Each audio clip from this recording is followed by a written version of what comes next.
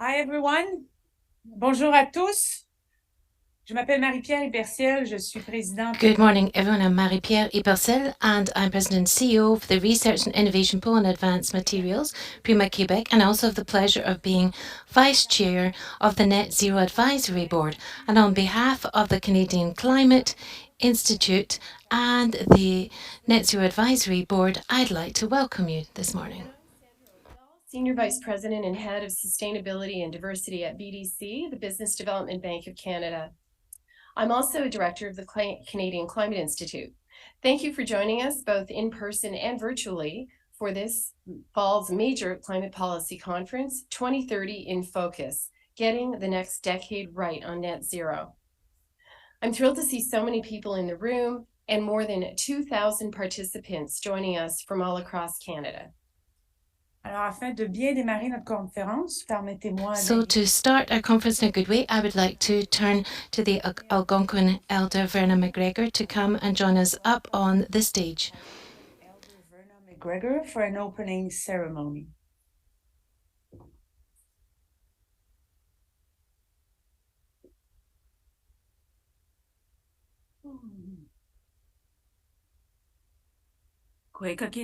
Bonjour tout le monde. Hello, everybody. Good morning, everyone. To welcome you to our traditional unceded lands. I say Verna Indishnikas. Can anybody translate that?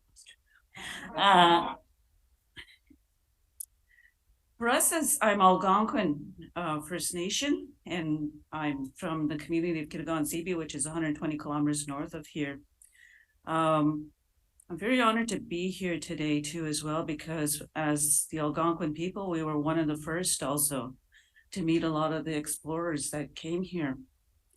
Most notably Samuel de Champlain, and we brought him up the river here. And I said, I don't know if that was a good thing, but here we are. And for us, when I say, I say my clan is Fox on my mother's side, Thunderbird on my father's side. Why would we do that? Is prior to contact, our clan system was based on the watershed. And the significance of Ottawa is that we're at the confluence of the rivers coming together from the four directions. Similar to the big teachings for us here, if you see in a lot of First Nations communities, you have the medicine wheel. And this represents the four seasons, the four directions, the four stages of your life journey here, the four elements that are necessary for sustaining life: the earth, the fire, the water, the air. And it was foretold to, with the coming of the newcomers here, that we will be where we are today, because of also too as well the difference in systems and our understandings. And so I do a lot of talks on the native understanding and the non-native understanding. And one of the things we had to as well is a 7-fire prophecy, where it foretold the times we're in, where there'll come a day where we have to put our minds together, regardless of the colors of our skin. And one of the biggest teachings with this is that there's 4 colors of people that were put originally on the earth. But the biggest teaching is, regardless of our skin color, our beliefs, our histories, what binds us together is that we all share this earth, and we all need to become caretakers of the earth. So that's why I think we're here today too as well, to put our minds together and for innovation too, for the next 7 generations, our children's children's children. So before I'm going to light a smudge. Why do we do that? It's also too as well to send good energy for us coming together. And the smudges with the smoke is our connection to our ancestors. And also too as well to remind us too as well that we're all interconnected. And the other part is I do kind of cheeky too as well. For us, we were known for the birch bark canoe. And I do other climate change conferences, and I say, we travel carbon-free ones too. And so again, that's where we need our innovation. So just bear with me. I'm going to light my little smudge, and then I'm just going to say a little opening prayer for you to get your innovation going. And just a sec here, I'm just going to get my... I have my little tobacco, and that's part of protocol too, because again, this represents the 4 medicines, and one of them is tobacco. And my worst part of my presentation is lighting the smudge in front of everybody. See?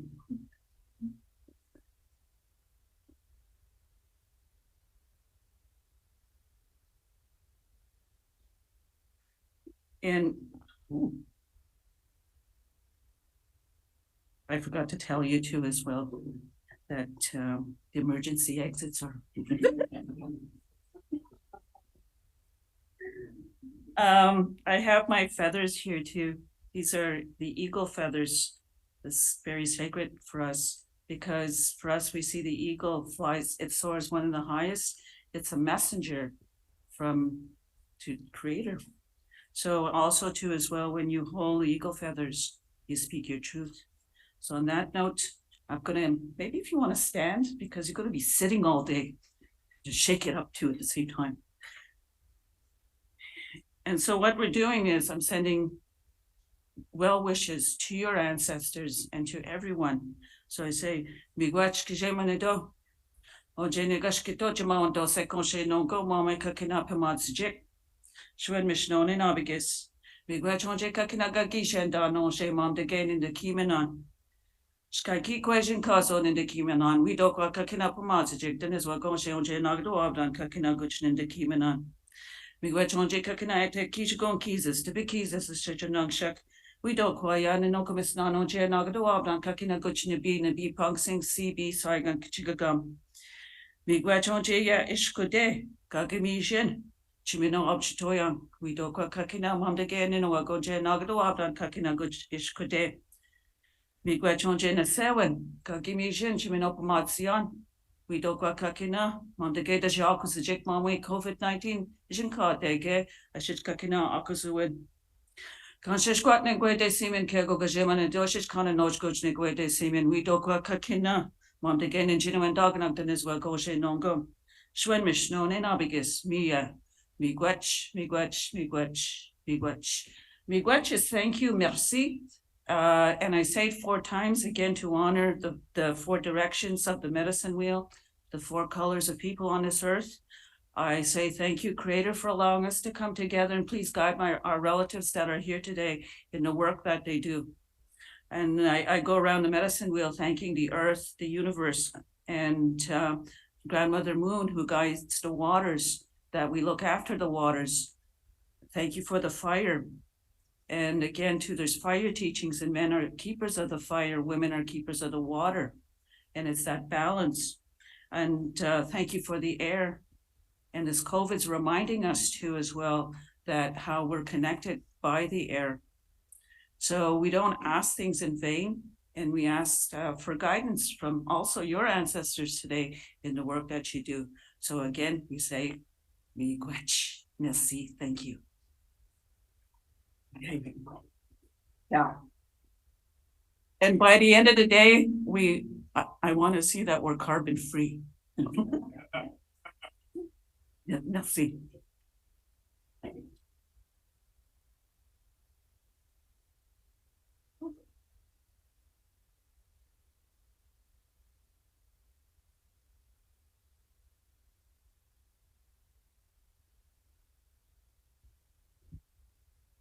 Thank you, Verna, for that beautiful opening ceremony.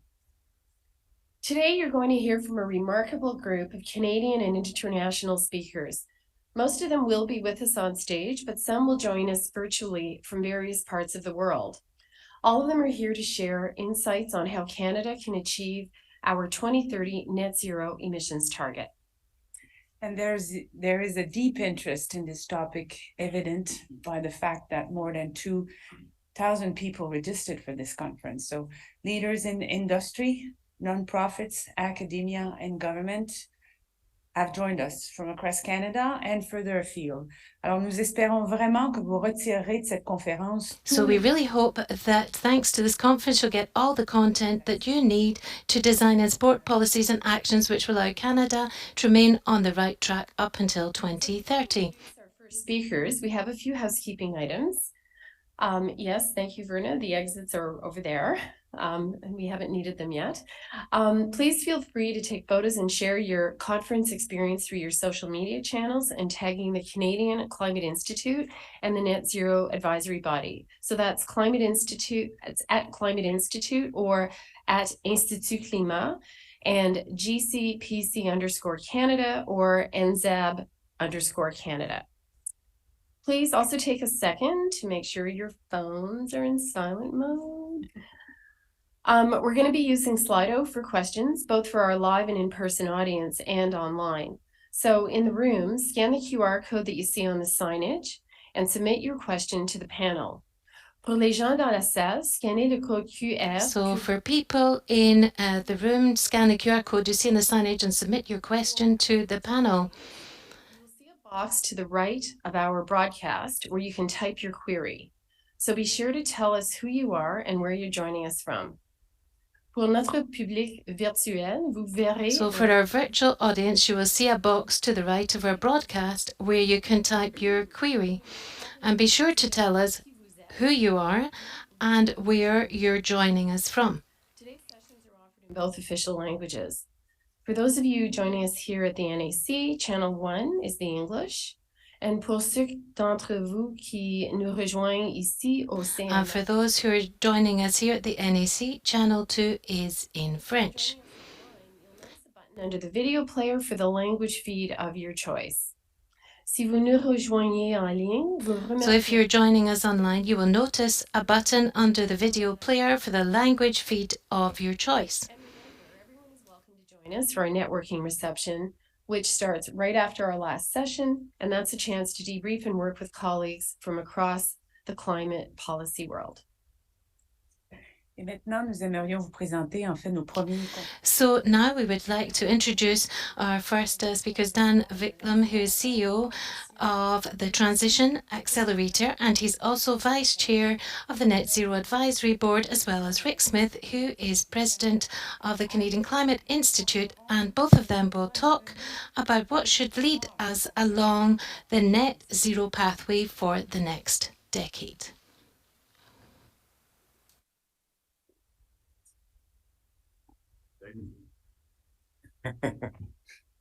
Morning, everyone. Merci, Sandra et Marie-Pierre. Bienvenue tout le monde. Thank you, Sandra and Marie-Pierre, and welcome all. Amazing program today. Nous avons aujourd'hui un programme extraordinaire pour nous pencher sur les défis et les possibilités d'atteindre. We have an extraordinary agenda today to address the challenges and opportunities of achieving Canada's 2030 net zero reduction goal, which is 40 to 45% below 2005 levels. Assembled in this room that climate change is a uniquely challenging public policy issue. Not only do we need to solve it, but we need to do so in a very short and a very defined period of time that is dictated by the inescapable realities of our atmosphere's chemistry. So this urgency imperative is a theme that we're going to see woven through all of our discussions today. The situation is urgent because people are losing their lives and their livelihoods. During last year's heat dome in British Columbia, 619 people died, a majority of whom were seniors living alone. And of course, all of us, all Canadians, watched in horror just in the past month as Hurricane Fiona literally washed buildings and people out to sea. The situation is urgent because of rising costs, and I'm very proud of a recent study that our institute produced called Damage Control, that I hope some of you saw a couple of weeks ago. And we calculated in that report that extreme weather, of course, driven by climate change, will by 2025 cost our economy $25 billion a year, which is equal to half a year's economic growth for Canada. We also try to calculate beyond the sort of big E economy, we try to calculate what the implications are for your average Canadian household. And that answer is the average Canadian household by 2025 will be paying about $700 a year as a climate change penalty in terms of rising insurance costs and the like. And the situation is urgent, of course, because the global economy is changing. And Canada needs to catch up, or we're going to lose out. And you're going to hear a lot about this today. The transition stakes are high for our country, with over 70% of our goods exported and over 60% of foreign direct investment in sectors of our economy that are vulnerable to market disruption. So delay is not an option. And you're going to hear this repeatedly today as we focus on 2030 as our approximate national target. Delay is therefore out of the question. On the other hand, any delay does mean that the challenge of climate change becomes more difficult and more costly to overcome. The urgency we face means that we need new and ambitious policy solutions. That is why we're here today to review progress that we've made to date and prioritize next steps that will need to be implemented quickly. So we know what needs to be done. As Dan is going to talk about, we have a heck of a lot more certainty than uncertainty. There's no lack of good ideas. We just need to expedite. And in many cases, the solutions on the table have multiple benefits. As one tangible example, our institute recently published a report titled The Big Switch, that concluded that widespread electrification is a cornerstone of the net zero transition, and that through building an electricity system that's bigger, cleaner, and smarter, we can dramatically reduce emissions and position our economy for success and lower energy costs for all Canadians. Another example shown by our research is that investments in climate mitigation and adaptation can considerably reduce the costs of climate impacts, and this by 75%. The implementation of a national adaptation strategy that is effective will be essential in achieving this. Are a key moment for our country to enact the necessary policy instruments to hit our 2030 goals and to ensure net zero by 2050. So on behalf of the Canadian Climate Institute, my hardworking colleagues, our staff, our board, our expert panel members, I want to express our gratitude to our colleagues at the Net Zero Advisory Body for their ongoing partnership. And I want to thank all of you. You're all very busy people. You're giving up your time today to be here and to participate in this important conference. We're especially thankful to colleagues from around the world who have joined us from far afield, both in person and virtually, to impart their good ideas and their best practices. We've got a fantastic agenda ahead of us. I'm really looking forward to it.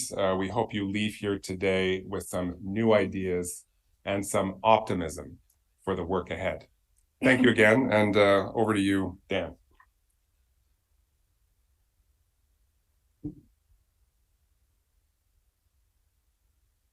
Merci, Eric. Je vous souhaite la bienvenue ici de la part du Groupe consultatif. Thank you, Eric. On behalf of the NZAB Net Zero Advisory Board, I would like to welcome you, each and every one of you here. We all know that we are in a new phase in our fight against climate change. For about 30 years, we've been in an emissions reduction phase, where the scientists told us it was enough simply to reduce our emissions. But the whole world moves slowly. So now we're forced to eliminate emissions in some type of net zero definition. And it's really tempting to think that all we have to do is do the same things that we were going to do to reduce emissions, just quicker and better, and we'll get to net zero. But that simply is not the case. The MZAB has developed a series of principles on which we base our work. And one of them is that there's a growing global consensus that there are actually very few systems, underlying systems of things like energy, transportation, buildings that can be functional and net zero. So very counterintuitively, what this gives us is actually more certainty on the things that we need to do rather than less. So the concept of net zero actually gives us more certainty technically than uncertainty. And I'm not going to presuppose the outcomes of today's panels, but look for two really important recurring themes on this. One is this concept of certainty. How do you define it? How much is enough? Whose role is it to get there? Do we have the luxury of sticking with the traditional roles of finance and government and industry to get to the certainty that we need in order to be able to invest to get to net zero? We think not at the NZAB. And the second concept is the concept of dead ends. So think technologies that might seem seductive because they will reduce emissions in the short term, but they simply have to be replaced after we implement them now, before 2050, because they simply can't be part of a net zero economy. So if we have to replace these technologies, we'll lose time, and the overall net cost of getting to net zero would be more. So think of those two themes today, the concept of certainty and the concept of dead end pathways. So welcome. Thank you for being here on behalf of NZAB, and we'll turn it back to our trusty chairs, I suppose, right? And MCs.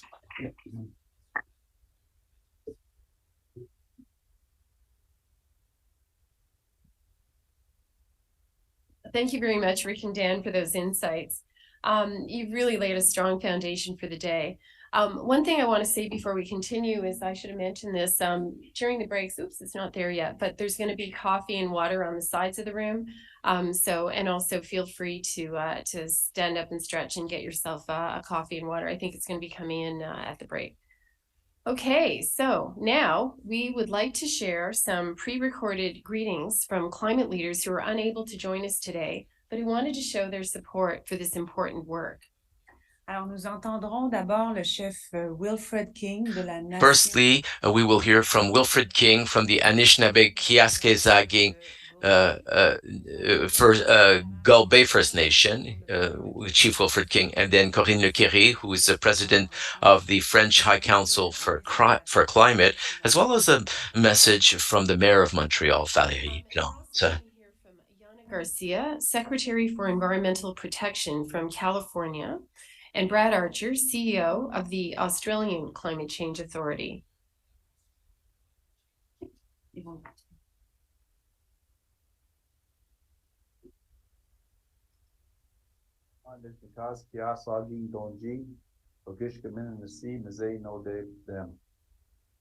Bonjour, everyone. My name is Wilfred King. I'm Chief of Gull Bay First Nation. Since time immemorial, the Ojibwe people of Kiaslawgi and Anishinaabe Gull Bay First Nation have been stewards of the waters of Lake Nipigon and the surrounding lands, the territory of our people. For generations, the KZA community and its leaders have made wise decisions that protect waters, land, animals, fish, and medicines, and have lived in harmony with nature.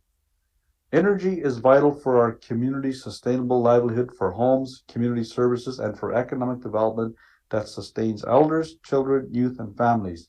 As a remote off-grid community unconnected to the provincial grid, KZA is reliant on polluting and costly diesel power. The Kiash-Zagi and Anishinaabe people want to ensure that our use of energy is as efficient as possible with low ecological impact, especially in relation to reducing reliance on fossil fuels that cause climate change. I am deeply honored to have guided the development of the Giza Solar Energy project in our community along with our membership and council. In our language, Gizis means sun. The project has been a game changer for Kiaslawgi and Anishinaabe community, Ontario, and Canada. Gizis was the first solar project fully integrated into the local grid, including a 360 kilowatt solar array, a large storage battery, and a high-tech electronic system that connects solar into the Hydro One remote powerhouse, maximizing the reduction of diesel fuel. As you can see, in almost 2 years we have been operating the Gizis project, we have reduced 235,000 liters of diesel fuel. The KZA Council, Administration, and membership have been fully involved in all aspects of the project.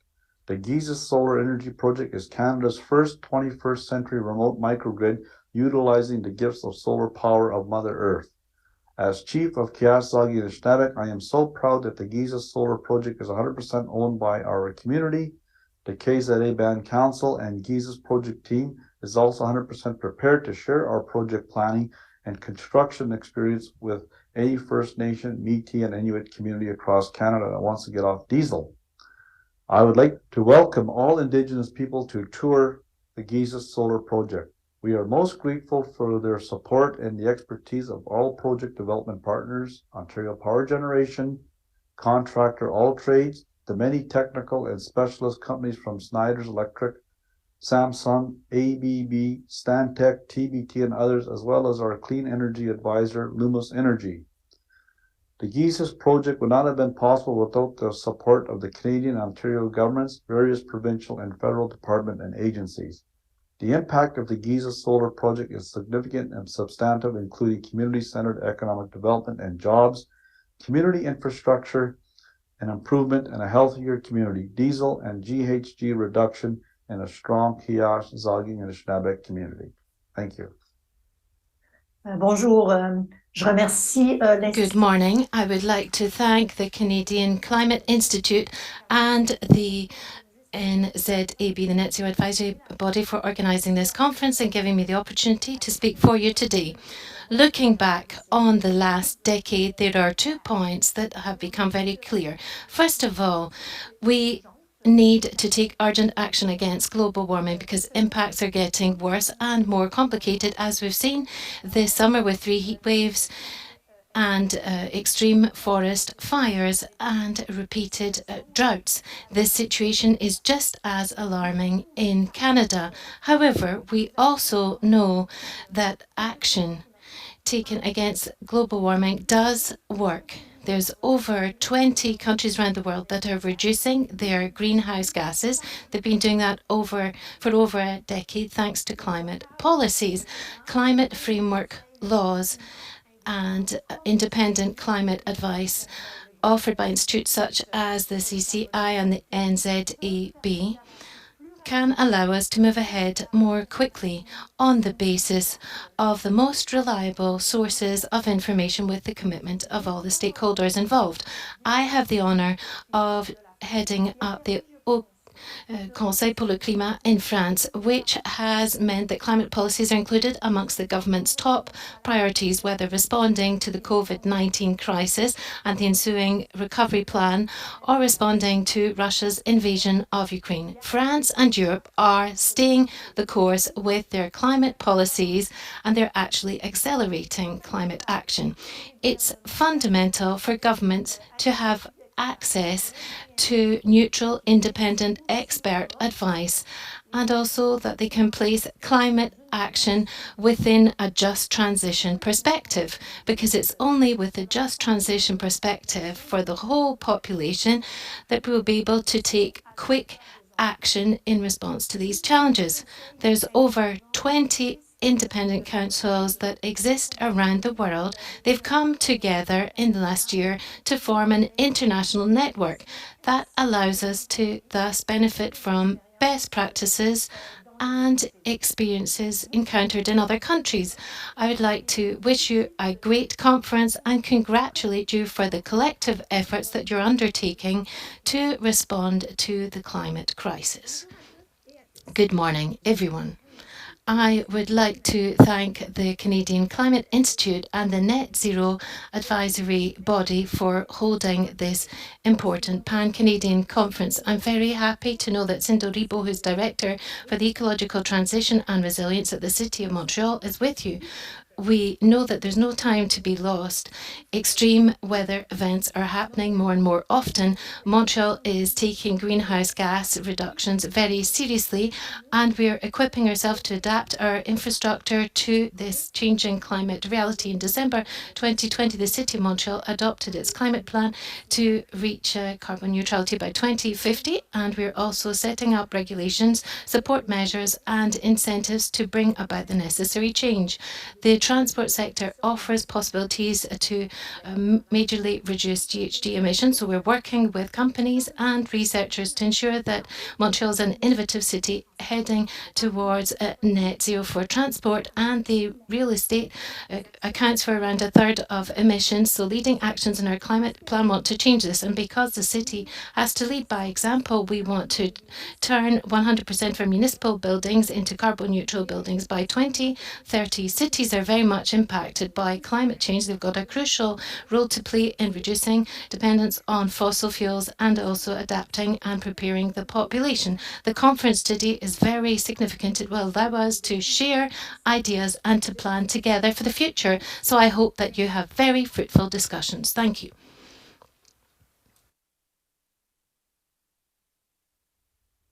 Hi, everyone. My name is Yana Garcia, and I'm California's Secretary for Environmental Protection. It's great to have the opportunity to speak to you all today, and I'm sorry I can't be with you in person.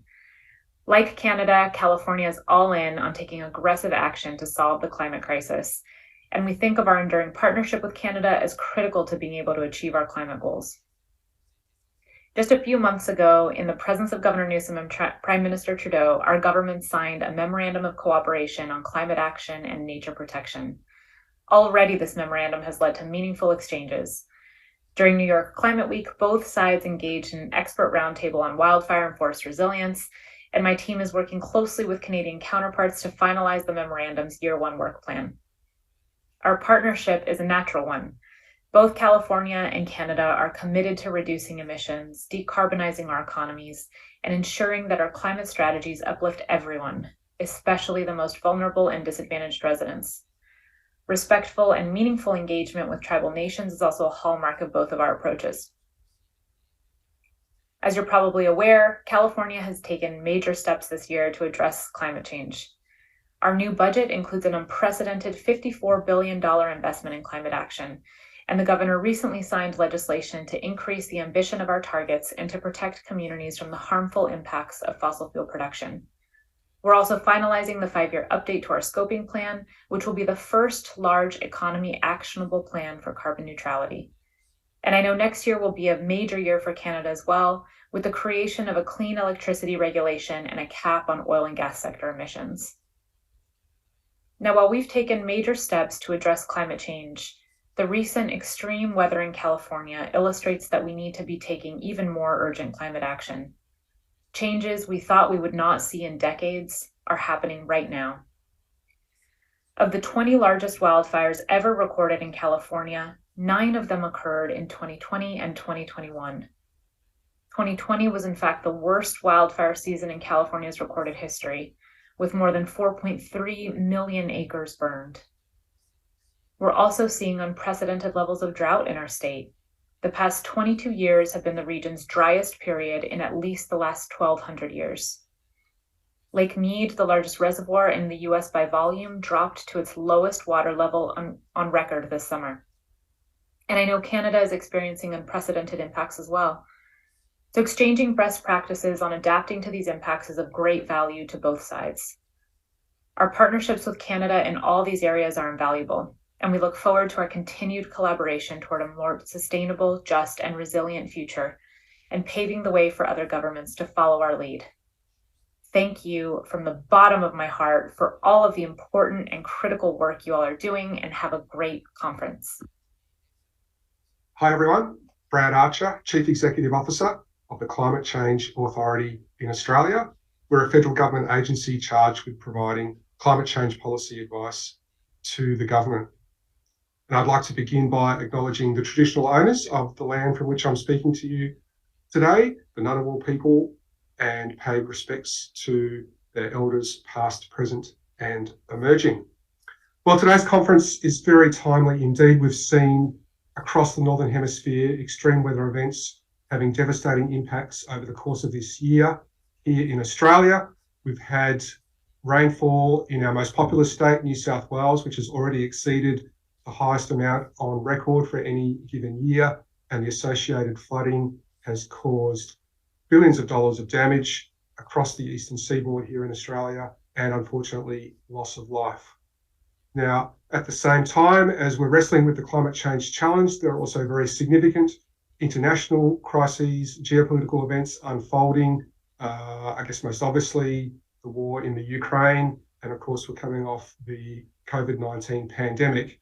We cannot afford to divert attention away from responding to the climate change challenge while dealing with these other crises. In fact, we need to leverage any actions that we're taking, significant actions that we're taking for other primary purposes, to also address the net zero challenge, whether that's focusing on renewable energy for energy security as opposed to fossil fuels, implementing green economic recovery measures as we recover from the effects of the pandemic, or reinforcing our supply chains for clean, low emissions technologies which are needed for the future. So here in Australia, we have recently increased our emissions reductions targets, increased our ambition, similar to Canada did last year, adopting a minus 43% target on 2005 levels by 2030. That's the Australian target, now reflected in our updated nationally determined contribution under the Paris Agreement. And also similar to Canada, we have enshrined our targets, both our net zero by 2050 target and our 2030 target in legislation through the recently passed Climate Change Act. And that act gives the Climate Change Authority, I'm pleased to report here in Australia, powers in relation to advising the Minister on both emissions reductions targets under our NDCs and also on advising each year progress towards those targets and a range of related climate change policy matters. So as with Canada, here in Australia, we have increased ambition, we have increased accountability, and what's left is the need for increased action, because we're not currently on a trajectory that we need to be on, either for our 2030 target or for net zero by 2050. So what we need to be doing is positioning our economies to take advantage of the opportunities that a net zero global transition presents. We need to be thinking about decarbonisation as a source of competitive advantage, not as a cost. And we need to be thinking about how we can do this in an inclusive way so that we are sharing the burden of the transition and sharing the opportunities and the benefits around our respective communities. In Australia, as is the case in Canada, much of these opportunities and these challenges for reducing emissions relate to economic activity that is taking place in our regions, in our rural areas, in remote communities. And so we need to be working with these communities on this transition and ensuring that we can share the benefits, and that includes with our First Nations peoples as well.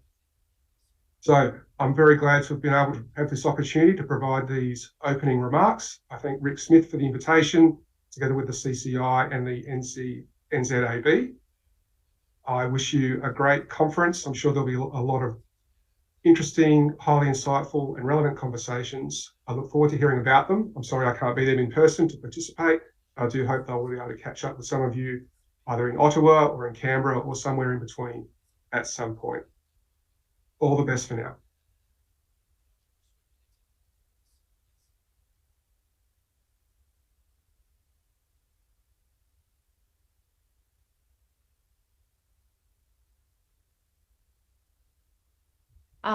There we go. Okay, thanks very much to our video speakers. Fascinating to see what's happening in other parts of the world on this file. And now it's time for our first panel discussion, which is focused on governance and accountability. So our panel members are going to examine the progress that's been made at the federal, provincial, and territorial levels to implement mechanisms such as transparency, independent advice, and oversight that are critical to delivering action on emission reduction.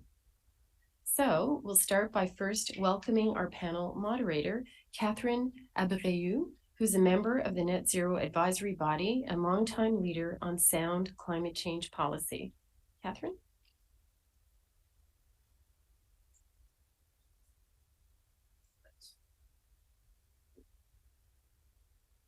Wow, great job pronouncing my last name. That is often a struggle for people. Good morning, everyone. Really great to be with you all today. And just an initial shout out to the team at CCI and our secretariat at the Net Zero Advisory Body for pulling together such an amazing event. I'm so excited to be with all of you. It took me a minute to realize that I would have this opportunity to meet up with so many people I haven't seen in person, maybe ever. So yeah, look forward to shaking hands and having an opportunity to chat in the hallways. I'm Catherine Abreu, and I'm the ED at Destination Zero, which I started just over a year ago to partner with organizations working internationally to accelerate the energy transition away from fossil fuel dependence and toward renewables and energy efficiency. And a big part of that work actually revolves around improving governance frameworks and accountability mechanisms across governments and non-state actors. I often reflect on, 6 years ago when I and many others in this room were first starting the campaign to get Canada to pass its first bit of comprehensive climate governance and accountability legislation. And every time I would go into a room and use the word accountability, people would be like, I don't know what you're talking about. You should never use that word. And it's pretty impressive to me 6 years later that here we are with a piece of legislation that has the word accountability in it, and we can have these open conversations about what it means to hold ourselves accountable to our climate commitments as a government. And indeed, as you've just heard, it is increasingly the norm around the world that governments of all orders are using comprehensive governance frameworks to help them implement and hold their governments accountable to their climate commitments. And I think that that is a major source of progress in the last number of years. So we at the Net Zero Advisory Body, the way we work is through lines of inquiry, and we introduced a line of inquiry on governance last year. The way we define governance is as the institutional mandates, capacities, and relationships required both inside and outside of governments to achieve net zero emissions by 2050. And we brought our attention to this issue of governance because no single entity has the capacity to deliver net zero alone, not even the federal government. And so this question of how we all work together at different orders of government, in different communities, different elements of the private sector, how we all come together to make net zero a reality is a big part of this question. And why we need this by 2030 is because at its core, good governance is about aligning mandates and responsibilities with shared objectives and ensuring that the best decisions are made with consistency. So if we are going to get ourselves on track in the next 8 years, it's pretty clear to me that good governance is going to be a key to that endeavor. That being said, good governance is only as good as the results that it leads to. And so we know that it's easier said than done. Here in Canada, we have one of the most complex governance systems out there due to shared constitutional powers over environmental issues, unequal distribution of emissions across the country, and historical legacies, of course, that feed into the ways in which different orders of governments interact on this issue. And so we're going to have a really incredible conversation with this amazing lineup of panelists about what good governance looks like in different parts of the ecosystem for change in Canada and how we make sure that good governance delivers good results. With that, I'll introduce my amazing panel. First up, we'll have Carol Sabb, who's the Chief Executive Officer of the Federation of Canadian Municipalities. Yeah, and I'll just welcome you to come up as I say your names. That's a great idea. Carol is the CEO of the Federation of Canadian Municipalities and a tireless champion for cities and communities, driving an ambitious vision for local government leadership in building a more sustainable, prosperous, and inclusive Canada. Next, we have Tony Osadik, who's the Senior Director of Environment, Lands, and Water at the Assembly of First Nations. Tony is the Senior Director at the of Environment, Lands, and Water at the Assembly of First Nations, and in this capacity, he leads several national committees, including the First Nations Canada Joint Committee on Climate Action, and is the Principal Investigator with the Food, Environment, Health, and Nutrition of First Nations Children and Youth Study. Next, Jerry DeMarco. Jerry assumed the role. Where's Jerry? Oh, there you are. Coming from the other side, switching it up.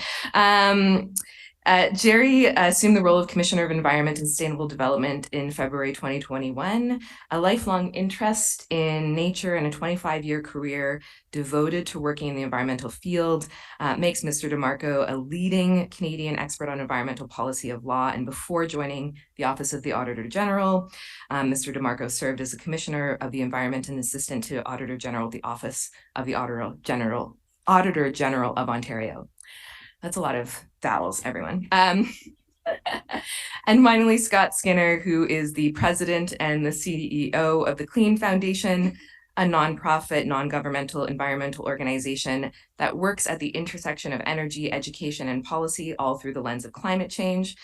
The Clean Foundation is a partnership-driven organization. Most initiatives include national, provincial, municipal, and First Nation governments, local community groups, the broader NGO sector, and academia.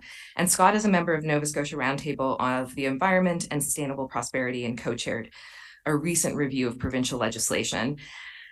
Really great to have you all with you, and really great to see so many people that I've had the chance to work with over the years. Thanks for being with us. All right, let's have our conversation. Checking that my mic is on. Y'all hear me okay? Great. There we go. So, Jerry, I want to talk to you first because it's your job to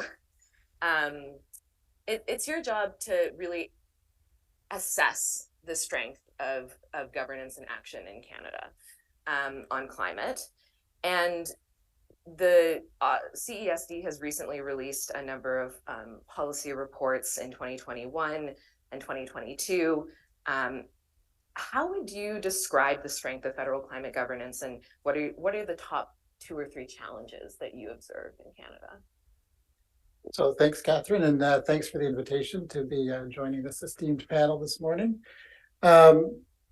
Yeah, so our lessons learned report, little plug here with the for those who are watching online and in person. We have 8 lessons learned, but in the interest of time, I'll focus on a few.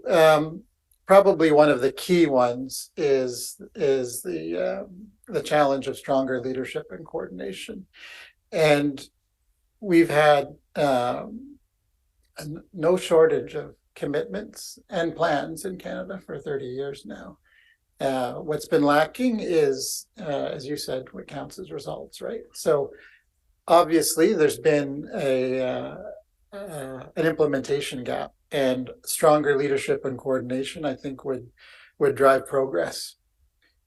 It's already happening to some extent. So one of the points we make on the end of this report is that through the historical list of failures to meet plans and commitments, we had no strong carbon pricing system, national carbon pricing system in Canada, and we had no strong accountability legislation in Canada. Those are both new. They took a very long time to get there, but I'm happy we are finally there. So those have been a challenge to get to, but I'm more optimistic now than previously because of those things.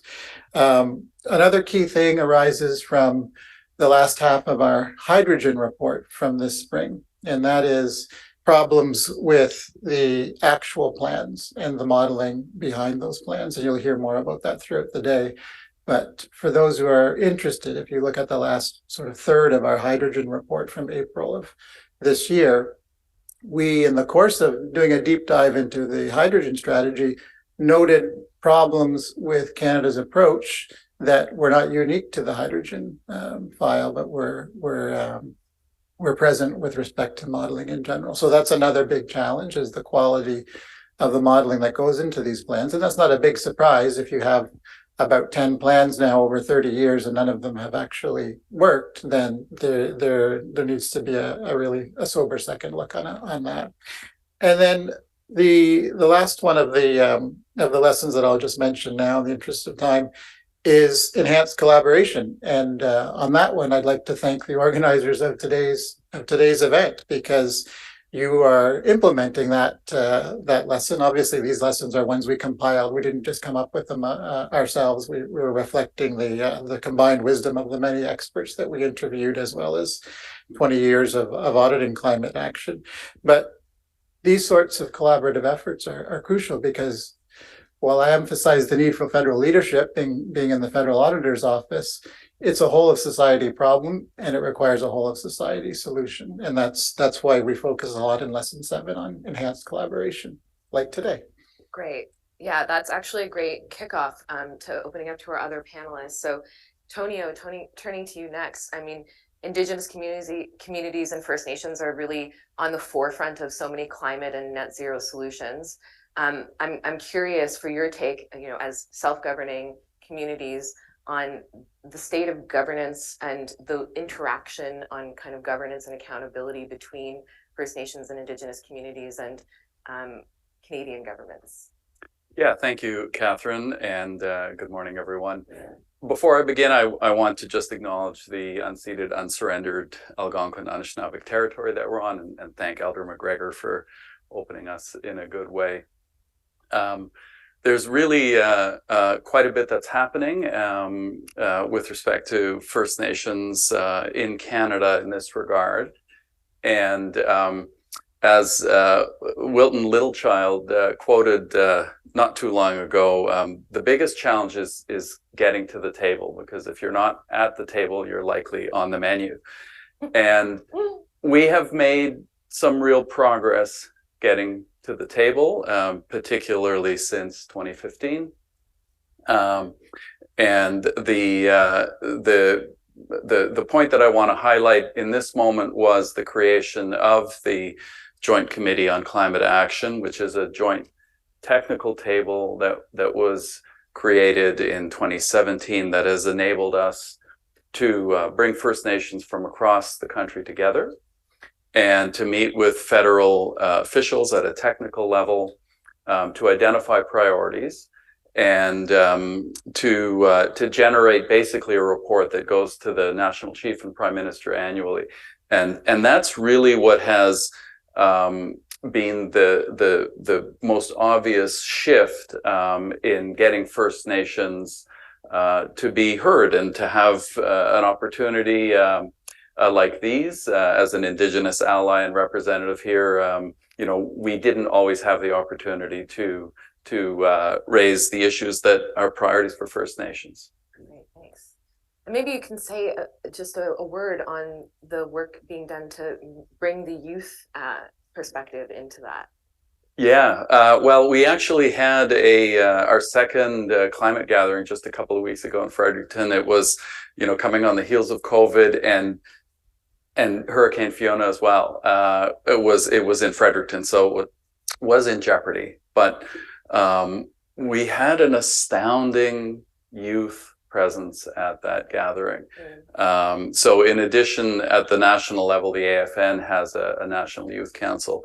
But we were able to work with the Youth Council to bring youth from across the country, the fellows from Yukon. There's a great program that's taking place there. And it was palpable at this gathering in terms of the youth participation. I'm sure most of you are not tracking our gathering in that way, although I hope some of you are. But it was really quite incredible, and so many people commented on that at the gathering, and it's really helping to drive the work that we're trying to do, working with youth in particular, who are of course very motivated. I think most of the audience is also sort of familiar with that sense of urgency that affects future generations. It really was a wonderful experience, and we're looking to capitalize on their ongoing engagement as we move forward. Thanks for sharing. As someone who spent a lot of my time and has a lot of my heart on the East Coast in Mi'kmaq, I had deep FOMO of not being able to be there. So thanks for telling us about it. Carol, okay, speaking about being on the forefront of climate and net zero solutions, cities across Canada and really around the world are right there, right? Leading the way in implementing on the ground solutions to the climate crisis. But of course, there are challenges for cities, not only in implementing their own climate goals, but then in interacting with those governance mechanisms with different orders of government. So tell us about that, your perspective on the leadership that we're seeing in cities, and then how that kind of feeds up to collaboration with other orders of government. Okay, thanks very much, Catherine, and thanks to CCI and NZAB for the opportunity to be here today. Well, and you're exactly right that cities are on the forefront of climate change, both in terms of the action that they're leading, but also they're on the forefront of the impacts. Fiona has been referenced a number of times. The heat dome right across this country, we're seeing communities and cities be devastated by the impacts of climate change, and so both in terms of their local expertise, but also as being the order of government close to the people, their ability to understand what's needed on the ground to mobilize climate action is critical. And they are also, as you said, on the forefront of action. And so we're seeing increasingly greater ambition right across this country from cities and communities, implementing really bold and ambitious climate change plans. You have commitments to net zero, increasing again across the country, Halifax, Montreal, Victoria, to name a few, leading in their work in that regard. And you're also right that engaging the governance construct here in the Canadian context, I can't remember the word you used, but complex, I think maybe is quite accurate, and poses a challenge for local government in that context as well. But we are seeing progress on that, and I really do have to commend in particular the federal government in terms of their engagement of local government in important conversations right now. We were heavily engaged in the context of the emissions reduction plan. I too am very happy to see accountability built in a real way. And to see the role of local government and municipalities referenced as many times as it has been, which, is something that many people looking at that might have glazed over the fact and taken as common sense.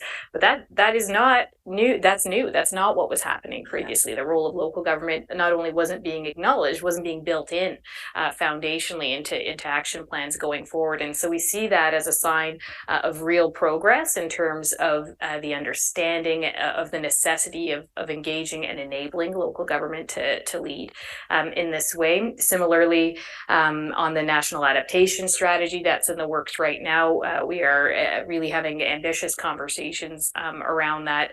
The green building strategy, really start to finish, this is going to play out and out of necessity be led by cities and communities. And so the upfront engagement is important. What is also important is making sure that cities and communities are then enabled to deliver. And so we've talked about plans and commitments being something that we've seen for a long time, and that the outcomes really matter. And out of necessity, local governments are razor focused on outcomes. And in order for them to be able to make progress against the kinds of necessary and ambitious plans we're putting forward right now, is really twofold. One, the necessity of capital funding to make sure that the on-the-ground infrastructure is able to support that kind of work. And the second point, which again is often overlooked, but I honestly would argue is at least equally important, is capacity building. You don't have to get too far out of the biggest cities in Canada before you start really getting quite narrowed capacity in terms of being able to implement on the ground. And so we've been very active with the federal government and through our programs funded by the federal government to try to build that capacity. But it's critical because setting targets, because strategies, regulations, absolutely foundational and critical. Making sure that they're aligned with local realities is critical, but then making sure that cities and communities are tooled to deliver is equally important. Yeah, I mean, making this point around the need to be responding to so many multiple crises at once, right? So communities in cities and Indigenous communities in remote and coastline communities across Canada are having to respond to the worsening impacts of climate change while also continuing to advance progress on mitigating climate change and implementing climate solutions, and having capacity to do all of those things at once along with all of the other services that those communities have to provide is a big stretch. So so definitely hearing you on that, and again emphasizes the need for that level of kind of agreement on the way forward and collaboration. And with that, I'm going to turn to you, Scott, because there's a little known secret in the province of Nova Scotia. Did all you folks know that there was cross-party consensus in Nova Scotia to take action on climate change and to legislate a climate governance framework, and that indeed that piece of legislation has existed in various forms in Nova Scotia for over a decade now? I think that story doesn't really get out past Quebec very often. And so, Scott, tell us about your experience of the politics of cross-party consensus in that province and what it looks like to act on climate governance from a provincial perspective. Thanks, Catherine, and what a pleasure to be here on the stage and with so many great minds working on this big problem at this particular time. But as Catherine knows, like what Nova Scotians love to do is tell stories about Nova Scotia. So I'm going to walk through this a little bit and maybe take you a bit of a tour through that like, little decade plus time. So the piece of legislation, it's a bit of a mouthful. It's called the Environmental Goals and Climate Change Reduction Act, or as we call it now in Nova Scotia, ECRA. So it's a act full of 28 goals on climate mitigation, adaptation, land waste, aspirations on plans. You know, it really is pretty wide ranging, and it's based around the principles of clean, inclusive growth. And the thing you might hear about most often about it is it sets aspiration to be off coal by 2030, which is a big, expensive problem in Nova Scotia that you know, the public's been asking for a long time. But I'll take you through a bit of a tour on like how we got to where we are today. So back in 2007, the Progressive Conservative government at the time passed an act called it was called EGSPA. They're all full of acronyms. So Environmental Goals and Sustainable Prosperity Act, and that was a smaller set of goals that you know, basically had around a 10-year horizon. And in the act, it said it had to be reviewed every 5 years. So first 5 year comes through, you know, you tinker with the goals a little bit based upon, you know, what new information had come along. The second 5 year comes along, and at that point, the goals are like either met, haven't been met, or you know, things have interceded. So it's time to take a look at the act itself. So I was asked to co-chair along with some committee members on the Ministers' Roundtable to take a look at it and say, okay, what would we suggest to do moving forward? So we came up with you know, a bunch of recommendations after talking to like a whole lot of civil servants in different departments across the government of Nova Scotia, and they not to surprise to us, like they were finding things within their own departments that had relevance within the Environmental Act. So after that, we presented that to the environment minister at the time. It kind of sat for a couple of years as you know, politics and priorities sort of moved on to different things. And then in 2019, the government, it was the Liberal government at the time, like passed sort of a pared down version of the act, again with another name, Sustainable Development Goals Act. This time it had you know, just a few headline goals, but a lot of the details weren't filled in. They said they'd follow up with regulation. And so fast forward, you know, probably about another year, and my organization, the Clean Foundation, was tasked with facilitating a public consultation around it. So we went out and talked to people around the province, all kinds of organizations, basically anybody who thought they might, you know, we thought or they thought they might have something to say about it. And what was really interesting about it, and you can find this online at a web address called cleanfutures.ca, we published a What We Heard report. It was that there was remarkably little dissent. Like most, just about everybody who responded to it, whether they're from industry, nonprofit, public, saw opportunity in it. So that sat, you know, and stewed for a little bit. And then not too long after that, there was an election, and the Progressive Conservatives won.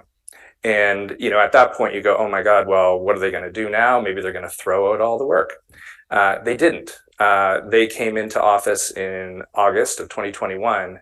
And then one of the first things that they did in the fall legislative sitting was pass the new act, the Environmental Goals and Climate Change Reduction Act, yet another acronym. And it was strengthened. Like there's a huge number of goals in this. So if I look back at it and I go like, okay, you know, it's all party supported. Well, it was all party supported 3 times. It never had a vote against it in 3 rounds of legislation, which is amazing. So if I look at what are the lessons learned about this, it's like, it's always been rooted in opportunity. So the people of Nova Scotia saw that there was opportunity in pursuing environmental goals and clean growth pathways. The other is each of the main political parties owned it at one point in time. So they all saw that they had part of it, right? So they you know, the NDP were smack dab in the middle there. They had 4 years. They owned it for a while. And, you know, I think that coming out of it, you know, I think it's baked into politics now in Nova Scotia. Like there's remarkably little dissent on this. It's reached into different departments. One of the things that's actually in the Act now is that it has to exist up into the Premier's office. So we're really proud of it in Nova Scotia. But like what we do know is like the Act has a bunch of goals in it. Now we need to bring it forward to implementation and deployment, which is the hard part. Right. Great. And thanks for telling that story. I'm usually one on the panel being like, but Nova Scotia, let's talk about Nova Scotia. So great to have a fellow Nova Scotian with us. Okay, so let's talk about the implementation gaps then. We've heard a little bit about what's working, where leadership is coming from, some positive changes that have happened on the federal scene to hopefully improve those governance frameworks for future success. But as we all note, there are still big gaps to implementation. Canada's emissions are, about the same today as they were almost 20 years ago. So how do we fill in those gaps? I'm going to start with you, Tonio. So the AFN's been leading the development of a First Nations climate lens and a First Nations climate strategy. And both of those, of course, advance a First Nations-led definition of problems and solutions around climate change. I wonder if you can share with us your perspective on like the gap between Indigenous and non-Indigenous perspectives on net zero and how we can work to bridge that gap as we move to 2030. Yeah, it's a great question, and there certainly is a gap. The good news is the gap is closing, and as I noted at the outset, largely because of the opportunities that have emerged since 2015 to get to the table. But an important gap still exists, and I saw a bumper sticker just the other day, and the bumper sticker said, "Don't believe everything you think." And it made me think, because one of the transitions that we're beginning to see, and we want to lift up the government for that, is the visibility of First Nations and Indigenous peoples more generally in Canada. And the Joint Committee on Climate Action was a part of that, but the emissions reduction plan, for example, was another part of that to a certain extent. So we were able to have an annex built into the ERP to identify what First Nations priorities are. We see that there's a grand landscape across the country where First Nations are dealing with different kinds of crises, flooding in one area, forest fires in the other, melting permafrost in another, and the myriad of responses that are required necessitate real opportunities for First Nations to come to the table and to see solutions implemented. To the extent that we see niche or boutique programs that address the interests of First Nations, interests and priorities, I should say, of First Nations and other Indigenous peoples, that's a good move. But we are not necessarily seeing that translate into the mainstream discussions about the need for climate action. And part of that, sort of relating back to that bumper sticker, part of that is the idea that just having a First Nations person at the table is sufficient. Right. And it, of course, is not. First Nations have their own ways of thinking. We refer to that as Indigenous knowledge systems, their own histories that go back to a relationship with the land since before time immemorial. And those systems are often misrecognized as some kind of folklore, or worse, as irrelevant in the modern context. And if we've learned anything over the past few decades in trying to deal with climate change and its implications, it's that status quo solutions are unlikely to get us where we need to go, whether it's to 2050 or to 2030. We really need to open the door wider to begin to try to hear and understand what others, and First Nations among those, have to bring to the table even if it doesn't translate immediately to something that the mainstream context can make sense of, right? There is a learning curve, and creating the space for non-Indigenous Canadians to begin to try to translate what they think they know into new ways of knowing and new kinds of solutions really, I think, is the critical challenge taking us into 2030 and beyond. Yeah, so powerfully said. I've really been thinking a lot lately about how one of our greatest challenges in meeting the climate crisis is how profoundly limited many of our imaginations are. And I think you're absolutely right that cracking open our worldviews is such a critical part of solving this and many other crises unfolding before us. Jerry, I'm gonna turn to you next. So, you know, you mentioned some of the challenges around governance and some of the observations that have been pointed out in your recent reports of where those challenges are most acute. Let's dig into that a little bit more and hear some of your perspectives and your team's perspectives on how we might work to fill some of those gaps that haven't been working so far to deliver results on climate. Yeah, so maybe I'll pick up on your lead there and talk about lesson number 8 in our report, which is about long-term thinking and intergenerational thinking. And you know, there have been some Western institutional approaches to that in Hungary and Wales with the creation of future generations commissioners and so on. But really, the Indigenous communities have been practicing and living that as part of their cultures for millennia.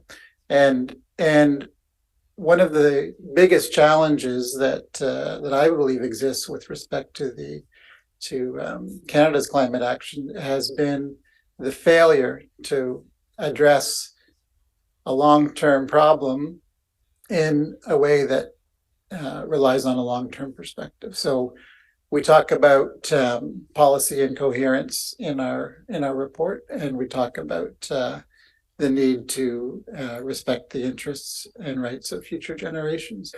And it sounds like, you know, a high-level discussion, but when you think about it, if you're focused on something 8 years out, like 2030 or to 2050, but your systems focus on question period today, or this week's news cycle, or the deliverables in a department's departmental plan for this year, or maybe the furthest, the next election.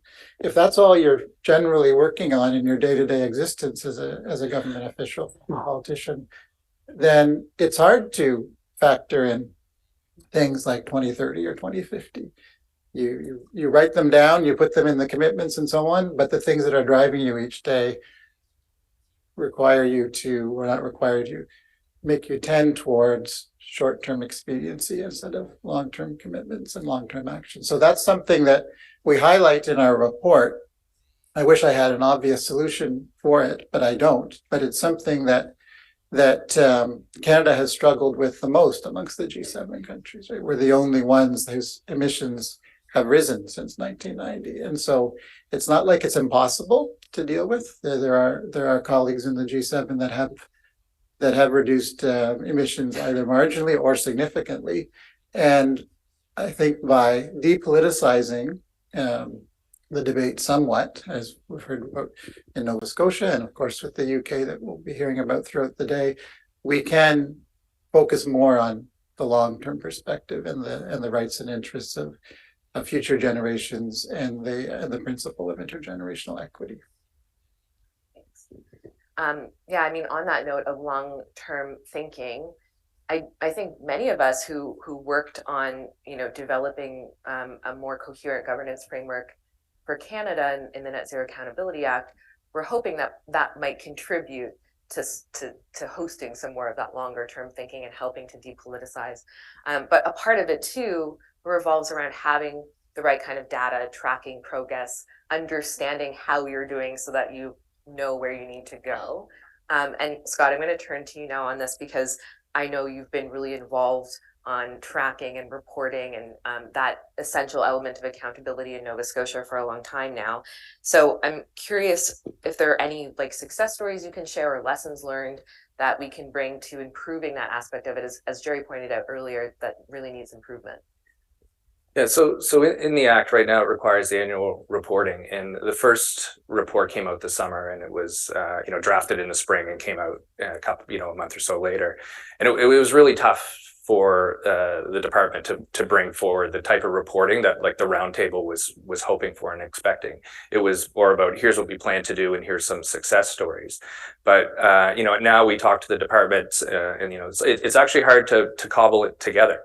But we're really hoping it gets to a point where we can provide some baseline data and that we can measure it over time, because we're going to need to pivot on implementation when things work or they don't work. So, right now, I think it's a check with us in a year. Like, hopefully we've got our, have created a good example that can be copied by others. Great, thanks.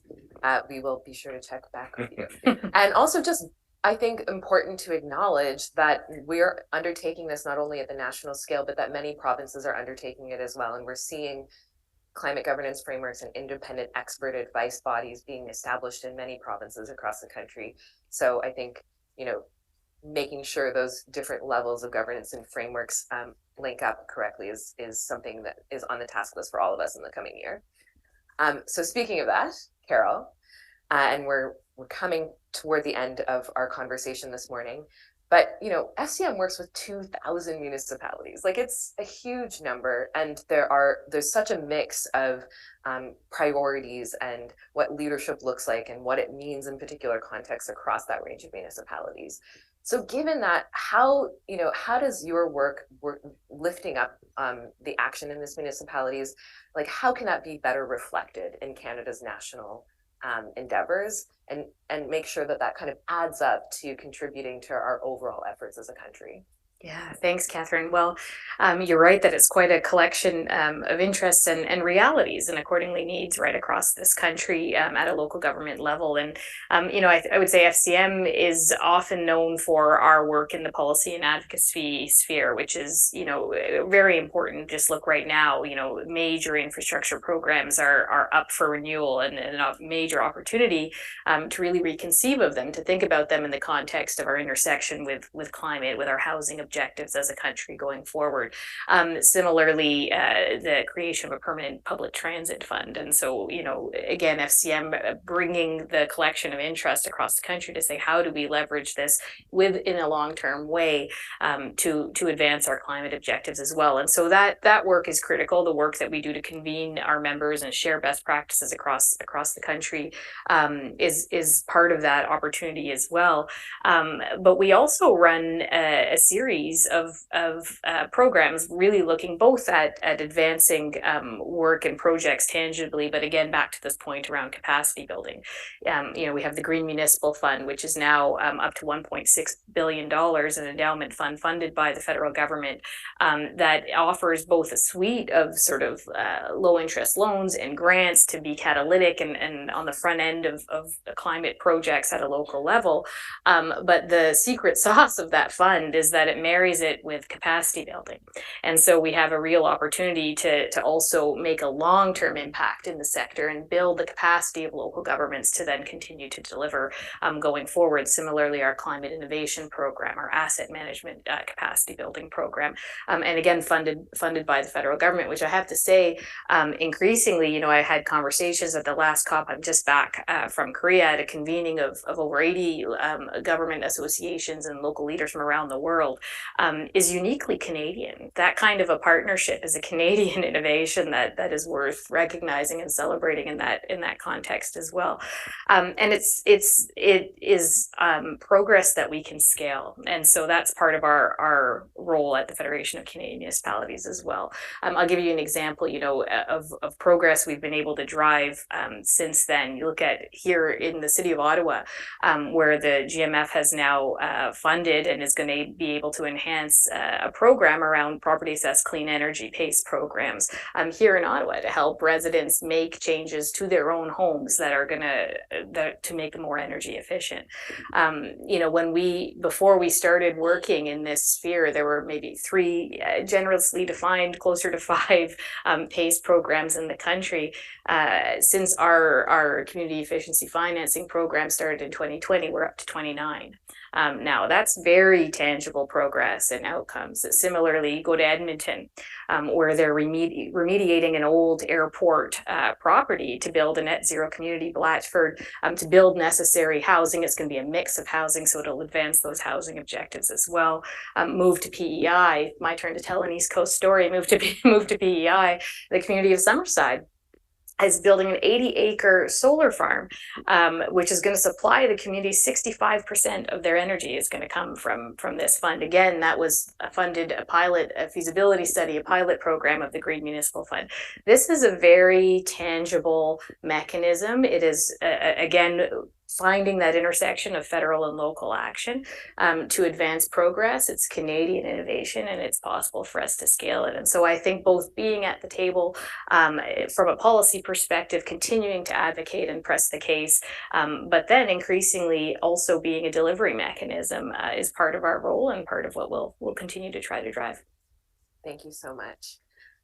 We have reached the end of our time. I'm seeing a question on the screen that we didn't have the opportunity to get to. Sorry about that, but I'm sure we'll have plenty of opportunities for follow-up conversations in the hallways. Thank you so much, the amazing panel. That was a great conversation to kick off our day. A round of applause.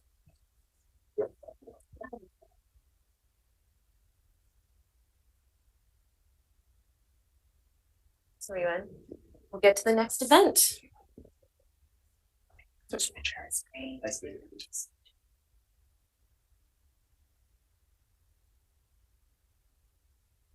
grand merci à Catherine. Thank you so much to Catherine for having been our moderator, and thank you for all of the panelists for having shared their different experiences. That's always very enriching, and I'm sure you'll agree that progress is essential here if we want to meet our 2030 objectives. And it's quite clear that the viewpoints that have been mentioned as to what's working and what still needs to be done are, of course, essential to consider as well. Stretch your legs, refresh your coffees, grab a bite. So see you back here at 10:15 sharp. Thank you, because you won't want to miss the next speakers.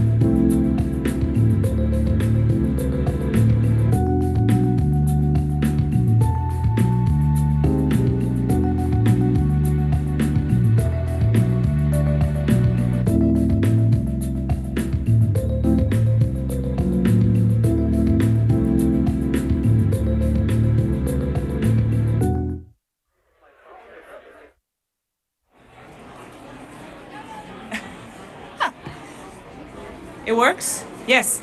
Hi, everyone. If you could just go back to your seats, please, if we want to start and be on time.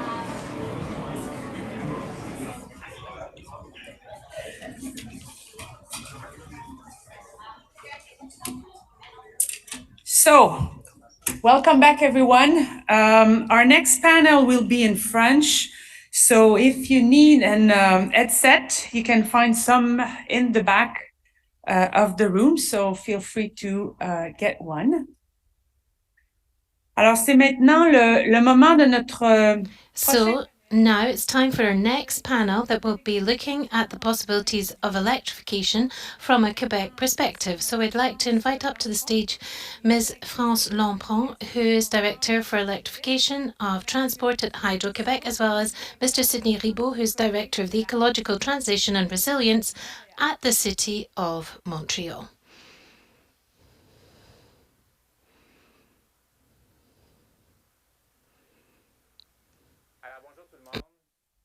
So good morning, everyone. I see that coffee was popular during the break and it's still popular, but please do come back. Perhaps some people have gone to get headsets for the translation. I'm happy to be here today and thank you to the organizers for having invited us.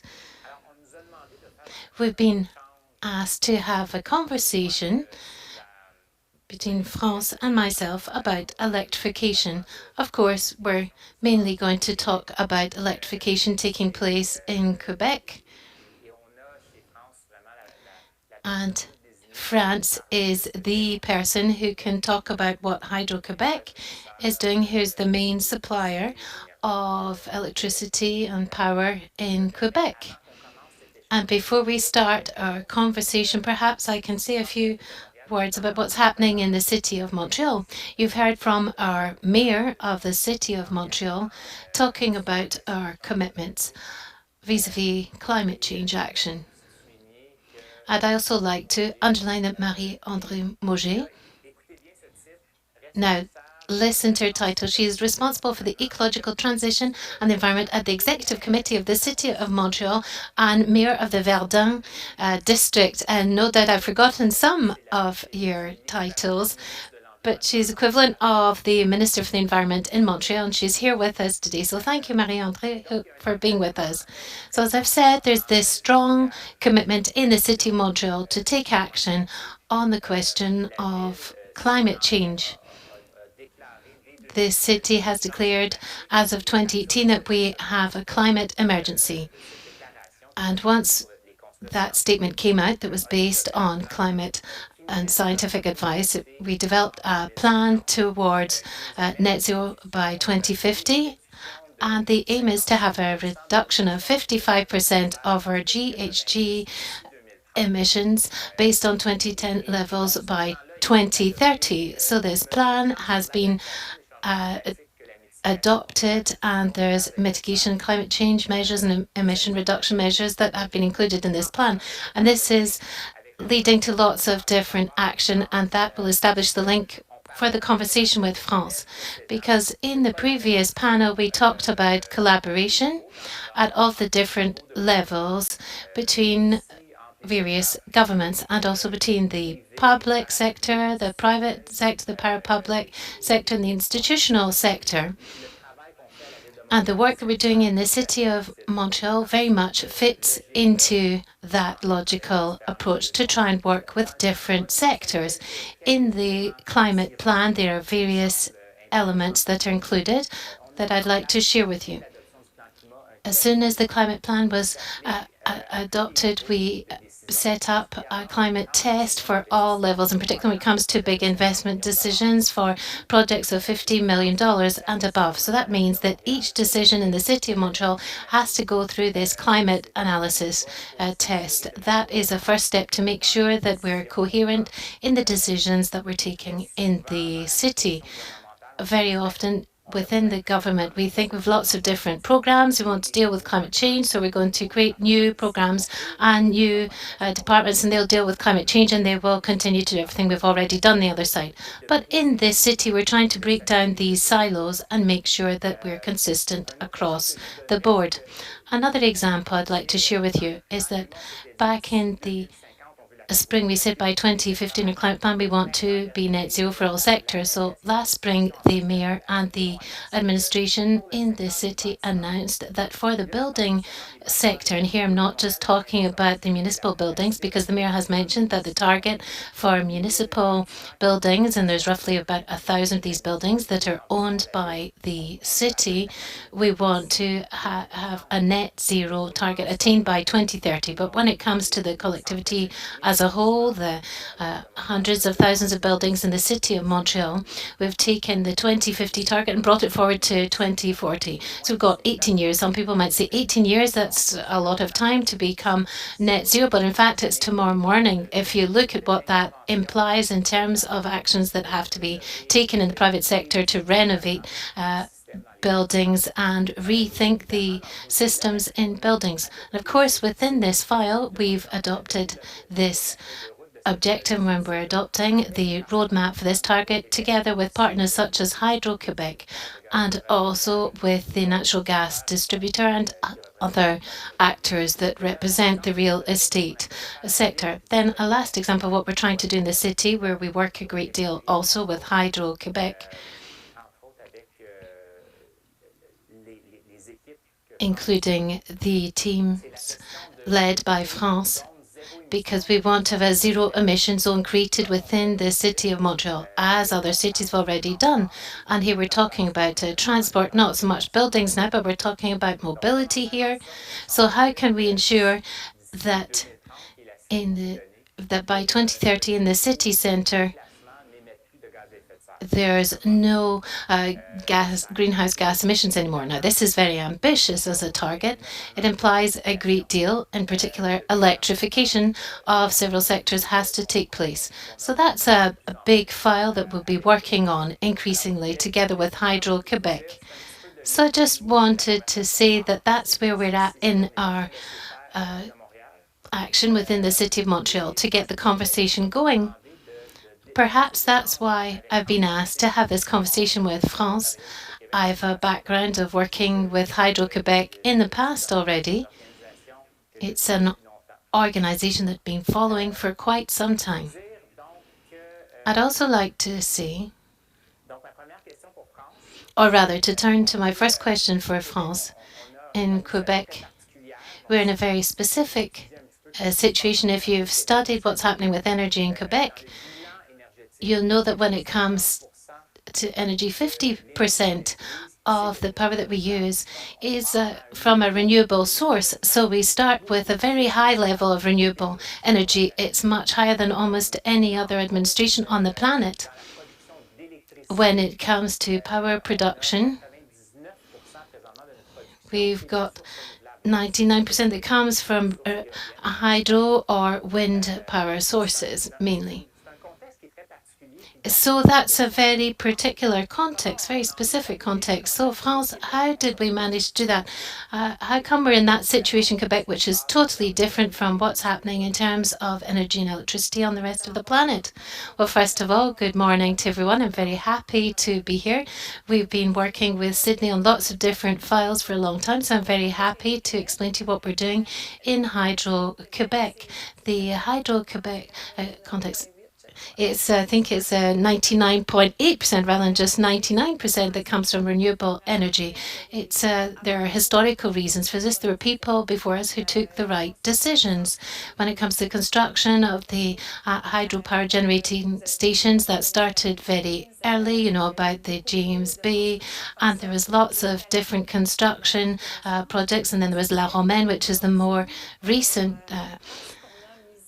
generating station. So we gave value to our hydropower resources. So we have got hydroelectricity that's been amortized in terms of infrastructure. So that means that we've got clean electricity, and it's also at a very advantageous price. Of course, that's a double-edged sword. We can come back to that aspect if you wish, but we find ourselves in a unique position because of all this. Another unique point with Quebec is that we use electricity for heating. We're probably one of the only places in the world that has that specific characteristic. So that leads to lots of different challenges in terms of electrification and decarbonisation. Well, that's interesting. Can you talk to us about one of these challenges? The fact that we use electricity for heating purposes is quite specific. Well, it's a challenge and an opportunity at the same time, because that means that our power grid has been designed to meet the needs of the coldest day in January or February. So that means that the rest of the time that we have room for maneuver, we've margin to electrify other uses such as the transport sector. So we're in a good position already to launch the electrification movement in Quebec because we've got this margin that comes from the fact that our system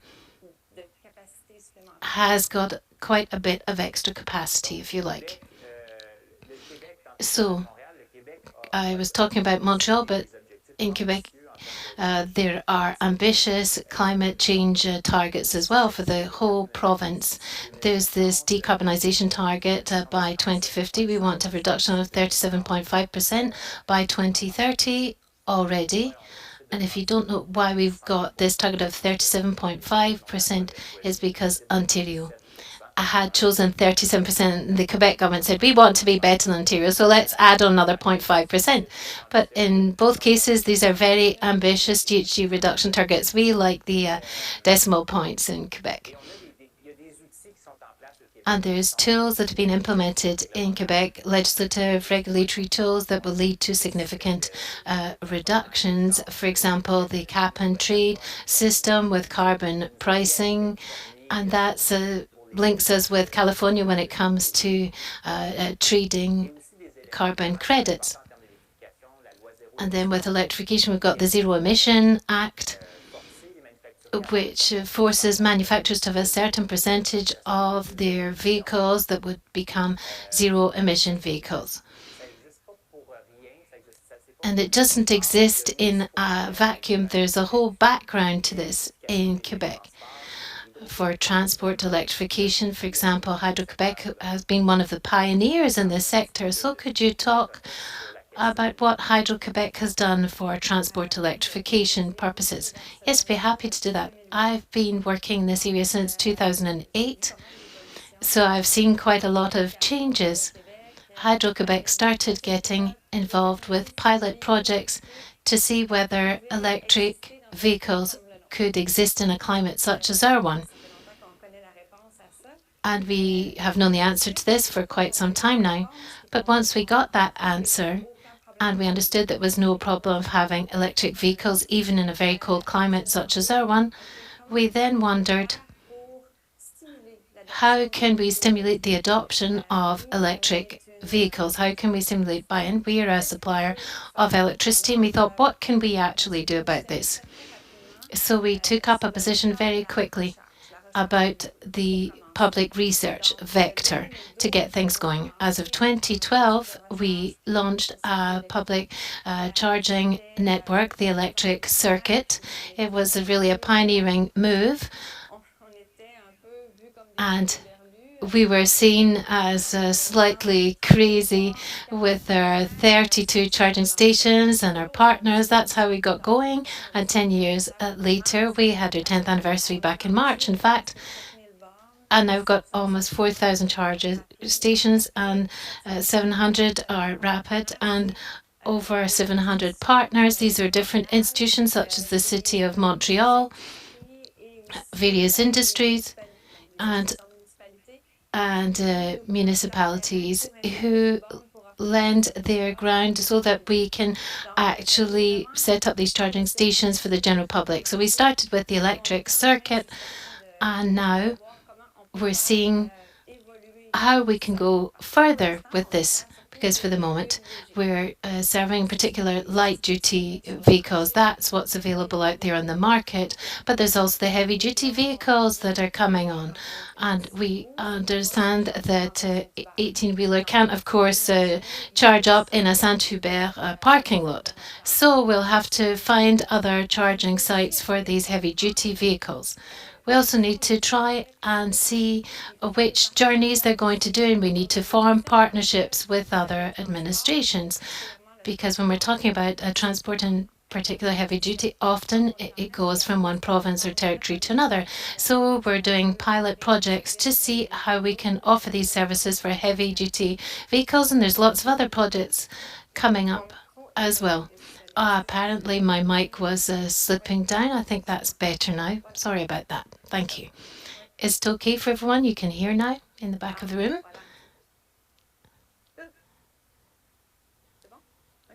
Is that okay now? I won't move again.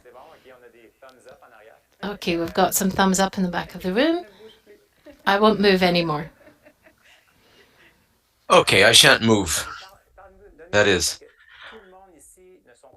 So not everyone here is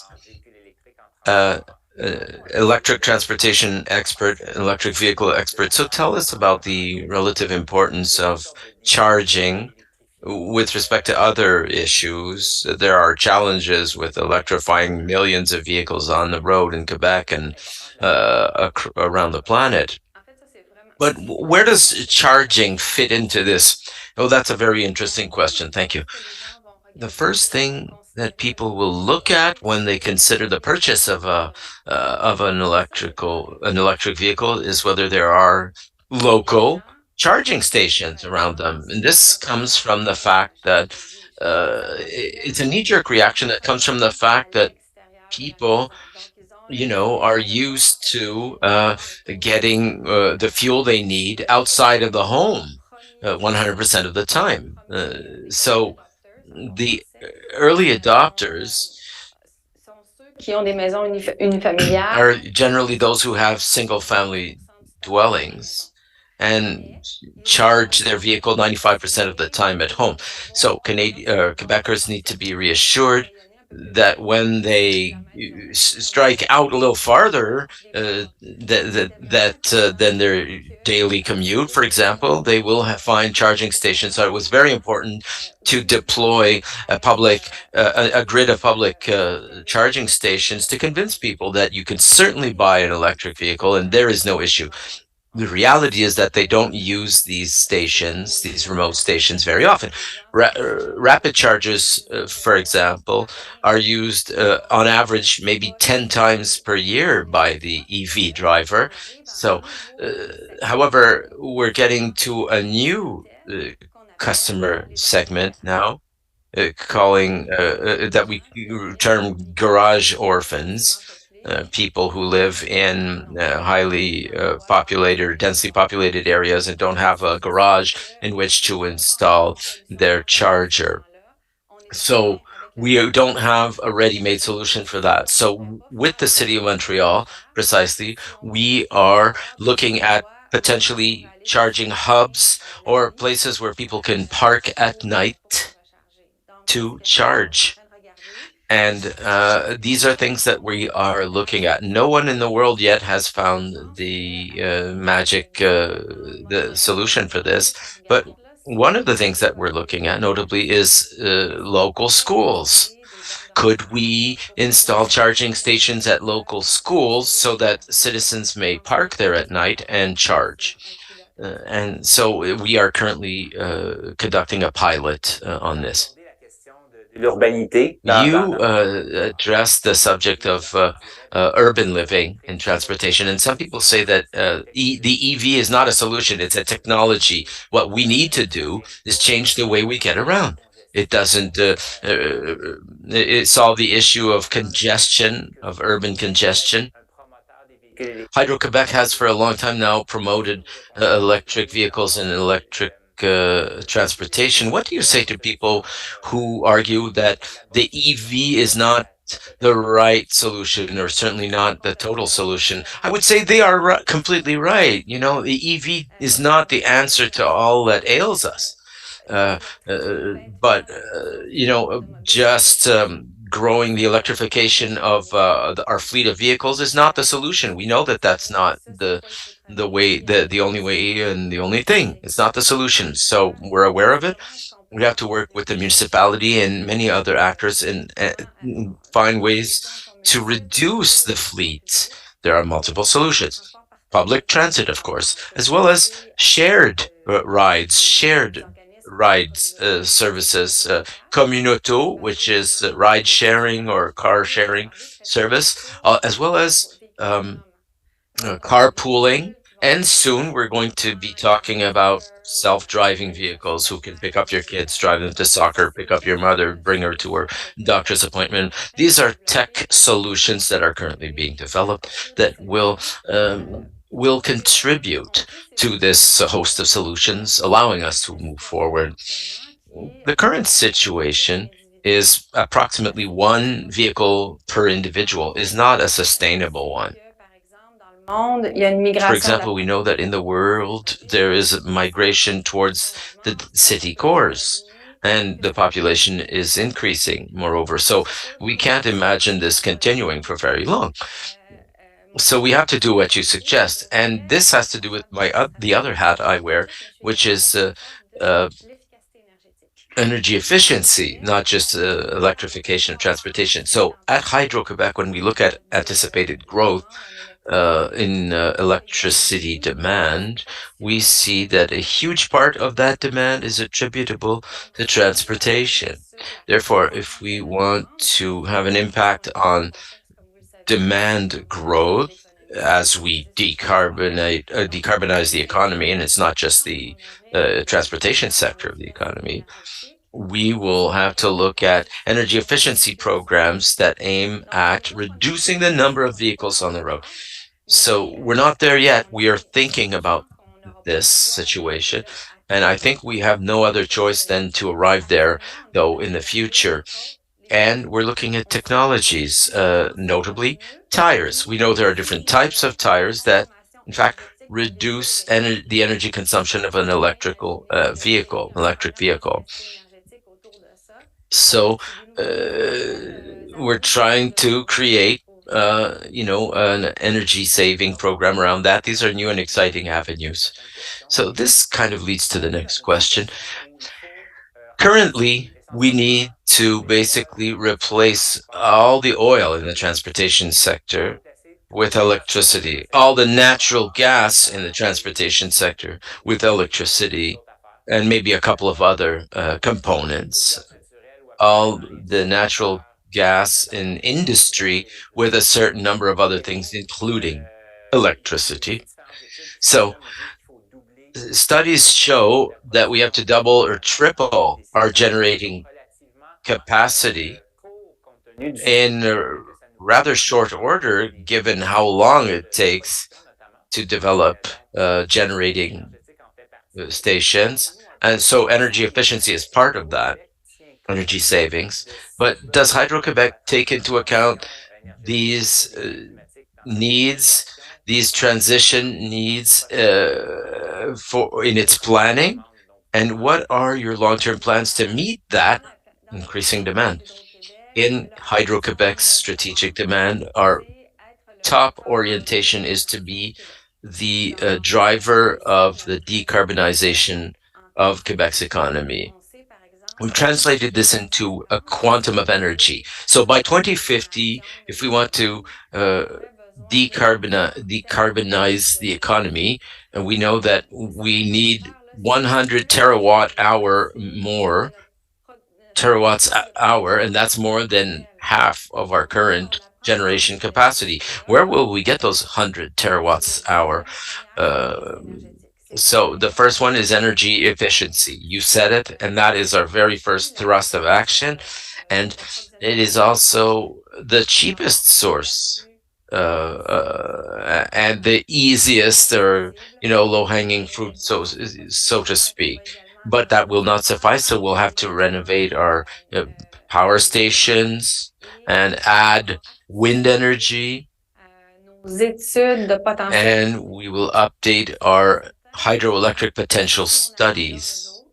if we get there one day and we build new generation systems, it's not decided yet, but the supply cost will be very different than what it is currently.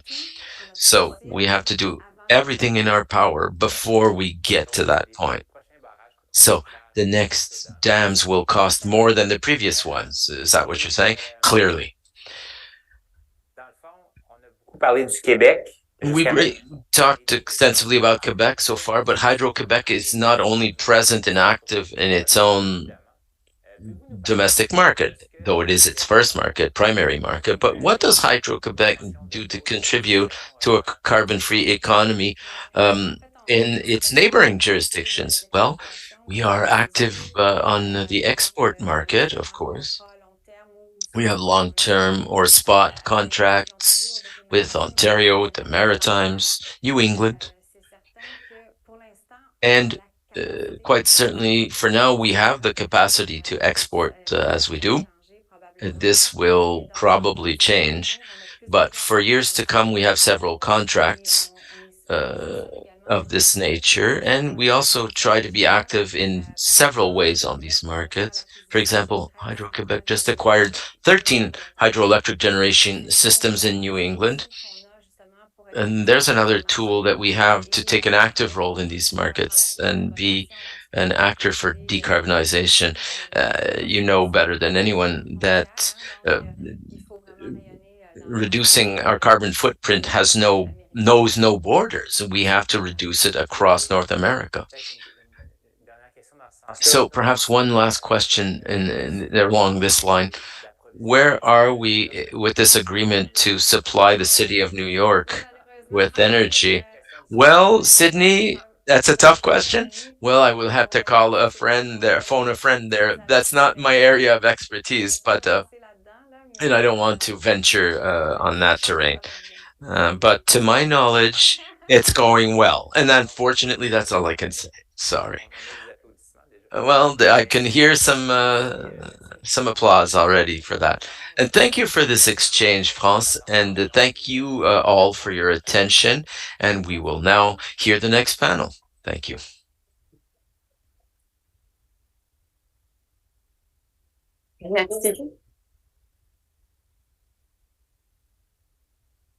So thank you very much. Merci beaucoup, Madame Lampron et Monsieur Ribault. Thank you very much for this fascinating discussion. Accueillons donc maintenant Simon Donner. So now we're going to welcome Simon Donner, who is a researcher and professor on climate change science at the University of BC, and he's also a member of the NZAB. So welcome.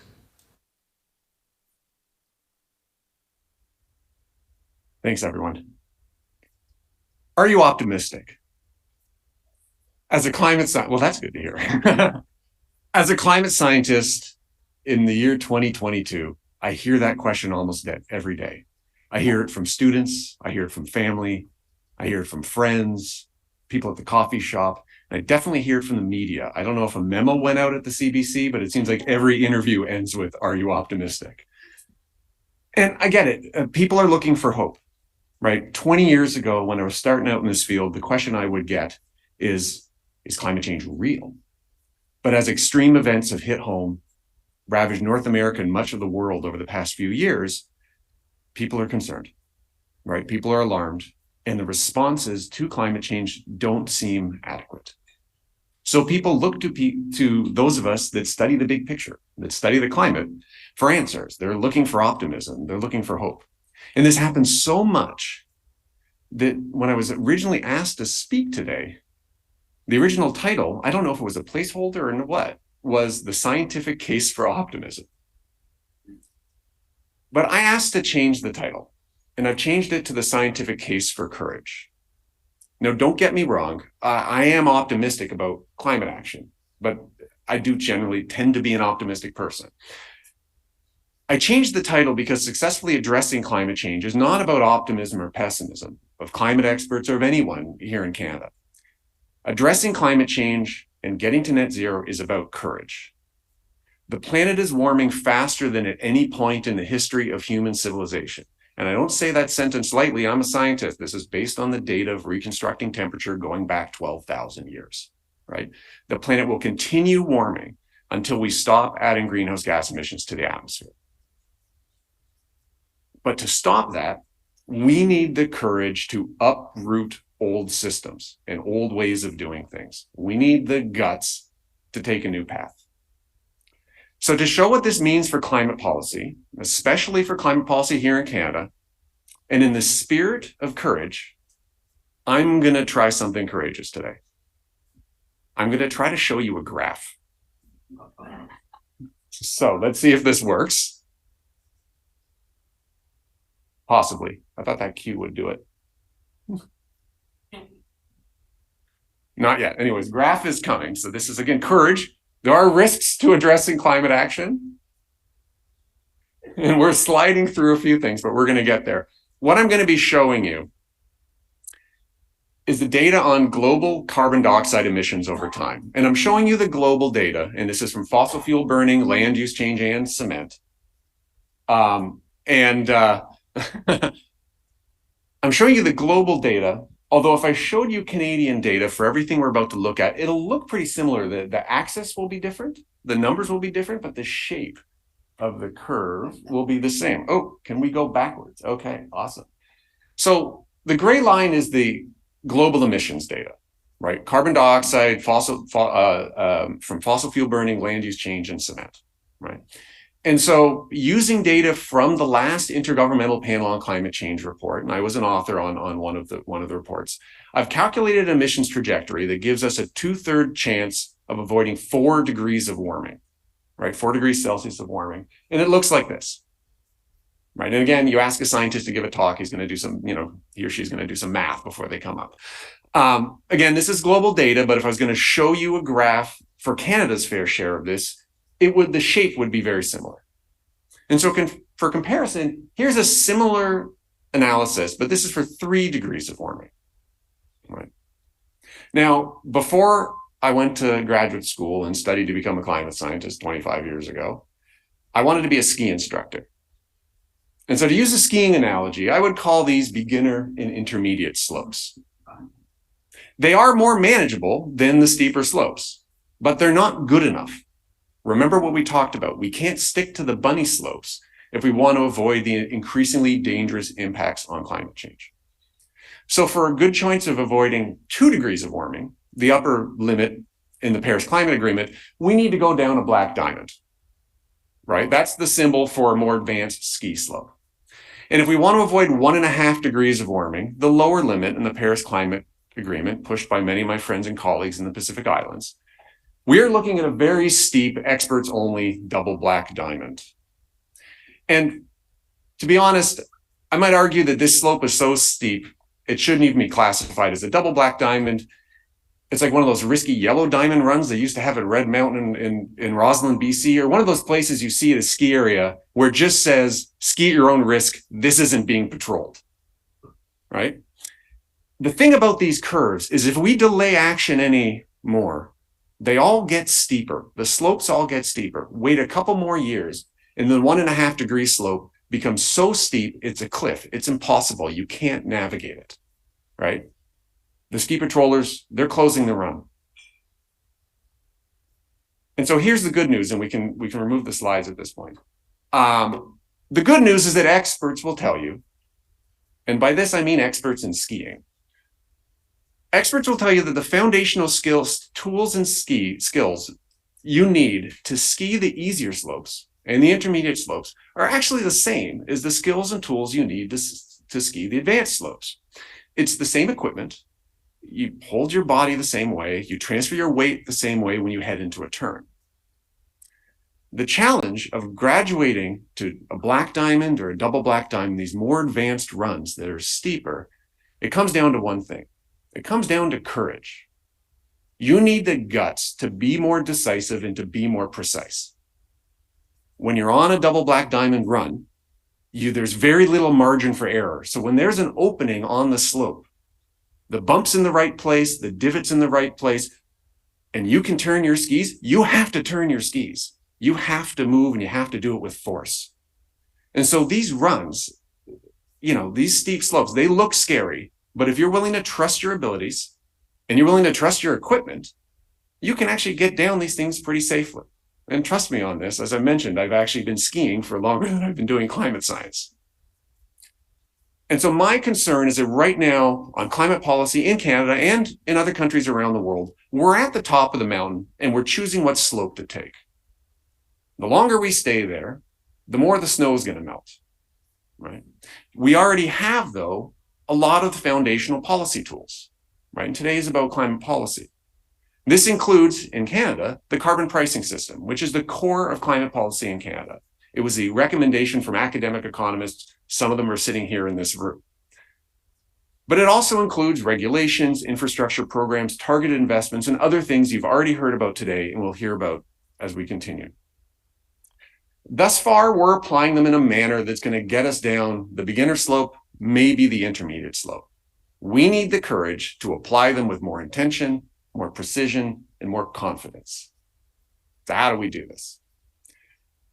Last year, the Net Zero Advisory Body, when we were first appointed, we developed a series of values and principles, and these were based on surveying existing expertise on pathways to net zero emissions. Dan Wicklam mentioned these in his opening remarks earlier this morning. And since then, since last year, we've been using these 10 values and principles to guide all of our work and all of our advice that's gone over to the government. All 10 of these values and principles are important, but there are two in particular that Dan mentioned this morning that I want to highlight. And I'm highlighting them because they can guide us on that transition from the incremental actions that get us down the bunny slope to the really transformative actions we need to get down the black diamonds. And so the first principle, and you'll have heard Dan say this morning, is to acknowledge that there is more certainty than uncertainty. And by that, we mean there's already a clear consensus among experts about what the broad structure of a net zero world will look like. I'll lay out some of it. Demand for oil in a net zero world is lower. Electricity is going to be generated by net zero sources, including wind, solar, and hydro. Passenger transportation is going to be electric. Heavy-duty transportation will be powered by a mix of electricity, but also hydrogen and biofuels. Heating and cooling of buildings is mostly going to be electric, with exceptions for some remote communities. Industrial processes are going to be electric with some role for hydrogen. And that which we can't remove, we can't eliminate, well, carbon removal technologies like direct air capture and various forms of natural climate solutions would be used to counter the remaining emissions, the things that we can't eliminate, things that come from some industrial processes, possibly creating cement and steel, and from some agricultural sources. So we have that certainty and we can use that as a guide. It's big picture, but it's still a guide. The second principle is to be aware of dead ends. And Dan also mentioned this morning. When we focus on incremental emissions reductions or near-term goals and only on those, rather than the transformative actions and the long-term goals that we have, you can end up on the wrong path. There are all sorts of actions that will reduce emissions by 10% in the near term and will look good in the near term, but are incompatible with eliminating emissions in the long term. Those actions risk locking us into a system or a technology that eventually needs to be replaced at great difficulty and probably at great cost to the taxpayer. So an example of this is the enormous effort to blend ethanol into gasoline for passenger vehicles over the past 20 to 30 years. I worked in the US for a number of years, and I worked on this issue as a researcher. Even at the time, we knew this was about achieving marginal emissions reductions. There was a limit to how far you could go. It's quite obviously incompatible with the long-term solution that the world is more or less settled on, shifting passenger vehicles to electricity. That doesn't mean there isn't a role for biofuels in transportation, but not in passenger vehicles. And so the lesson of this, beware of dead ends, is that if you go too far down the beginner slope, you're going to miss the turn off to the black diamond. It's going to be too hard to do it, right?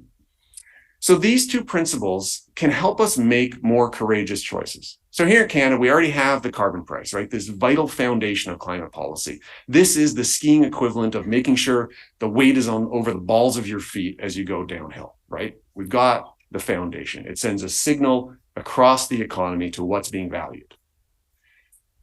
The certainty, though, about the broad strokes of our net zero world allows us to do some reverse engineering. to be able to look backwards, work backwards to say, what are the targeted sectoral policies, regulations, investments that we can create that will aim at eliminating emissions in the long term? These are things that will allow, these also allows us to avoid the dead ends that pricing, where you leave it to the market, might accidentally encourage. So here's an example of an ongoing policy process that follows this logic. The federal government is working on a cap for emissions in the oil and gas sector. And many in the sector are arguing this is unfair. Why target us? And first, to be clear, despite you might read in the opinion pages of some of our national newspapers, the sector is not being uniquely targeted. Other sectors also have policies that will force emissions reductions, right? There's a zero emissions vehicle mandate for 2035. Right? So the more honest question is, why use a cap? And in an article that's up on the net zero advisory bodies and the Climate Institute's website, here's the argument. Oil and gas emissions have rose 20% since 2005, where emissions from almost every other sector of the Canadian economy declined. Without a cap on emissions, there's a risk of further investment in carbon-intensive projects that could, as we've talked about, lock in future emissions and be incompatible with the expected long-term decline in oil demand in a net zero world. Without a cap, there's a risk of missing that turnoff to the black diamond, or making that turnoff really costly for taxpayers and for workers. And so these two principles, I recognize, raise the prospect of industrial policy or industrial strategy, which I know you're not supposed to talk about in Canada. Well, guess what? And we're going to hear about this, I think, in the next panel. Industrial policy has not scared our neighbors to the south. The US just passed this enormous Inflation Reduction Act, which they had to do because the Biden administration can't do regulations and pricing because of partisan divides, right? It's too hard to do. So the Biden administration ditched its skis, grabbed a snowboard and said, we're going to try to get down the hill another way, right? It's probably not enough, but there are still lessons that we can learn from this. We can learn about the value of really targeted actions, right?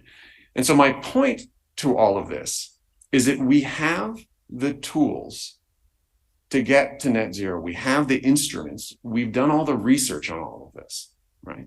Just in the same way somebody who's been taking ski lessons for years and only does intermediate runs has what it takes to get down the black diamond. The next few years is about us mustering up the courage to use those tools and to do so with force, with intention, and with precision. Thank you.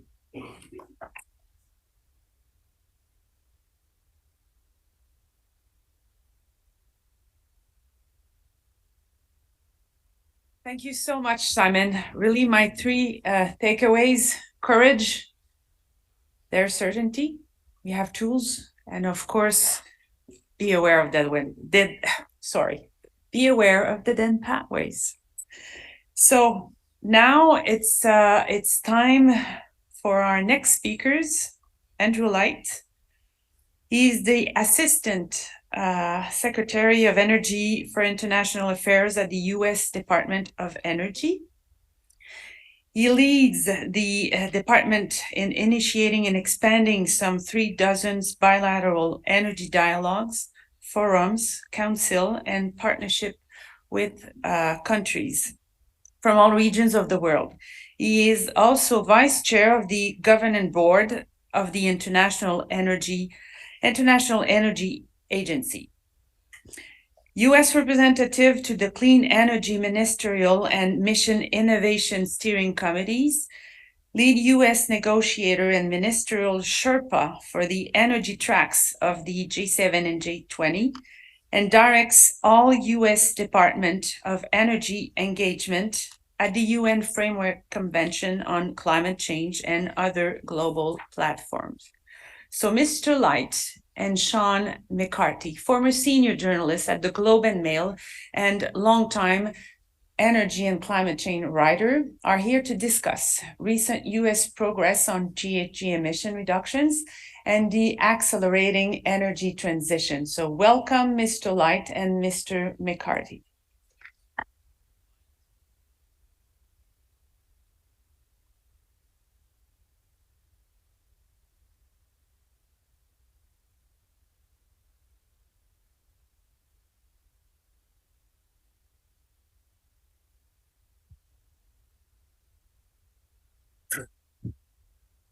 Hello, everybody. It's great to be here and to welcome Andrew just up from Washington. And just as a little segue into our cross-border discussion, I grew up in the States. Andrew did some academic work in Alberta, so we truly do have that cross-border thing going on here. So quickly into it, we wanted to talk about where the U.S. is going in terms of climate action and emissions reduction, and just as importantly, I suppose, what that means for Canada. Just as a way to set it up, in 2019, we're going to forget about 2020, the outlier for a minute. The U.S. was 13% below, emissions were 13% below 2005 levels. And in the power sector, they were fully a third below 2005 levels. Canada's emissions, in contrast, were 1% below. So progress is being made. As you all know, the recent Inflation Reduction Act promises a lot more, and the financial watchdog in Washington, the office, the OMB, projects that emissions will be 40% below 2005 levels by 2030. So, Andrew, let's start off with the big picture. What has driven those gains, and where do we expect to see the momentum pick up in terms of getting future gains? Sure. Thanks very much, and it's great to be here. And I want to thank my buddy Rick Smith for inviting me, and the great work that everyone's done to putting this event on, and the amazing work that the Climate Institute does here in Canada. And I guess I want to first thank Simon, because I think I had all these things in my head to describe, to answer your first question, but the imagery of the United States, the Biden administration especially, that President Biden ditched his skis and grabbed a snowboard. It's like, excellent. I mean, I'm going to take that back. I'm sorry, that is just the best description of what we've done. I think it is incredibly apt. So, outside of some expectations, we now have this incredible trifecta of three incredibly impressive pieces of legislation that midway through the year, we did not really foresee all three of them coming together. So there's the bipartisan infrastructure legislation from last November. There's the CHIPS Act, really aimed at science and early stage innovation. And then the biggest one, the Inflation Reduction Act, which doesn't describe what it actually does, though it will reduce inflation, but it also is really the biggest climate energy bill that has ever been passed in the United States history. You put all three of those together, you've got over $500 billion in new spending in the United States on climate energy. This is the most massive, biggest thing we've ever been able to accomplish in putting things together. Altogether, will reduce emissions. You gave the 40% figure from OMB. Another way to think about it, it gets us a gigaton of reductions below the baseline. So 100 billion metric tons, right, by 2030, and continuing reductions after that, because many of the provisions, especially the tax credits, go on for 10 years or more. And so you've created this incredible combination of stimulation in the push and pull on pushing out and encouraging, keeping our nuclear reactors going, maintaining them, expansion through small modular reactors, everything from that through to continuing increasing tax credits on solar and wind and battery storage, which you need to like onboard this stuff onto the grid and keep it more stable. And then moving on to the demand side, right, of creating those incentives so that consumers can get subsidized money for everything, for a new, mostly electrified version of their homes that can be self-sustained, right, energy producers. So it's extraordinary, and that is what is driving everything right now. So a lot of focus in the U.S., and rightly so, because that's where so much of the emissions come from and did come from, in the electricity sector. How much of that gain in the electricity sector came from gas, and how much from renewables, and does that use of gas include upstream methane emissions, where we're really underestimating impacts? The original gain, like the original stats that you looked at, when you're going back to 2019, absolutely a lot of that came from the transition to gas. A problem was that we still had a big fugitive emissions problem in our gas system, from everything from the wellhead to transportation, and not including just our own consumption, but also the LNG that we were producing and then shipping overseas. And even before, this new legislation came online, we were laser focused on this in the Department of Energy. The head of our Office of Fossil Energy and Carbon Management, when I came in on Inauguration Day, was Jen Wilcox, and now Brad Crabtree's the head of the office. Jen is still there as the principal deputy. Jen's a brilliant, energy engineer from the University of Pennsylvania, who had really just created this enormous push to actually help to clean up the sector, and so that will continue. But the real promise now that we have is being able to make that second step, to move to a second energy transition, to a fully clean energy system. And the altogether, what comes out of the current pieces of legislation gets you 40%. That plus state efforts, and we have an enormous, those of us in the climate and energy community have an enormous debt to owe to the U.S. states, who continued through the last U.S. administration to press forward extraordinary ways. States and cities just doubled down on trying to continue climate and energy measures, while the federal government was really pulling in the opposite direction. And so now you couple that state foundation that kept us in the game with this new authority, we will get to 50 to 52%, which is our target for 2050. And most importantly, by 2035, a completely carbon-free electricity sector. Good. And that really is the foundation of it. And that means the gas that we will continue to do will be gas with CCS. It means that much more reliance on renewables plus battery storage, and on and on and on. Good. So you mentioned the Inflation Reduction Act, which dedicated so much money to the energy sector, was sold as Inflation Reduction Act. So what are the benefits to consumers in terms of electrification and the other elements of the Inflation Reduction Act? Yeah, so consumer prices are going to go down across the board. Every measure that's been done of this by the government and by outside independent, institutes who've looked at this have shown that the energy prices are going to go down. This is at a time when obviously we are in the middle of a global energy crisis, so it couldn't come at a more important time. The oil crisis when I was a little kid in the 70s is nothing compared to what we're seeing now, where we're seeing dramatic volatility, not only in the oil markets, but also in gas and in coal even. And you're seeing, unfortunately, Europeans turning to burning more coal now as they try to get through incredibly difficult winter with Russian gas shutting off. So if you look at sort of the consumer price indexes on this, it really lowers the prices there, incentivizes lots of transitions, incentivizes weatherization and all that stuff, which will increase efficiencies.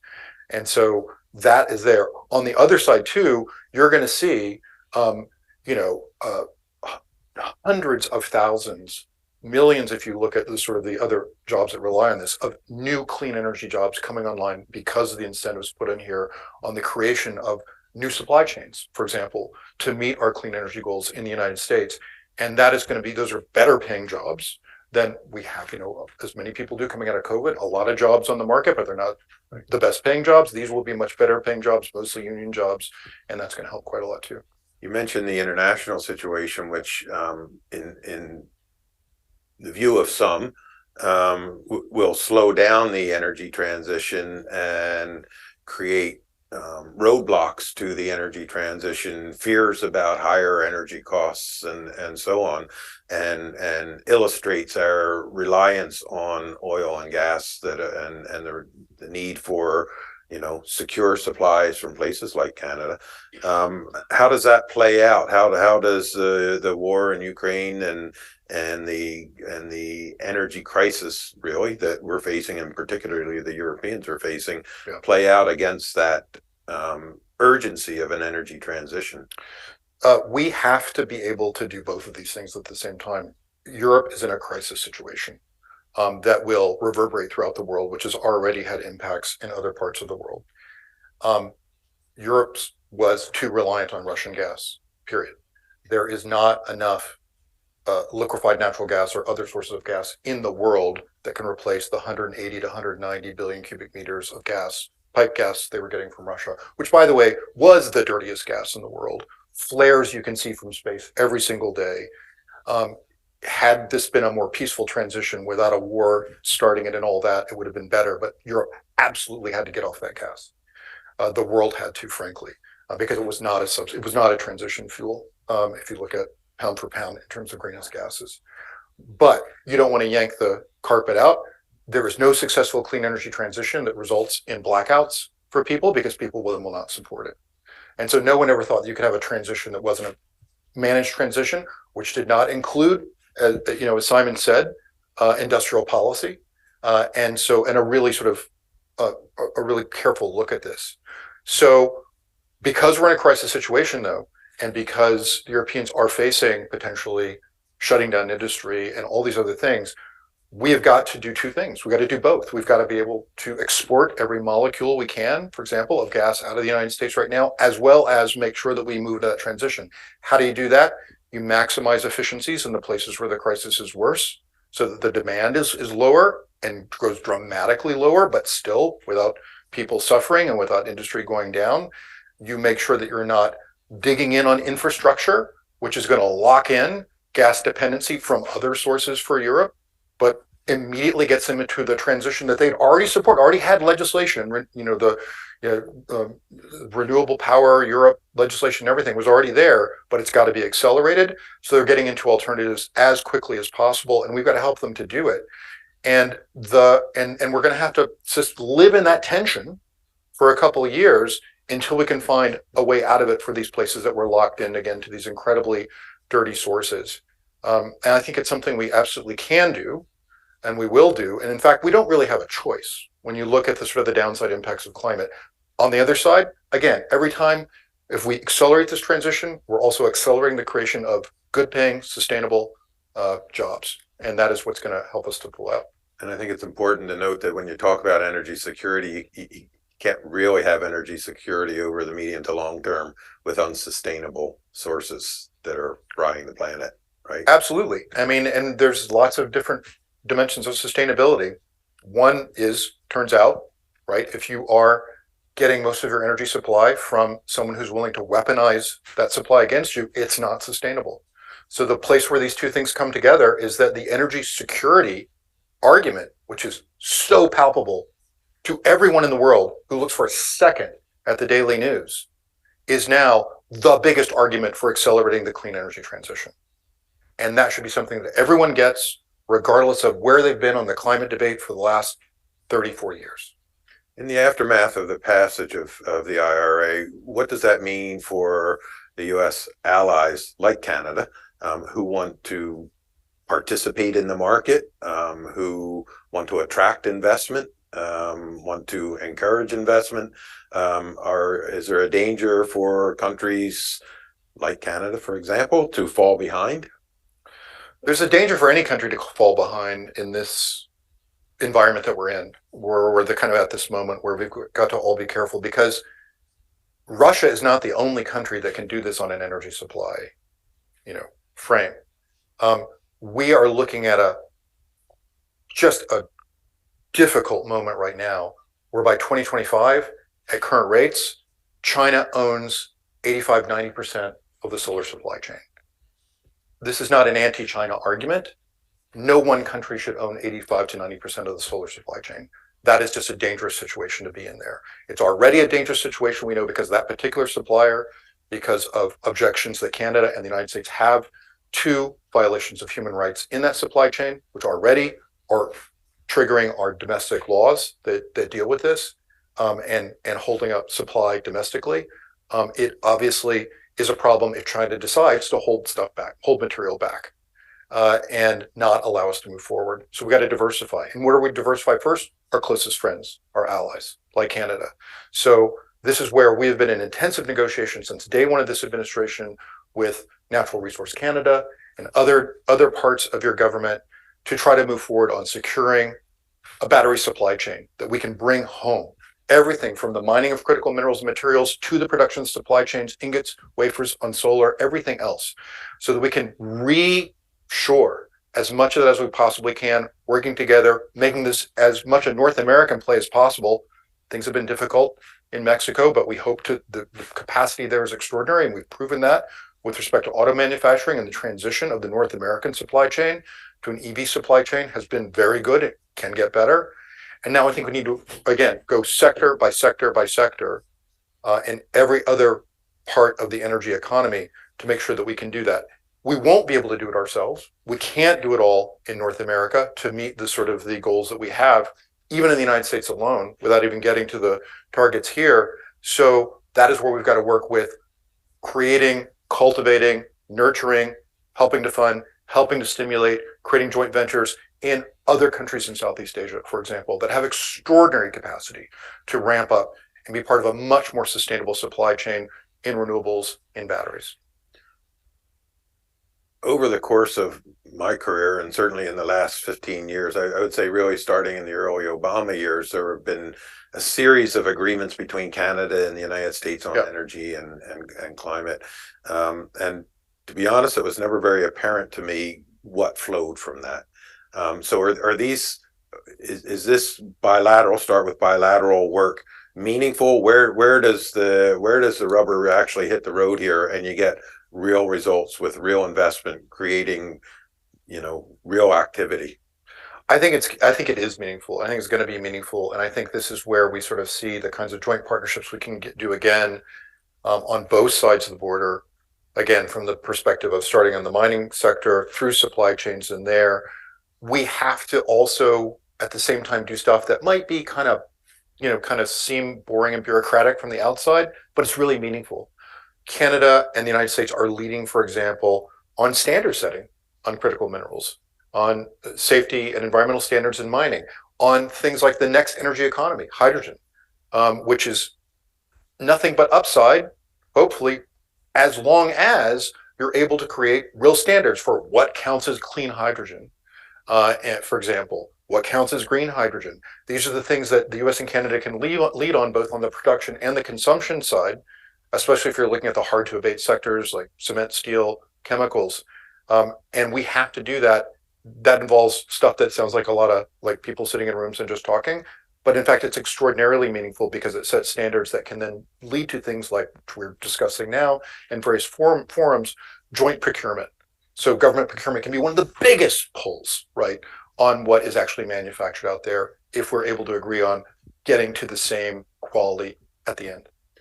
One of the concerns for Canadians is accessing the U.S. market with some assurance. And I was participating in another panel just last week of East Coast energy producers, and they have concerns, local content rules, opposition to transmission lines, and I mean, we even have seen from time to time in Biden administration buy American rules that get baked into things. So how does that play out? Do we have any assurance that we're going to have a continental market?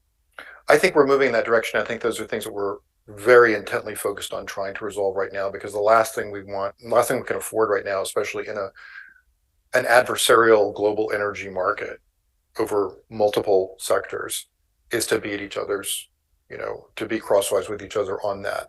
The good news is and those are conversations that are ongoing. The good news is that the resources are there. The bipartisan infrastructure legislation had $16 billion in it for expanding U.S. transmission.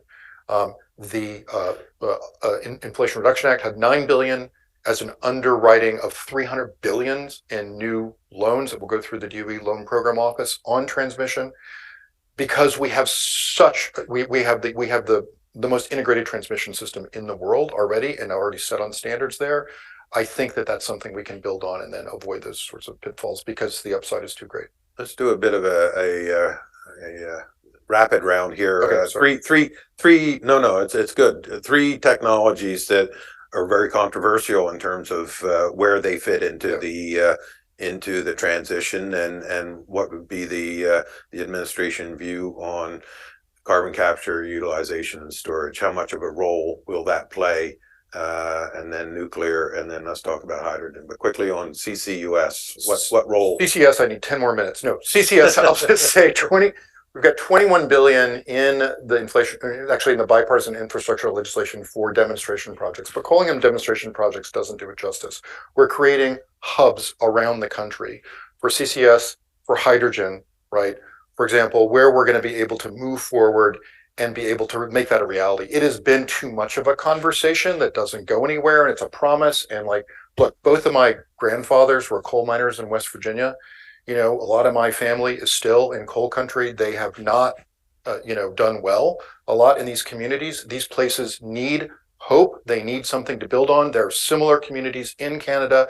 You got to sort of create the conditions where we can re-industrialize these areas. And this is one of the ways that we're going to do it.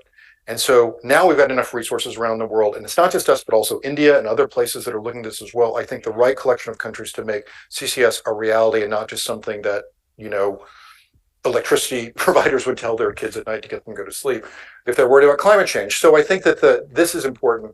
On hydrogen, it's all about bringing the cost down. We have an Earthshot program that we created on a number of technologies, 6 of them now, including geothermal and long-term battery storage and others. We're trying to drive down the cost. Our goal, very compatible with the Canadian goal on hydrogen, is to get to $1 per kilogram of green hydrogen by the end of the decade. And that becomes a market that actually can replace gas in a lot of sectors if you're able to do it and do it safely. The way we need to internationalize that and create the best ways in which we can figure out what are the right countries to make sure that we get there with respect to this production capacity before countries who might want to, again, keep it all for themselves or control a constrained market. Nuclear, I think, is obviously Canada's been a leader on this for decades and decades and decades. We finally have money in our legislation between the 2 bills to shore up our nuclear plants and to extend the life of them and to keep them from kind of falling off, because that would all be replaced by gas if it was, most of it, if those plants went offline. And now the question is, can we move forward in creating an export market on, again, the more nimble, parts of the spectrum, especially small modular reactors, which Canada and the US have been on. So we are fully committed to that. There's somewhere around 8 to 10 test beds on SMRs that we're doing at Idaho National Lab now. I don't go to a country around the world that doesn't want to talk about these and see this as a way of diversifying. But it's one of those things, again, it's again a conversation that just gets kicked down the road another decade, another decade, another decade. The first ones of these things are supposed to come online. Probably the first one producing commercially sold electricity will be in Canada. And that needs to happen, in the late 20s. And then expand as quickly as possible. So on all of them, yes, controversial. Things like on CCS, coming up with a national distribution system on safe storage, absolutely essential. Again, that's where we're putting over $20 billion into that system now to create it so that we can create those transport lines and make that a reality. Good. A lot of focus, as I said earlier, on the electricity sector in the US.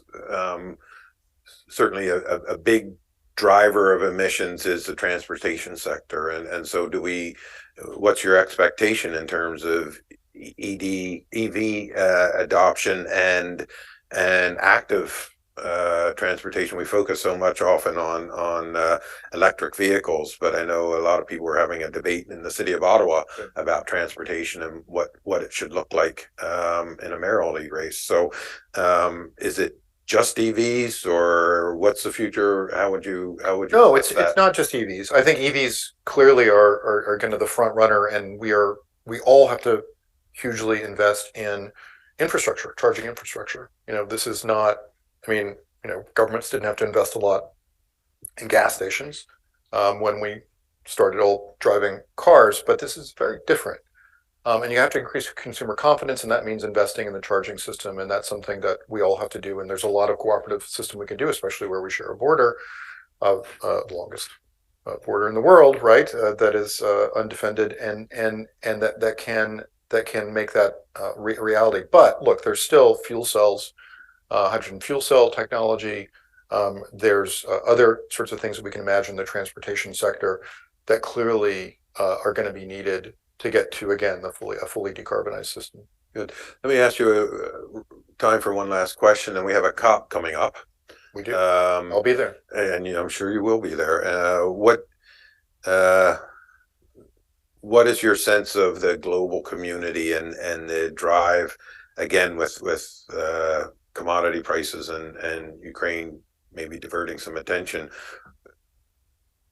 Are we on that track that Simon talked about earlier, that at least is improving the slope? So I think so. We are.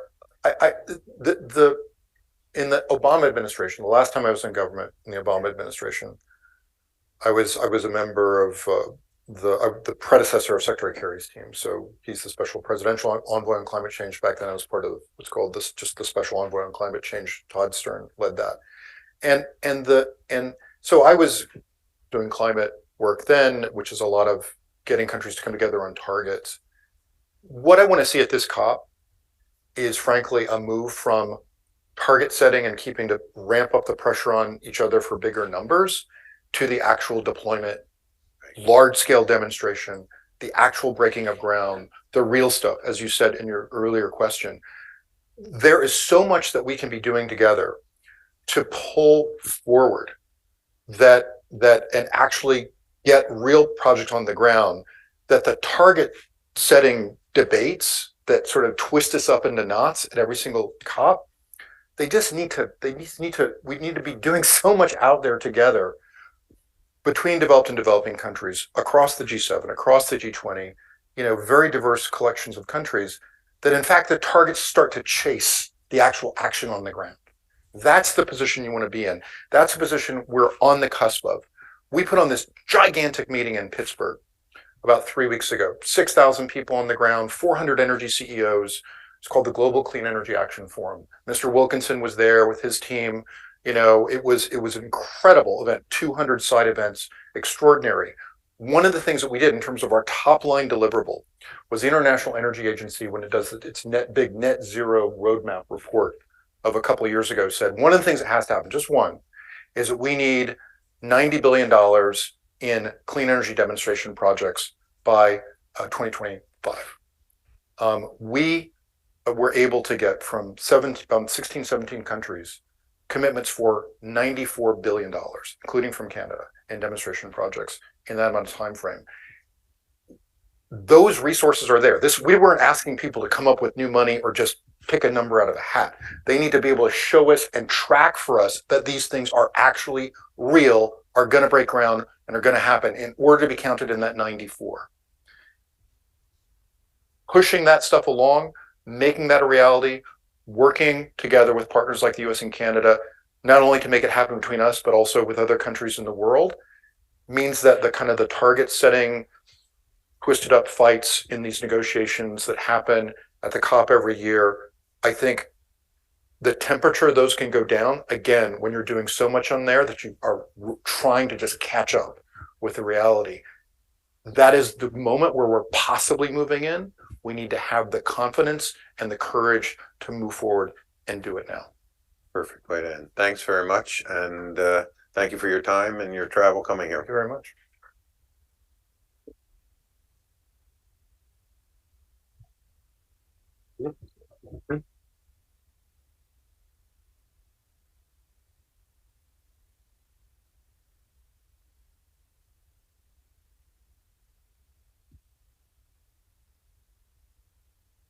So I want to, pardon me, I want to say thank you to Mr. Light and Mr. McCarthy for that fascinating conversation. One thing I loved from the comments was at COP, I think we'd all like to see less competition around target setting and more competition around implementation, so we can keep our fingers crossed. So we are also, of course, very keenly interested to see what's going to happen with the implementation of the many initiatives under the Inflation Reduction Act. So for those of you who are here in person at the National Arts Centre, it's almost time for lunch. So don't go too far, because the afternoon promises to be as engaging as this morning with two different panels. One is going to explore the links between climate change and affordability, and the other one on how to make climate progress in a volatile world. And this afternoon, we are also delighted to announce that we're going to welcome Justin Trudeau, Prime Minister of Canada, to the stage in conversation with Akshat Rati, who's senior climate reporter for Bloomberg News.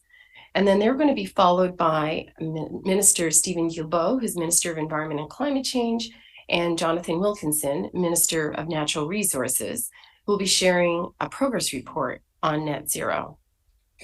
So now for our in-person participants, lunch is served. Please join us in the adjacent room. Plan to be back in your seats around 12:40. We wrapped up a little early, so you're going to get more than an hour for lunch. And for our virtual audience, our next session is going to start around 12:50. Thanks very much for your attention this morning and enjoy your lunch. Welcome back, everyone. Please take your seat. And I hope that you enjoyed your break and are refreshed and ready to engage with this afternoon's speaker. So just a reminder to tag the Canadian Climate Institute and also the Net Zero Advisory Board if you are sharing your conference experience through your social networks. So just a reminder, some of you still, or maybe you gave them back, but have headsets, please return them at the back of the room. So now onto a topic many Canadians are concerned about, the rising cost of living. Alors, le prochain panel explorera les liens. The next panel will explore the links between affordability and climate action, and will highlight both national and international perspectives. Our moderator, Marco Oved, a climate reporter from the Toronto Star. Marco?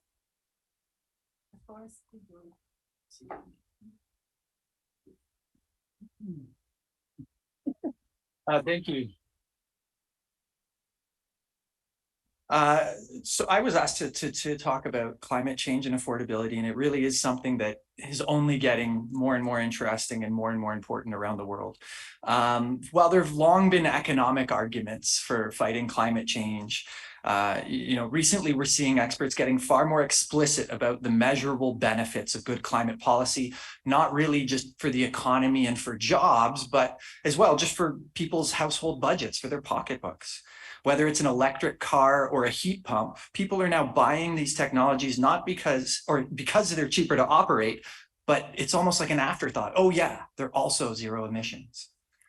Nowhere is this phenomenon clearer than with electric vehicles. The sticker price is comparable now to the cost of gas-powered SUVs that most Canadians drive, and the operating cost is almost nil. When gasoline's prices spiked earlier this year, Canadians turned to EVs in such numbers that wait lists for some models are now counted in years. Despite the difficulty of getting your hands on an actual electric vehicle, the proportion of EVs sold has tripled since before the pandemic, from 5 to 15%.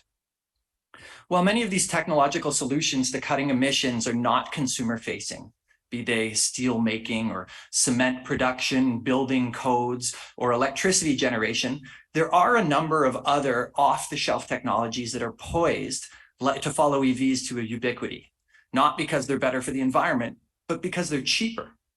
Whether it's swapping out your natural gas furnace for a heat pump, which will save you money the first month you put it in, or buying plant-based proteins, which are significantly cheaper than meat in some cases, the climate will benefit when consumers pick the most inexpensive option.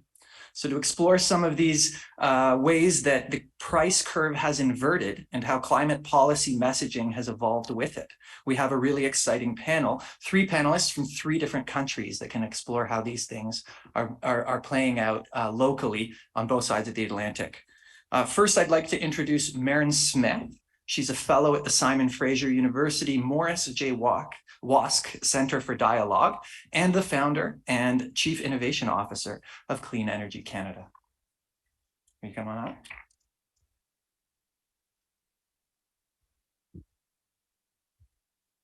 Bill McDonald is one of the founders of the UK-based energy think tank Ember, which uses data to accelerate the transition from coal to clean power.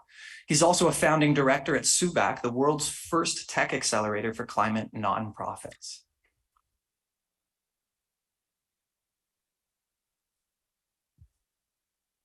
And joining us remotely, hypothetically on the screen, is Dr. Leah Stokes. She is the Anton Vonk Associate Professor of Environmental Politics at the University of California, Santa Barbara.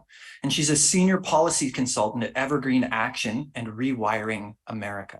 And so hopefully we will see her on the screens momentarily. But with that, I'm going to sit down and we'll get to work.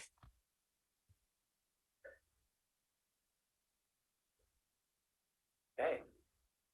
Should we start with Marin? Okay. Hopefully, Leah will join us in a minute. She's not here yet, but we'll start without her.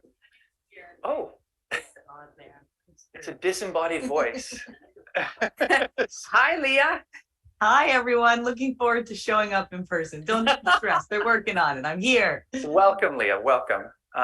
So let's start with Marin Smith. The effects of climate change are really no longer hypothetical or in the future. We're seeing extreme weather every year, especially in BC. And they're bringing both mitigation and adaptation to top of mind. Instead of framing these issues in terms of public infrastructure funding or insurance industry issues, regular people are really asking themselves what a forest fire might mean for their own house. And are folks affected by extreme weather in British Columbia connecting the dots between what's happening to their homes and what's threatening their lifestyles and climate action? Yeah, that's a great starting question, because we were just talking over lunch, those of us from British Columbia in the room, how nice it is to be able to breathe, because it's still smoky in Vancouver, Victoria, British Columbia. It's October 15th, 16th weekend. It was 23 degrees and we are breathing smoke. My kid was out rowing and the kids started dropping out by the afternoon because of the asthma that's affecting them. And, you know, so yes, extreme weather, climate change, you know, you saw the fires, you know, the town of Lytton burned to the ground. Rick mentioned 619 people died in the heat dome. So it's people's lives, it's people's homes, it's people's livelihoods, you know, whether it's their agriculture and their livestock, or it's their tourism business, because guess what? Nobody comes to British Columbia. We've had 3 of the 4 worst fire years in the last summers. You don't come holiday and sit on the lake and stare at the smoke, or go to the Rocky Mountains and can't see them. And you know, this spring I was driving up to the Okanagan to go skiing with my family. Loved Simon's analogy about skiing there. And you saw that highway that had been twisted and torqued, and the bridges, you were like crawling through the construction. And you can see the billions of dollars that it's costing us. So it's lives, it's livelihoods, and the costs of climate change are extremely real in British Columbia as well. And I know that people are feeling it across the country in Fiona and elsewhere, so it's not just BC. But in BC, we've also been doing climate action. You know, we've had a carbon price for over a decade. So we're on one hand spending billions of dollars to fix climate change. And guess what? The carbon tax that we've had has not affected the economy. We're actually one of the strongest economies and had been post-carbon tax for years. So people are seeing that climate action is possible. It doesn't hurt the economy. And then next, people are getting this part about the pocketbook. So new car sales in 2022, electric vehicles were 17%, highest in North America. You know, and I would say we're not quite at the tipping point yet, but you'd be hard pressed to, you know, stand on a street corner in Vancouver or Victoria or Salt Spring Island, actually, which I think is the Nissan Leaf capital of Canada, and not see electric vehicles, to go to the shopping mall and not see them. And so that affordability thing that we want to talk about, Clean Energy Canada, we did a report earlier this year. We looked at the top selling cars in Canada, the 5 top selling cars, and an equivalent electric vehicle, and found that in every case, you were saving money from thousands to it's now up to tens of thousands of dollars. We used the Hyundai Kona as an example. Over the cost of buying the car plus ownership over 8 years, which is what NRCan tells us is the average ownership for a car. I don't know if that's, you fit in that category, I don't, but 8 years, so you would be saving for a Hyundai Kona electric $18,000. So yes, we're seeing the action. If the polling shows us almost 90% of British Columbians who we polled earlier this year said that yes, they have personally experienced climate change, and the support for climate action is there. The majority of British Columbians are supporting climate action. But I just want to finish with one thing that's my concern here, and that is that people are getting it. And I think we're seeing that across the country. People are getting it, and that they need to change, and that we need to transition to electricity. And as you mentioned, 2-year waiting lists or more even to be getting an electric vehicle. And are we keeping up with our thinking on the electricity? We heard a great story of Quebec and what they are doing, but I'm not seeing the rest of that. And if we get to a point where suddenly lack of electricity, we can't move forward because we don't have enough electricity actually there to power those heat pumps and those electric vehicles, that the electrical system isn't there, that is going to be one of the worst things that could happen, because it's going to undermine people's confidence in the transition, make them not want to change, and it will spur a whole bunch of myths that we are going to be all right now fighting to get people on board, and suddenly it won't work. So we need to make sure that we are doubling that electric system at a speed that we have never done before.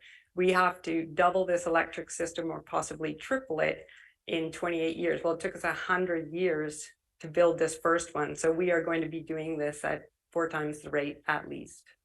Absolutely. The whole idea of how quickly EVs have gone from being a curiosity to a ubiquity. They're everywhere.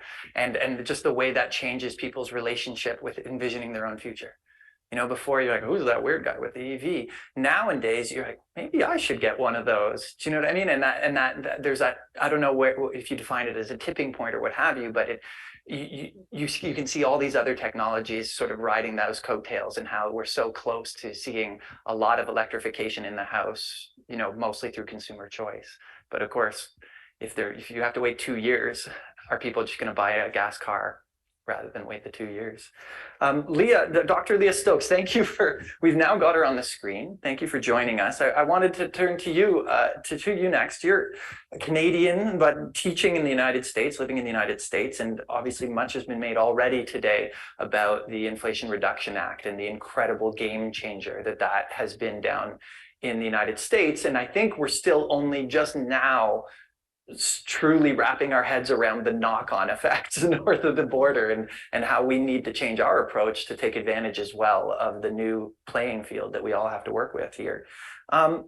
One of the things I think we noted, perhaps belatedly, about the Inflation Reduction Act was how it was sold to the public. And it wasn't really, well, I mean, first of all, you can tell from the name, it wasn't really sold as a climate bill. And second of all, when they got into the climate stuff, it wasn't about carbon tax or making polluting more expensive. It was about making clean options, a better investment, making clean, non-emitting technologies more affordable for Americans. Can you maybe walk us through a little bit about why you think that approach was taken, and whether it had the intended impact? Sure. Well, it's wonderful to be here today. I'm sorry I couldn't be there in person. I had to do something else. But I'm really, really excited that this conversation is happening in Ottawa. I think it's so important. As a Canadian, I got to say, I'm really excited to see the United States powering ahead, and I want to challenge all of you in the room, those of you with decision-making power in Ottawa, to move Canada faster, because I don't really see the same level of ambition. And that's pretty depressing when we think about the fact that the 50th senator in the United States that got the Inflation Reduction Act over the finish line was a coal baron, as people like to say. So Canada really does have to step up to the plate, and I know that competition between Canada and the United States is fierce, particularly on environmental action. So I think that we need to see more leadership out of Ottawa on these issues. You know, one of the things that the Inflation Reduction Act really does is it makes it more affordable for everyday Americans to get access to these clean energy technologies that we're talking about.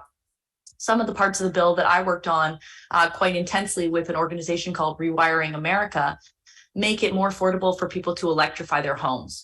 There's going to be rebates up to $2,000 for wealthy Americans to get a heat pump. And for lower income Americans, actually the full cost of a heat pump could be covered. And for moderate income Americans, up to 50%. So if you want to be electrifying your home and you're a low income American, when these programs are set up by the states and the money starts flowing from DC, a given homeowner could get up to $14,000 to electrify their home, whether that's getting an induction stove, a heat pump, or a heat pump hot water heater, or even a breaker box upgrade. We, of course, need to be seeing the same thing happening in Canada. My in-laws live on Fogo Island, which people probably know is in Newfoundland, and it's a place where there are icebergs that float by quite famously. So it is very cold. Sometimes polar bears show up. And they told me that they have recently gotten a heat pump, that other people in their community have also gotten heat pumps. Fogo Island is a very remote area. And it just shows you that even in really cold parts of Canada, heat pumps work and they save people money. People are adopting them in their community, not because, you know, it's the environmental thing to do, but because it actually is way more affordable to heat your home with a heat pump. Heat pumps are extremely efficient electric machines that can both heat and cool homes. In places like, for example, British Columbia that are experiencing more heat waves, it's also really important. Not everybody may have had access to air conditioning in the past, and they might need it going forward. So heat pumps really are a technology that we should be seeing Ottawa subsidizing going forward. It's, you know, largely been a carbon pricing forward approach in Canada. And I think that providing consumer incentives is a really important way to get these technologies out the door. Why are British Columbia and Quebec such amazing markets for electric vehicles? Well, because they have had policy support. They have helped people afford to get those EVs. It's not just an accident. It's not because these are greener places. I mean, maybe they are, according to the polling data that we've done with the Université de Montréal and others. But in addition, we have provincial dollars that are supporting those technologies. In terms of the supply chain, yes, in this exact moment, it's hard to get an electric vehicle. I know I'm waiting for a larger one because we had twins recently, so we need a bigger EV. I have an EV already, but I need a bigger one. But the cool thing about the Inflation Reduction Act is it's actually industrial policy that won't just affect the United States, but also Canada, because of course we have such a market that crosses the border when it comes to vehicle manufacturing in North America. And what the bill does is it says that you can get half of the $7,500 rebate for a new EV if you buy a car that's built already in North America, which most of these cars will qualify for.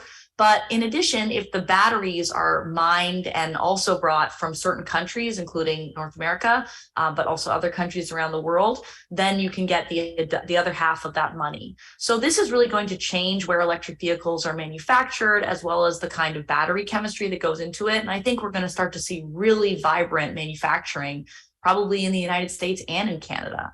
So I think this industrial policy that really is focused on building clean energy technologies here in North America is a really smart way to go. And I would encourage folks in Ottawa to think about that too. I'll just close by saying that, you know, this is really a cost-saving thing. It's not called the Inflation Reduction Act just because. Rewiring America's analysis said that 41% of inflation this year has actually been driven by the high cost of fossil fuels.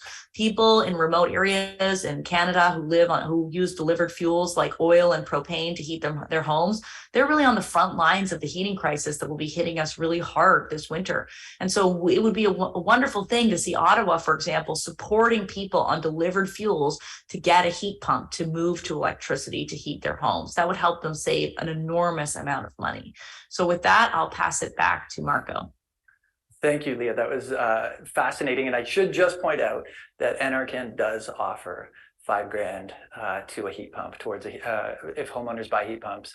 There's a list that your heat pump needs to be on, but as long as your heat pump's on that list, you can get $5,000. So it does exist. And I just wanted to make a point of saying that because I know there's so many people watching. I want to make sure that people do know if you're thinking about a heat pump, you should definitely get on that rebate. I just wanted to make sure that everyone in the audience knows, both at home and here in person, that if you want to submit a question, we're going to have questions open towards the end. And we will move to those as soon as we get. Actually, we want to talk to our third panelist first. So thank you again, Leah. Phil McDonald, you have made the trip all the way from England, and nowhere is there perhaps a better example right now of a country that is facing exactly what Leah was just describing, right? Where it's almost not the carrot approach. It's this, you've had a big stick this year, and in the form of rising fossil fuel prices in a country where people are reliant on fossil fuels to heat. All of a sudden, people are seeing. I've read different numbers thrown around, and I understand the prices are a bit volatile, but 40–50% increases in their heating bills. Could go higher in the winter. So what better an opportunity to provide a lower cost, zero emissions option for folks? And is that happening? Is that the sort of calculus that's going on? Yeah, so it really is. It's quite extreme, even worse than 40 or 50% in some cases across Europe. And you can't really sugarcoat it. It's going to be a really hard winter in Europe. Gas supplies are going to get really low. We know that following the invasion, and then the taps have been turned off. It's going to get very tight. However, it seems like we're probably just going to squeak through. The lights are going to stay on, the heating's going to stay on, and that probably wouldn't have happened even 5 years ago. And I think the big difference is the advances in renewables that have happened even over the last 5 years. So in country after country across Europe, we've seen wind and solar become cheaper than coal and gas. And this is before the gas crisis, before this enormous spike that we've had over the last 12 months. Even before all of that, you're having these technologies just dropping in cost, steadily going down and down. And so that's created this whole new environment, this new kind of economic gravity that's coming behind these technologies. And then we have the invasion, and so that's just made everything even more extreme. So we have in the UK, offshore wind is now 9 times cheaper than gas. So just to kind of reiterate that, building a new offshore wind turbine is 9 times cheaper to get electricity from than running an existing gas power station. So just incredibly extreme when you confront it like that. And it's not just in the UK. My colleagues in Turkey have been looking at the big solar boom that's been going on there, including on floating solar on hydropower on the big lakes there. And that's saving Turkey billions. They're saying $7 billion just this year in avoided gas costs. You know, the more that each of these countries build in terms of every solar panel, every wind turbine, that's reducing energy bills and reducing the need to buy expensive gas from around the world. So what has happened with that? So with the falling costs of wind and solar, and then this gas spike recently, countries are falling over themselves to race to get fully off coal and gas in the power sector. And more and more we're seeing that happen, not some far off 2050 target, but really happening right now and by the end of the decade. And so the countries that are targeting by the end of this decade to be less than 5% coal and gas, we've got a lot of countries. We've got the UK, we've got France, Netherlands, Austria, all happening, you know, within the next few years, which is quite extraordinary. And so that then is as these countries, why are these countries running to do that is because it's just so cheap. So it cuts energy bills. It's just the way to move forward. And so I think even if we have some governments, there's always going to be some governments who are making silly decisions, who are doing some backwards things around wind and solar. But because of this economic gravity, it now seems inevitable to me that power will be clean in Europe by the end of the decade, and energy bills will be cheaper too. That I didn't know that it was such an ambitious timeline. I mean, here in Canada, we've, you know, the last election, one of the platforms that was helped win the election in Ottawa was a net zero electricity grid nationwide by 2035. And everyone thought that was quite ambitious, and it looks like half of Europe is going to beat us to the punch. with that, I wanted to turn back to you because we've looped back to electricity here, Marin, and I know that this is something that you highlighted right at the end of your last answer, and I guess I wanted to come back to it again. Is that we often think of electricity as like a top-down government industrial policy kind of point of view, but what role do you think regular people are playing now in this drive to get clean electricity, and whether it's through consumer demand and the fact that they're going to be buying more and more of these appliances that are going to be running on electricity, and that they want to get away from these high bills that are associated with whether it's heating your home through fossil fuels or gas bills when you're filling up your car? Yeah, so we did some research this summer, and it was focused, just so that people understand, it was focused in Ontario, mostly the GTA and the 905. And we did both polling, and then we did qualitative research with a smaller group. We get rid of the environmentalists, the climate activists, and we get rid of the climate deniers, and we just talk to what we would call the normal folks. And we did it day after day with the same group. Like, we gave them some information, came back to them 2 days later. So I'll just tell you a bit of a snapshot of what we found. So one, interesting to me, when we talked about the energy transition, very, very broad support for the energy transition. Useful for us to understand that they do believe that it will eventually, their kids, their grandkids, it'll be more affordable for them, but they feel like they are going to bear the cost. The cost is them. This is a painful thing. It's not an advantage. So that actually could be our Achilles heel, but therein lies our opportunity, which is to help them understand that actually there's good news. It is going to be more affordable for them. One of the things that we found was that, the types of things that I think a lot of us in the room here do are charts and graphs showing, the IEA shows your overall energy spending is going to go down, and, that kind of stuff. That does not work. They do not shift their opinion based on all of our charts and graphs. What does work for them is make it local, make it tangible. Don't tell them the outcome. Talk them through what the process is. You're going to buy this electric vehicle. You're going to plug it into the electricity. Here's your electricity bill. It's going to go up. You're going to have that purchase price. Now your electricity bill is going to go up. But look at this, your gas bill down to nothing. And then look at your maintenance cost, almost nothing. I mean, I have an EV, and I had to put in new windshield wiper fluid about every year or so. That's about it. And so sorry, you take them through the EV, the electricity, and then do it over time. And how many times do you fill up your car, and how do you do it? So walk them through the process, make it real for them and tangible. And I would say we had people who came back, day 2, who were like, I wasn't even thinking of an EV. I was against an EV. Oh my God, I'm looking into buying an EV now.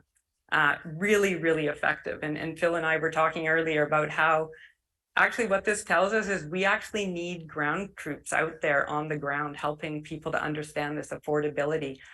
And then one last thing we found is that my favorite charts and graphs as a reason to persuade people around going through this energy transition is like, look at the price of solar and wind. Like, solar's dropped 90% over the last decade. Is that not exciting? And that is also a very losing argument if you're trying to convince people about the energy transition. Someone in the back is laughing because they do that too. So exciting to me, not to them. What is interesting is where you were getting at with this is the fact that Canadian electricity, that we in Canada control the price of it, is the most convincing argument, is to get away from the international markets and the volatility and the insecurity, because people are feeling insecure to start with, affordability and war. They're feeling insecure and they want local control. They don't want the global oil and gas companies controlling it. They don't want international markets. It's that we in Canada can control this, and that's going to create security. So that's the third thing. If you can make it local, make it tangible, linked to security, you're really going to be talking to people in a way that you can help convince them. But again, I think you touched on this, Leah, around the low and middle income people, this has to be a transition that includes them, because right now, buying a new car is not something that a whole bunch of the population, they don't do that. And, just swapping out, your furnace and getting a heat pump, that's also not in their budget this year. And so it's really targeting programs that are going to really help them. They have the most to gain through this. And so we need to make sure that they are gaining. Absolutely. Maren, I remember reading once, and I found this to be just in line with exactly what you're saying about what's the biggest factor in the decision to put solar panels on your roof.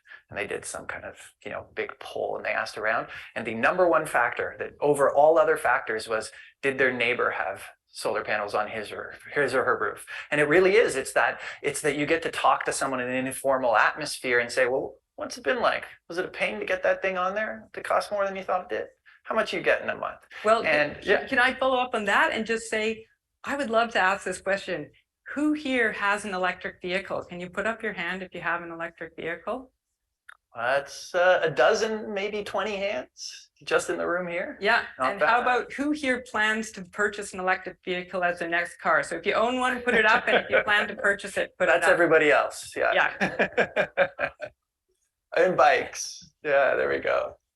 Absolutely. E-bikes. Yeah. E-bikes. E-bikes are fabulous in terms of, lowering the e-bikes in protected bike lanes. It's a whole other conversation to have here. But thank you very much for that answer and that transition at the end here, talking about how important it is not to just talk about, whether people can afford to make these big, 20-year capital investments in things at their house, but trying to make sure that those kinds of solutions are equitably available. And this is something that I hear a lot of criticism of existing policies in Canada. I'm constantly getting emails about, like, what about people who are in social housing? How are they ever going to swap out their windows for, triple pane? Or what about, incentives for folks who are in rental housing to get more efficient appliances or insulation and things like that? And so I wanted to turn to you, Leah. Like, I understand, and I'm hoping you can walk us through it a little bit, that more attention has been paid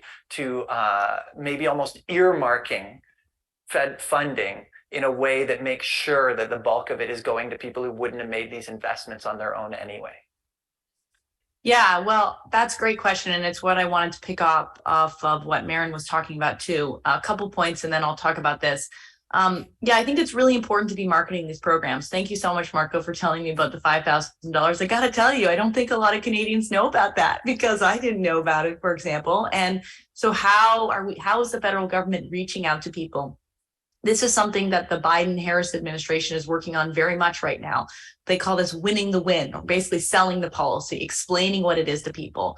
If you go to rewiringamerica.org, you can see there's a calculator where we basically took the law, very long, complicated 700-page document, and broke it down for people. We talk about basically there's an electric bank account, that there's money that's available to you to upgrade your house if and when that time comes, when the furnace dies in the middle of the night in winter. How much money is actually available to you? So that's a way that we're trying to communicate to everyday Americans that there is money. And I would say too that both nonprofits as well as the federal government can play a role in getting that message out to everyday Canadians so that they can understand that there's money on the table. In terms of programs for low-income folks, this is a really big focus of the Inflation Reduction Act. So I'll talk about a bunch of the different provisions. When it comes to electric vehicles, there is an income cap for being eligible for that $7,500. Realistically, people are only going to get about half of that to begin with, because the battery chemistry issue that I was talking about is not in place yet. So, people, I don't remember the exact amount, maybe it's like $300,000 a year or less, you can get access to it. Otherwise you can't, but it's a high number, but it's not millionaires getting that money. In addition, there's now $4,000 for a used electric vehicle. And both of these incentives are at point of sale, meaning that when you go to the dealer or when you get your car, it's going to come off the top immediately. You don't have to carry that cost until you file your taxes again. And that's really important because the way we've been doing climate policy is often through the tax code. And that has some benefits, but it really is hard for lower income people to access these programs because they have to have large carrying costs for a very long time. So making it point of sale, it's going to be transformative for EVs and getting them to more low income Americans. In addition, there's a lot of money in different programs to help low income Americans get access to clean technology. So there's $4.5 billion through basically electrification rebates. That's that up to $14,000 per house to cover up to the full cost of a heat pump hot water heater, an induction stove, a breaker box. I'm probably forgetting some other eligible appliances, but you can basically electrify your house. And that's going to be administered through state energy offices. So it would be like the province administering it. To be honest with you, it's a lot better if you could have a federal program like that.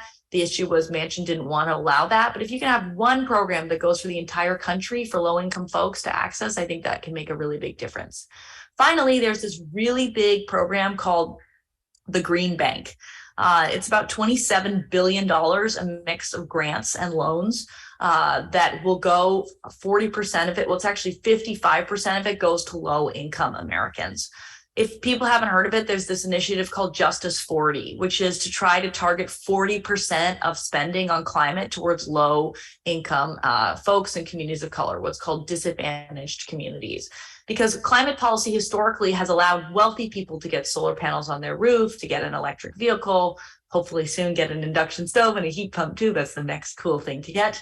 But we actually want that to be for all people, because keep in mind that when people exit the gas system, let's say the fossil gas supply system in a city, that means that the fixed costs of that system have to go on the customers that are left over, and basically gas costs can rise over time. We need to think about how to transition that. And we also need to make sure that it's not just low income folks left holding the bill for the gas system.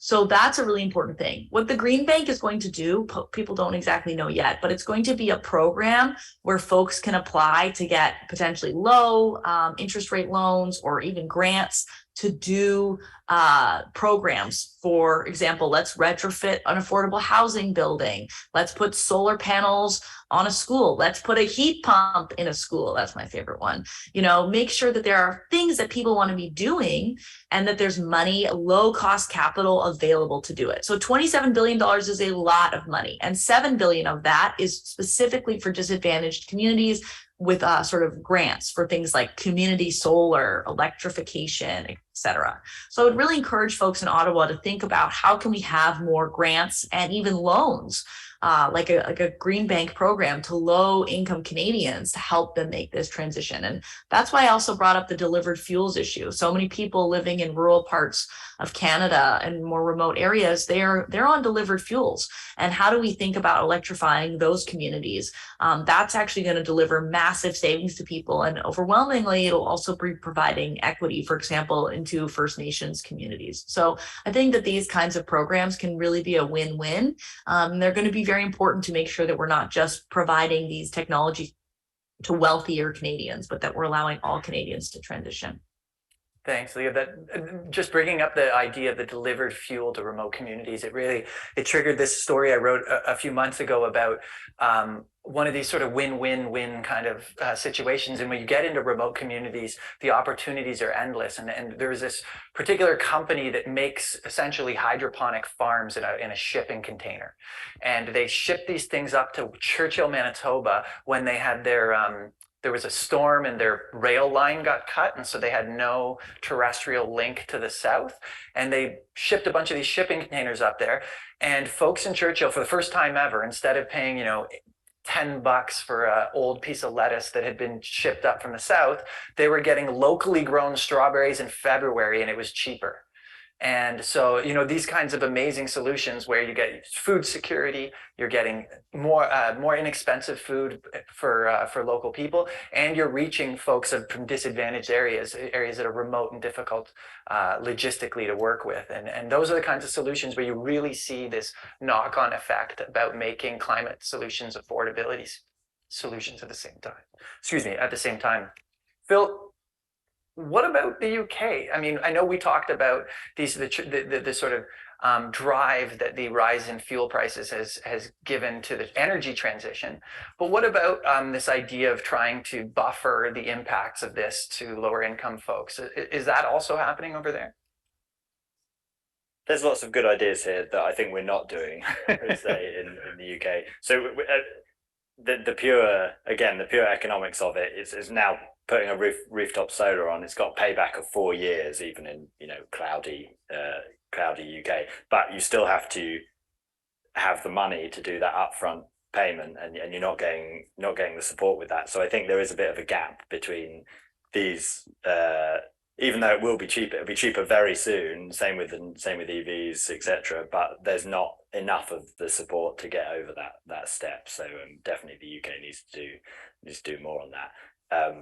Yeah, I think it's basically we're in the same situation as you, and maybe even more so, of this kind of struggle now. Everyone wants a heat pump. Well, lots of people who can afford it want a heat pump. Lots of people who can afford it with solar panels. But the struggle is having enough people having the actual solar panels, having the people to install it.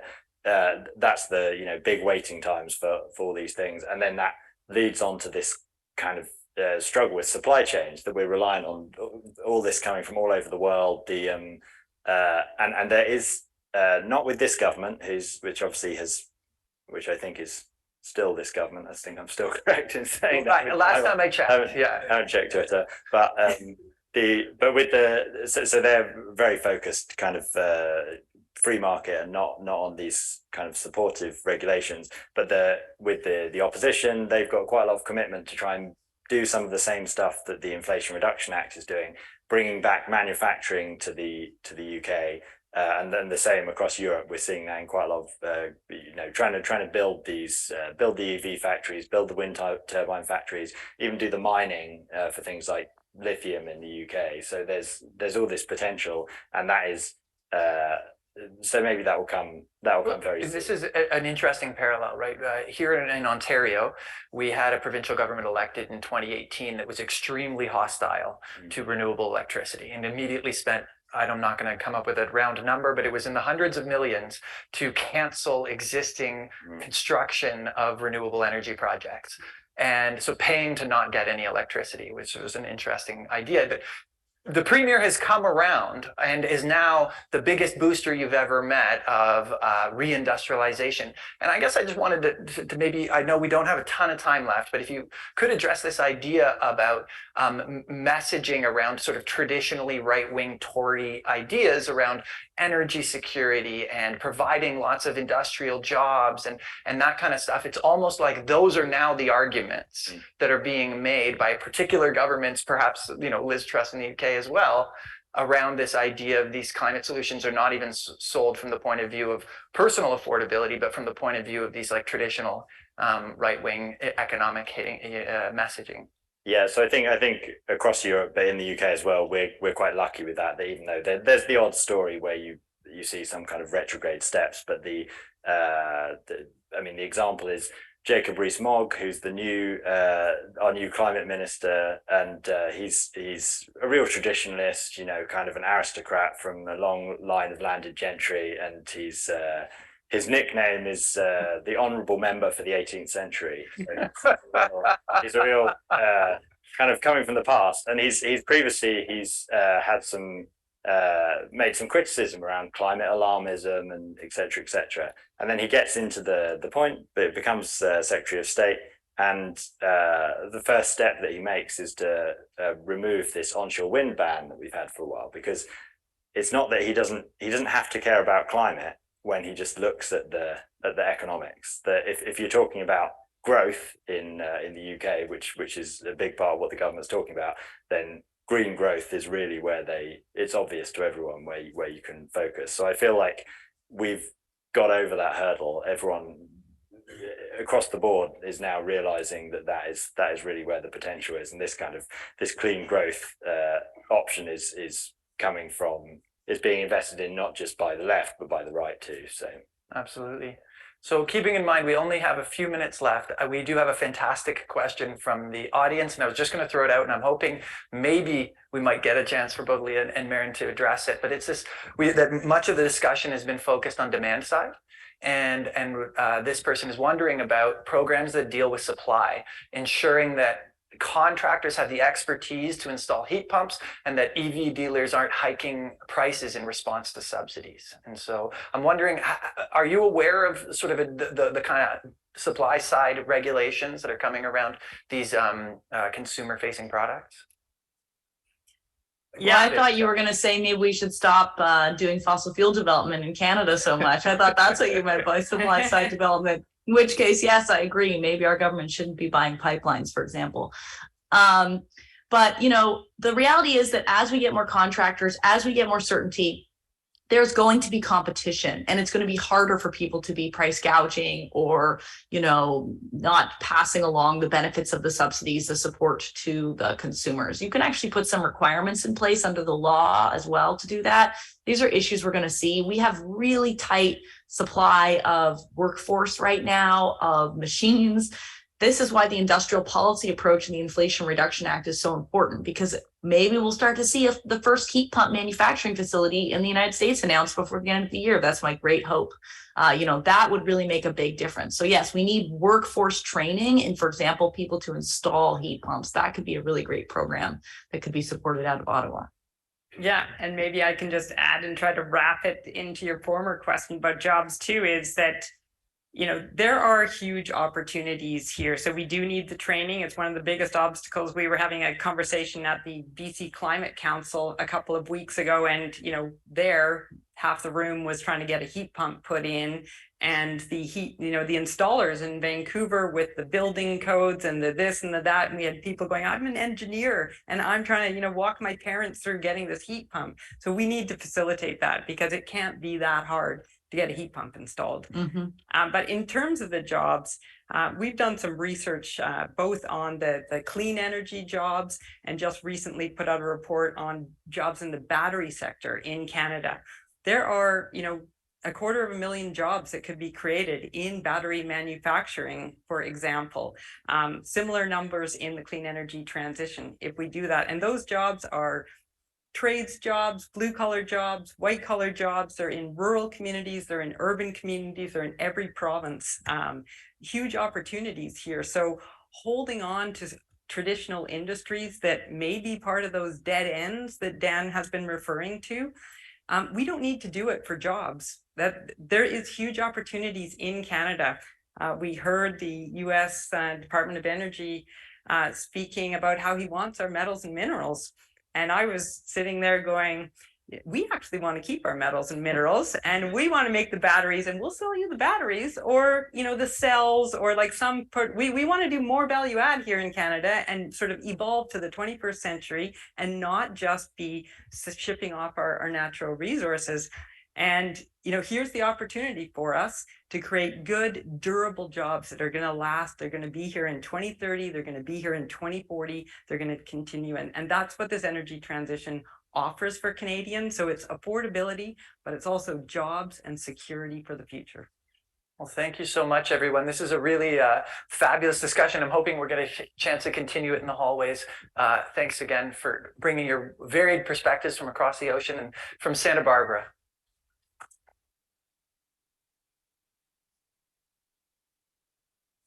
We wave.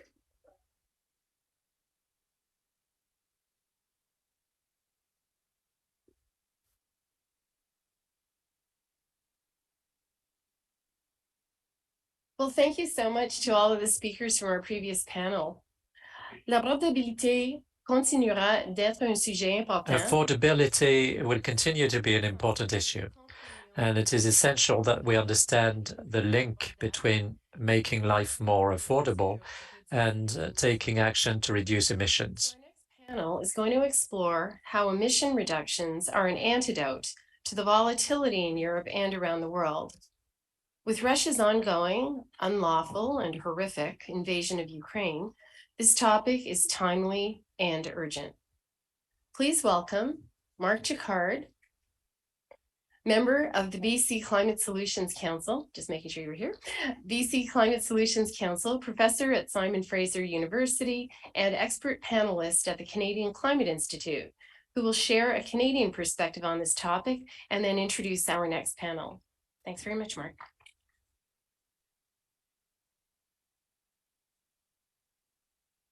Thank you, and thanks to the organizers for inviting me to speak. They had lots of different objectives and challenges in putting this together, and I'm actually, I guess I'm sort of introducing this panel, and I'm between panels, and I'm very happy with that. And I have been circulating something over the last while. It's come from my decades in the climate policy trenches, where I've worked up a list of reasons why even climate-sincere governments have failed to achieve their greenhouse gas promises. Now, I don't know if you spent a lot of time thinking about this, but I think you ought to. But when I mention these reasons to younger people in the policy process that I'm interacting with, a lot of it for me now is at the federal level and the government of British Columbia, I'm surprised how few are aware of these oft-used rationales through the past. Some of them are really obvious, but some of them aren't. And if we don't know why we failed in the past, then we're more likely to fail again. So to introduce this panel, who are going to talk about how to succeed and move fast, no matter what's going on, I'm just going to run through a sort of a David Letterman list of 10 reasons why things might lead to failure, why we might fail, and why I mean climate sincere governments fail. Because that's really been our history in Canada, by the way. We haven't hit targets, even when we had governments we thought would. So, and even just listening to the previous panel and throughout today, a couple of these are going to strike you as really controversial. So I've reordered things so I can do them last. So I'm going to start out with the things that everybody's going to be happy with. Number one, this latest crisis, right? War, recession, pandemic, inflation requires us to slow our action. So, you know, that argument is being made at Cabinet, believe me. Number two, industry says this policy will lead to shortages of fill in the blanks, electricity, fuel, cars, batteries, whatever. Number three, things are getting a bit rough here, so we should extend our consultative process until we have consensus. And industry loves that.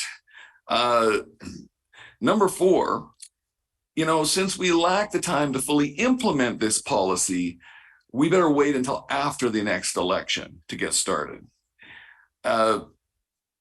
Number five, we should lower the policy's cost with some flexibility mechanisms. Now, I'm a believer in flexibility mechanisms because I've designed regulations that try to mimic the flexibility of a carbon price. But the problem is that very quickly, another word sneaks in there called offsets. So that's the flexibility mechanism, and they forget the word loophole. Number six, we should first focus on energy efficiency because that's the cheapest. And yes, we'll get around to the fuel substitution tomorrow, right away. So I still hear that in government. I heard that 35 years ago. Number seven, we'll approve this greenhouse gas emitting project because it reduces emissions somewhere else in the world. And you know that one. But now I'm going to end off with my my three that, or at least two or three that are a little more problematic. One is the cleaner technologies are cheaper. So we talked a lot about that just on the very last panel. And so I started scribbling all over my, and so why? What am I going to say? I'm going to say that through most of the last 35 years, and even in most contexts today, the low emission technologies and options are not the cheapest. And as long as we believe that, we're dead at the cabinet table. Because the politician sits and hears this and says, they're cheaper? Oh, you mean I don't have to put on that politically difficult rising carbon price? I don't have to put in those regulations that the opposition just hammers us that they're the cause of rising gasoline prices. They're the cause of rising this, rising that. I can just wait. So I'll wait on those policies. And guess what? We're on the path to not achieve our target. And also be careful of all of this, because if we keep telling people this future is cheaper, and I actually do numbers on the total range of people buying vehicles for personal reasons in Canada, and the percentage for whom, so how much do they use it? So I have colleagues who have all the different data, like they need a pickup truck, they need this. It turns out to be, I'm sorry, Marin, and we should compare numbers. We're both from Simon Fraser, but it turns out to be a very tiny percentage today without a significant subsidy. And also it all depends on what your forecast is for the future price of oil, and with heat pumps, what's your forecast for the future price of natural gas. So I could go on. I only have a few minutes. I'm actually setting up this panel who are going to tell you how to overcome these things.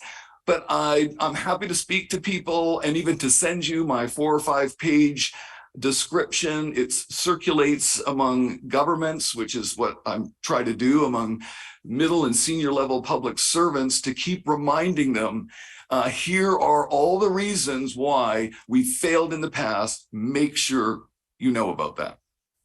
So now I look forward to joining the rest of you and hearing our panelists and their strategies for showing how we're not going to slow our effort. So it's my pleasure to introduce the host of this next panel, Fatima Syed, who's a climate journalist at the Narwhal. And I prodded and I found out that the last time she was in this building, it was to receive the World Press Freedom Canada Award, which is very impressive. So, and you can, thank you. And you can read more of her bio online. They told me yesterday that Mark Jackard was going to introduce me, and I kind of lost my mind.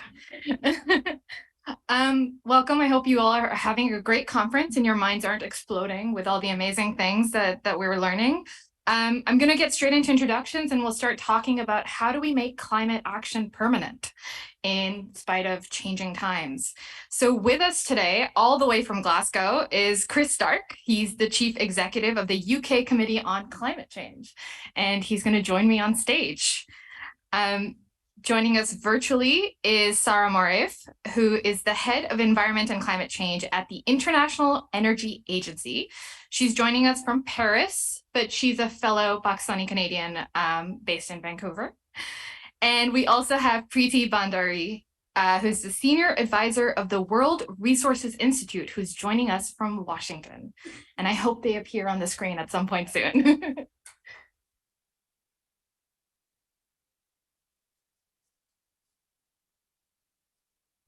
Hi, Preeti. Hi, Clara. Wish you guys were here. So I think, and I don't mean this as an insult, I think I'm one of the youngest people in the room right now. And during the pandemic, what was especially encouraging for a young person was when the world stood still and everyone was at home, we suddenly saw the effects of climate change. And we realized that we have really messed up the world. And that put climate on the agenda. Then when the war in Ukraine started, we started talking about energy security seriously in Europe for the first time. Over the last few years, despite the extremely tumultuous times we've had, climate action is still happening. We're still talking about it. There's a really cool spotlight on it. And I want to know why. What's different this time around compared to all the other years before? And I'll start with Chris, because he's here, and he's also not unfamiliar with changing times, considering where he's joined us from. So Chris, what is different? Yeah, thanks so much for the invitation to be here. I left the UK politics sphere because it was too much for me, and came into the far calmer climate discourse that you find here in Canada. So I think, I mean, it's such an interesting time because, well, it's always interesting, but it does feel particularly tumultuous at the moment. And the very short answer, I think, to the question that you just asked is that the reason why it's different this time is because I think people are now feeling the change in the climate. They're actually experiencing it every year. And there is no real place to hide. You know, we can say with confidence now that the changes that we're seeing globally each year in the climate are due to what we as a species are doing on the planet. That's one aspect of it. It's not enough, actually. I think that the other aspect of it is that the future that we've been talking about today of this decarbonized energy system, decarbonized economy, decarbonized society, every year it gets more and more appealing. And I think, interestingly, people are now connecting those things directly. Politicians might not like it, some of them, but you can't escape that. And for me, that's a much better place to be, because actually what we're experiencing at the moment is the bringing together of several crises. You have geopolitical crisis at the moment, of course, with what's happening in Ukraine. Particularly where I am in Europe, you have this energy price crisis driven by the fact that it is a gas price crisis, which Putin can exploit, because Putin knows that we're not as interconnected with the rest of the world on gas as we are with oil. That's in turn leading to this problem that we have with generally the cost of living. And at the core of this thing is fossil fuels. So if you want to tackle it, if you want to actually deal with that, then decarbonizing your economy is a profoundly sensible thing to do. And we hear this in the UK, we hear it all the time, this idea that somehow we can't afford to focus on climate change right now. But actually, well, I'll give you some numbers. If you look at where I'm from in the UK, it is a very good idea at the moment when gas prices are something of the order of 10 times higher than they were a year ago on the spot market. Been coming down a little recently, but extraordinary increases in the price of gas. It is a very, very good idea to invest in a strategy for the country that would see us have our energy demand over the next 25 years. It is a profoundly good idea to focus on a strategy that delivers you energy security for the UK. And it is a profoundly good idea to focus on something that overall sees us decarbonize the electricity system and move towards electricity generally as a source of energy in the round, because that delivers you energy sovereignty. Now, you don't need to care about climate to want to focus on those things. And it's even better when you add all that up, if the eventual outcome of that is that you save the economy money, something we can now clearly justify. That is the pathway that my institution in the UK drew for the UK government 2 years ago. That's what delivers you net zero. That's the outcome at the end of it. You don't need to care about net zero to want to pursue that kind of strategy. And the present conditions just make it all the more important that you do. So back to your question, people, I think, generally understand some of this now. They really see that actually the right response to the crisis that we have in Europe at the moment is to run as fast as you can to these alternative energy technologies. So I don't think that's going to change.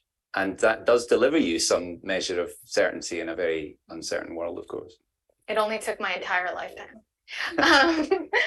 Sarah, you're sitting in Paris right now, where Europe is immersed in this deeply interesting conversation about energy security.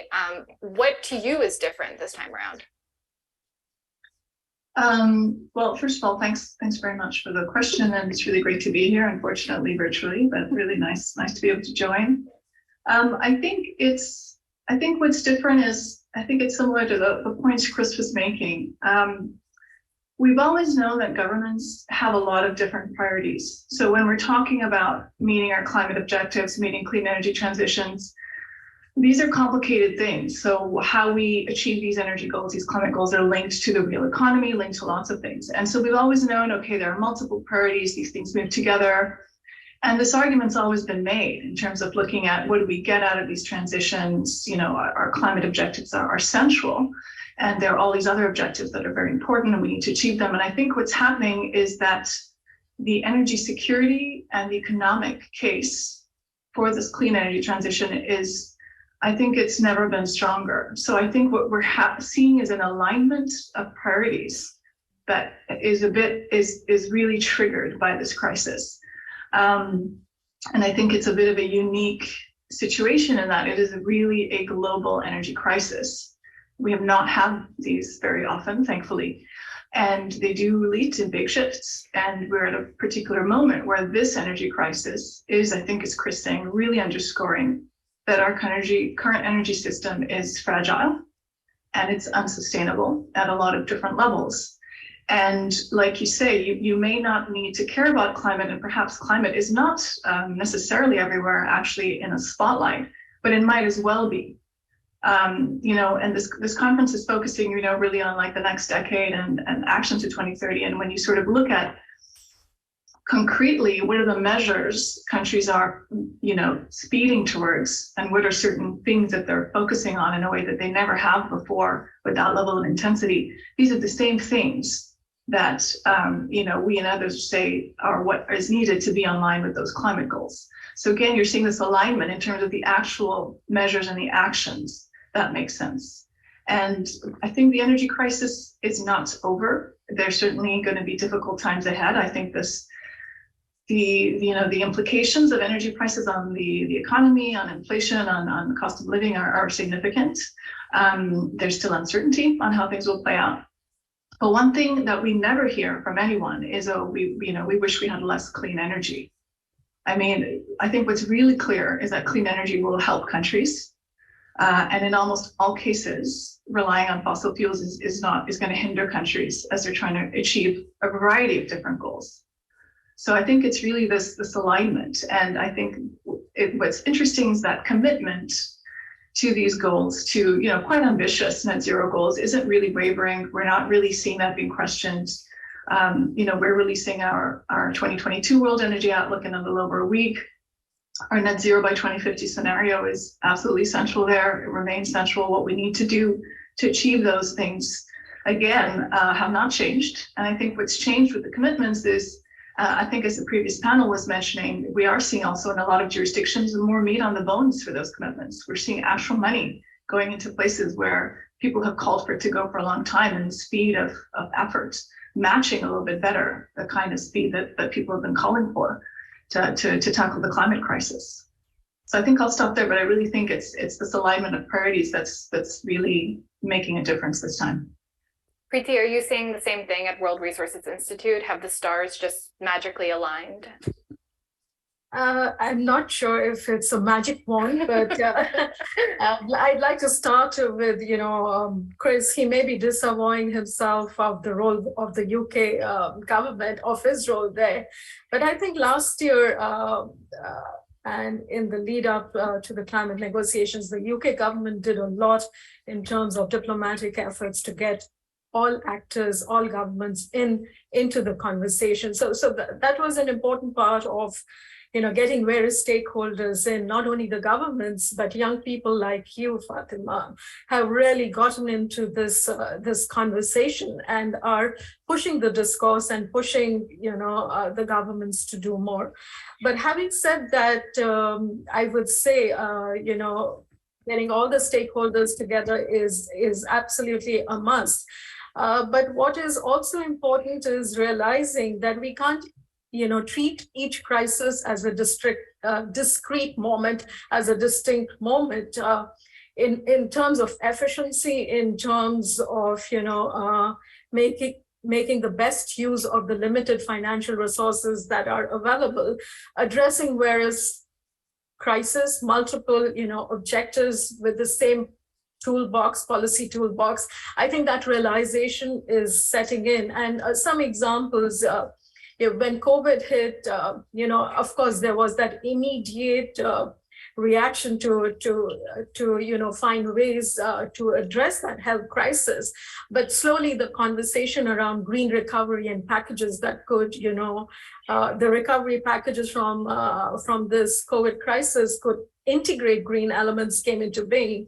And, you know, OECD governments, I understand the developing country governments, about 21% of their spending on COVID had green measures. Of course, a lot more could have been done, but that was a signal that, you know, the pragmatism that was coming through. And again, in the current crisis that we are in, both Fatima and Chris have talked about how governments are reacting to energy security concerns, human security concerns, and converting some challenges into opportunities. And despite these inclement times, we have had the Inflation Reduction Act in the US, which a colleague in the former panel talked about, you know, various elements that have been brought in. But what is important for me, at the time that Inflation Reduction Act was passed, a little country, Vanuatu, presented its updated climate pledge. And a small island country, which is at the edge, whose existence is very much at the edge with all the climate impacts that are unraveling, went to the extent of making pledges like 100%, renewables in the electricity in their electricity sector, and 30% reduction from the overall energy emissions, whereas they should be talking about climate impacts. But there is that realization across the board, and big countries or small countries, you are finding leaders who are willing to move forward. So there is a confluence of different forces, which we need to, of course, elevate and amplify, because we recognize that there are deniers also still in the place, but that positive momentum is really picking up. Yeah, I love this conversation because it's about how do we make good things permanent, right? Which is a rare opportunity. I have tons of questions, but I do want to remind everyone in the audience, in person and online, that you can submit questions. There's a QR code in the room, and online, I think there's a chat box or a question box. So please feel free to send questions and add to the list that I'm going to ask these three wonderful people. I want to unpack, how do we do this? Like, how do we stay steady in our ability to tackle the climate emergency? And I want to ask you all about a word I hate. It's 10 letters, commitment. And for my dad who's watching, not that kind of commitment. It's climate commitments, because oftentimes when we talk about climate action, it comes in the form of commitments. We are committed to it. We are committing this much money to it. We are committed to doing this policy for it or setting up this regulation for it. But that's just a commitment. So how do we bridge from commitment to actual concrete, long-lasting action? And I wonder, Sarah, if you can start, because the IEA has been putting out some really interesting reports lately with a lot of cool recommendations on how countries can codify the move to net zero. And what do you think works here? Yeah, I mean, I think that's a tough question. I think that is the work of a lot of people on how do you get that commitment into action. And I think Chris's role is actually a real good example of one of these mechanisms of how you do that. So, I mean, I think for us, first thing about a commitment is it needs to be, you need to be able to understand what it is, which, to be honest, is not always the case. So what is actually in there? And as an organization that, looks at commitments quite seriously in terms of trying to understand what they mean going forward, I think that's really important. But then the real focus is, how do you get clear and credible policy action from those commitments? And that can look very different in different countries. And it presupposes that when you make that commitment, it has been discussed, it has been thought through. There is some kind of process internally to think these things through.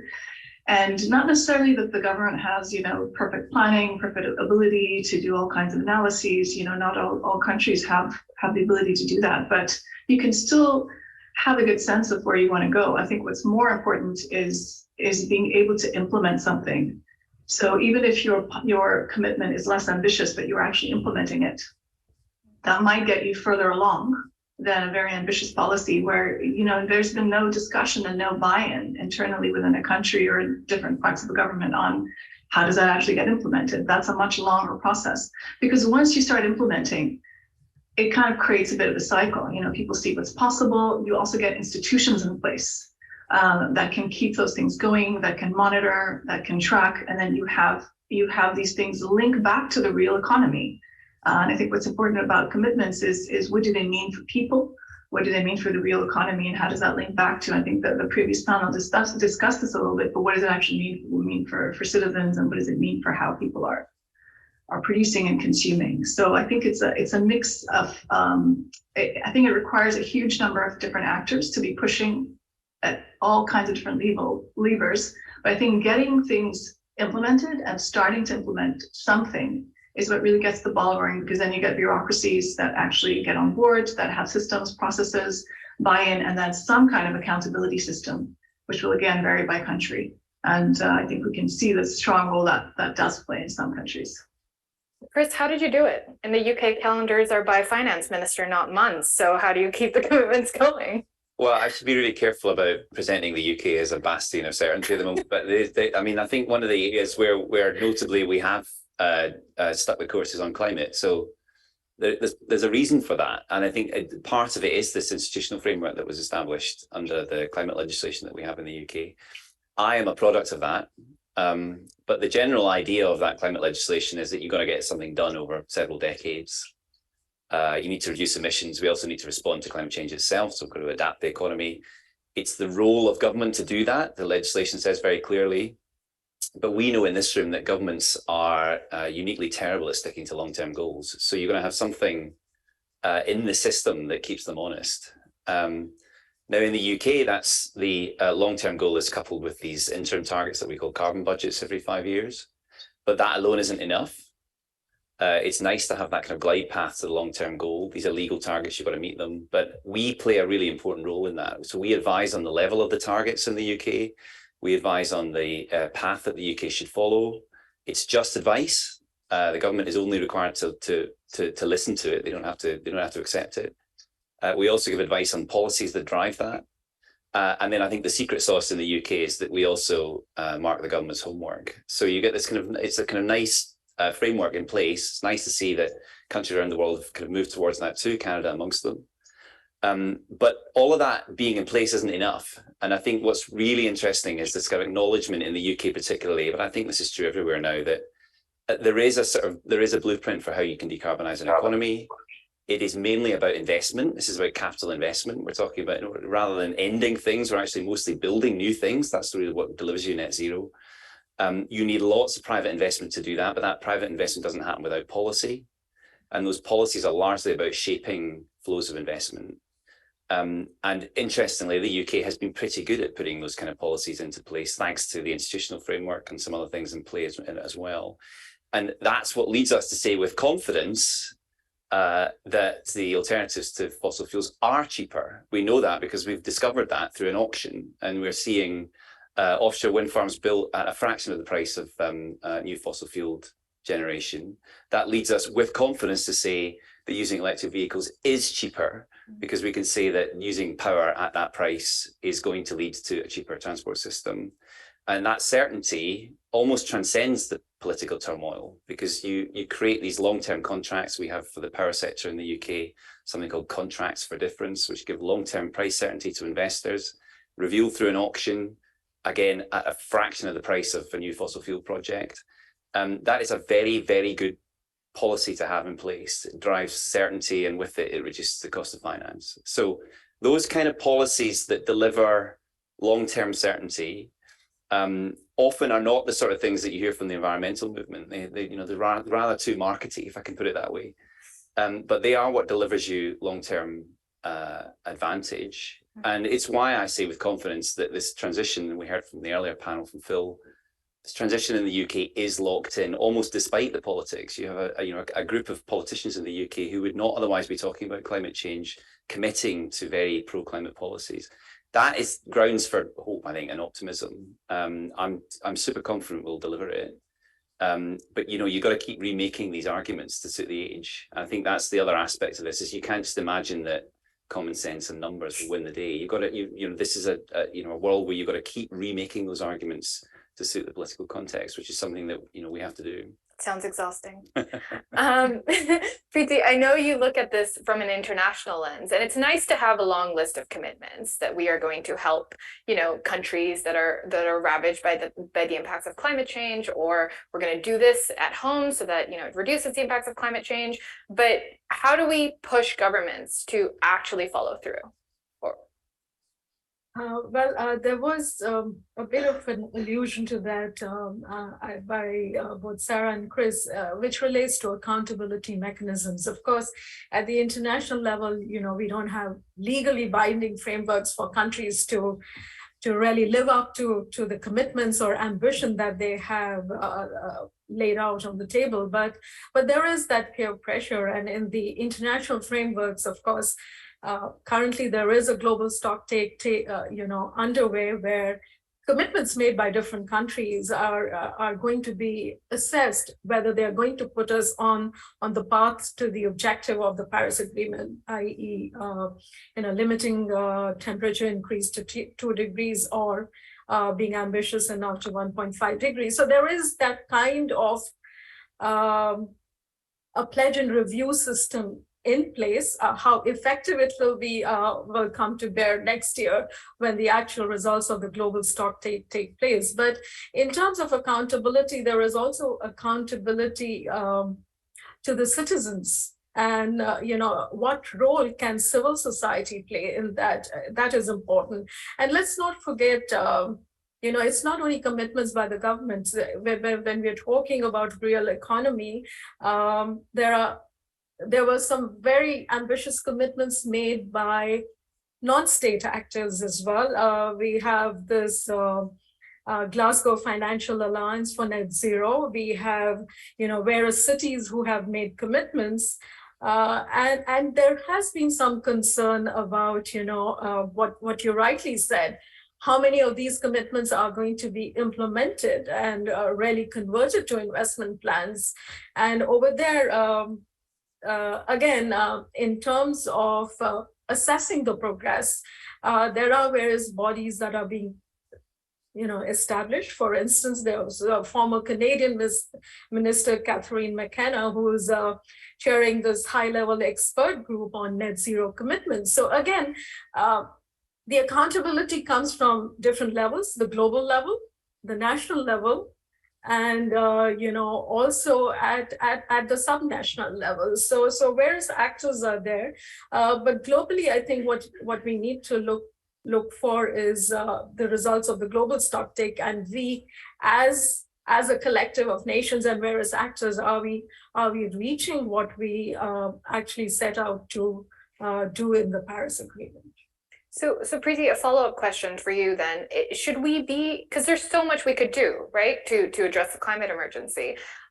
Where should we focus our efforts then to ensure the best kind of climate progress, the kind that will last generations? Should it be in developing an accountability mechanism, or should it be something else like adaptation or resilience efforts and so forth? Fatima, over here, I don't think we can single out one particular area or avenue which would give the biggest bang for all the efforts, because the state in which we currently are, I think we have to have a multi-pronged approach. We need to mitigate. The Intergovernmental Panel on Climate Change has clearly shown if we have to keep the 1.5 degree ambition alive, then we have 3 years by 2025, the peaking of emissions have to take place. So mitigation is important, but the kind of impacts that we're seeing at this point in time with the frequency and intensity of extreme weather events, recently Hurricane Fiona in Canada, Ian in US, and of course, the flooding in Pakistan have clearly shown that we are already in that cycle where climate impacts are really impacting economies all across the world. So we have to take measures to be able to deal with climate impacts at the same time as well, and whatever is the residual in terms of losses and damages. So I think in terms of the policies that are being put into place, this dichotomy between climate policy and development policy has to be jettisoned, and climate risk has to be integrated with whatever development policies that are being put into place. So there's no single solution to it. One has to act in different arenas to be able to provide a comprehensive response to a very, very critical situation that we are in. So it doesn't give us the answer, but it has to be at all levels. Maybe it can be differentiated. It can be differentiated according to economic circumstances, according to vulnerability, but one has to act on all scores. Sarah, Preeti says we should do it all. Do you have a priority list? I mean, I think that's difficult. I think we don't have the luxury of looking at these things separately at this point. And I think, like Preeti mentioned before, knowing that crises are linked and they'll be coming and we'll have to deal with them. Because maybe I'll just say two things in terms of focus. One, on the resilience. And I think if you're looking at energy, I think we just don't have the luxury of thinking about our new energy system while ignoring the context of the changing climate. And I think this is something that's difficult in terms of the way energy people think. It's not necessarily something that is central to how they think of these things. But as we're thinking about what comes in a system that's much more electrified, that's using a lot of sources that are actually quite vulnerable to climate impacts, where we're also mining minerals that are in certain regions that are also vulnerable to different kinds of impacts. We can't think about what we're going to build without considering that. I think that would be irresponsible, and I don't think we can do. So we do need to think about, we are in a warming world. We do need to transition. So while we're thinking about that transition, how do we include those risks and impacts? And people are doing that, and there are ways of doing that, but I think that's a challenge to really sort of underscore, where I think maybe a bit more urgent focus needs to be there. The other thing I'd say is really on the investment side. So I think this was raised, Chris talked about the sort of, the point is you need the money to go where you want, and you need a lot more clean energy investment. So it's not just about not investing in the things that are polluting. It's, I think the real challenge we're seeing now is there is not enough investment in the clean energy systems we need. And there's this discussion on are things cheaper? In some places, it's not even, the technology costs have come down remarkably, but that technology cost reduction is not translated in a lot of places, in a lot of countries, into being able to deploy those energy sources. You have countries where the cost of capital is so much higher.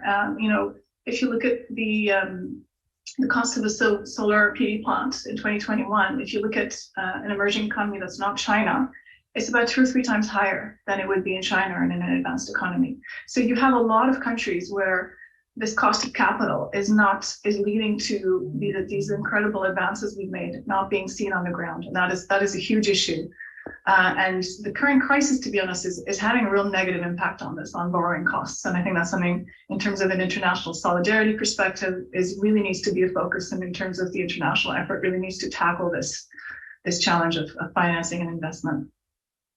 Chris, I want to believe that it's possible, that we can stay on this road that we're on. But I've lived through too many dark times, right? Like, I'm from Ontario, where in 2018, we got a new government and they scrapped every environment and energy policy that you can imagine. Every time there's a government shift, every time there's a new person as a minister of environment, it shifts. The literal sand under our feet shifts, and we go in a different direction. So is the solution maybe then to remove politics out of the climate with the deepest respect to any policymakers and politicians in the room, but is the solution to remove them from the conversation? No, I really don't think it. I mean, it's lovely to think we could all be benign dictators and determine the path of things, and I'm sure that is one way through this, but I doubt it's a very successful way through it. And I think fundamentally politics is about how we as a group make decisions, and this is a sensible thing for us as a group to be focusing on. But I don't think it's necessary for us to imagine that to achieve the kind of things that we've talked about in this discussion and today, everyone has to care about climate change. I mean, I think that one of the things more and more I think actually in my trade is that it would be pretty weird if they did. We need to look at the wider benefits of this. Achieving net zero is a really useful thing if you care about climate, of course. It's also a very useful thing if you care about air quality in cities. It's also very useful if you care about beauty of landscapes in rural settings. It's a really useful thing if you care about the future of modern, prosperous jobs. These are all sensible things to focus on, and I think net zero as a sort of catch-all thing is a a dangerous trap to fall into, thinking that that's the only reason to do all this. Climate is the sole driver of it. So I think we spend more and more of our time in the UK thinking about what economists call co-benefits, looking through some of those wider impacts and trying to understand what they look like. They, in my experience, tend to be much more appealing than simply on climate grounds alone. And I think it's okay to do that. So net zero is a scientific goal in the end. It's also a legal goal here in Canada and in the UK and in many other parts of the world. But we're not going to reach it if we only emphasize the climate reasons. And I think, to come back to your question about politicians, I would love politicians to care about climate. And I think they do increasingly care about climate, but they also care about a host of other things too. And I think we can make the argument that actually by focusing on net zero, by focusing on reducing emissions, by focusing on responding to climate risks, that will meet their wider political priorities too. And we will have politicians that will change, I'm sure. These things tend to last, and they last particularly because their constituents want to see action in this stuff. So, and that's not me being hopey-changey. The fundamentals of this transition look really good now. And, politicians need to hear that. And they'll hear that from a range of sources, not just from voters, but from corporates especially. That's often where most of the most powerful messages come from. So there's a range of things we've got, and again, I'll go back to the message earlier. If you don't keep remaking these arguments to suit the political times, that's when the problem arises. It's not enough to think that a piece of legislation will deliver you the right outcome. Legislation can be removed. Well, we were talking earlier, and you had mentioned something that I wanted to bring up is, you found, and correct me if I'm saying this wrong, but you found that maybe removing the word climate from the conversation helps. Talk about, the economic benefits, the health benefits, just the general idea that the world needs to transform based on what it is right now. I want to give the crowd a concrete how to do this as times get crazy. So what are the first 3 steps then to doing that? Is it that, as you're remaking the argument, when you next talk to, the Minister of Environment or the Prime Minister when he's here, it's, okay, how do we reframe this? Is that step 1? What's step 2? Well, I mean, I don't have a playbook for this, but I know, I'm sorry to disappoint you, but I mean, one of the things that I often talk about on platforms like this is that I'm so privileged to do the job I do. And one of the reasons that it's a privilege is because I'm required to have a different outlook from most people who think about these things. So a lot of people talk about the work we do as forecasts. They're absolutely not forecasts. We stand in the future and look back.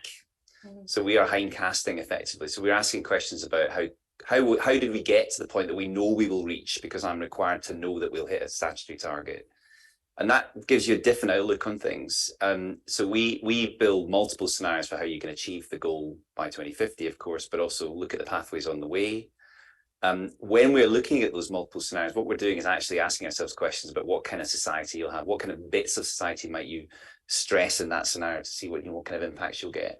It's a pretty unique experience to think in that way about the world, but I would love us to do more of it. I think if we collectively looked at it in that way, if we were confident about meeting these goals and instead asked the question about how we will reach there, what is the strategy to implement this in the best way, the most efficient way, the most politically salient way, that would help. So that would be the first thing I would say. I mean, number 2 is I don't know if this is a phrase that you have in Canada, but don't let the best be the enemy of the good.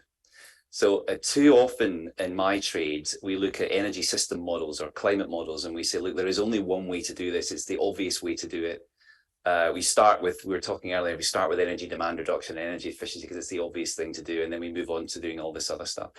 Politics isn't like that. It's an organic process. Decisions that, the latest decision flows from the last one. And often if you're working in that kind of modeled world, you get frustrated by that. So keep working with the system and allow it, as long as we're continuing to make a progress without locking in daft strategies, that is also very helpful. And then I think the other thing to say is speak to people. This is something that I've learned more and more, is that we go through processes that in the trade we call deliberative processes, essentially sitting with people and asking them how they would like to see this transition take place. Often that leads you to much more interesting insights. People do care about cost, they absolutely do, but they also care about practicality. They care about whether people in their community will have jobs. The transitions that we're talking about going forward are not the kind of transitions that we've seen in the UK in the last 30 years, which people haven't been engaged with. We're talking about changes in the home. We're talking about how people live their lives, the jobs they do, you know, how they travel to work. If you are not involving people in those discussions, then they're unlikely to stick. So for me, this is the kind of really exciting next frontier, actually, of the work that we do, bringing them into actively helping make those decisions and accompanying that with the more modeled stuff that we do tends to give you a more rounded outlook on how you can make this stuff work. Preeti, it is going to get crazier, right? The world. So what do we do to keep climate on the agenda? Is there, or can you give us some concrete steps on how you're approaching this? Well, I don't think the climate agenda is going to go away, but anytime soon, and which is unfortunate because you know, the pace and the scale on which action was required hasn't really taken place in the past. So that's why it is still on the agenda. And that is why we are in COP27, the 27th year of climate negotiations.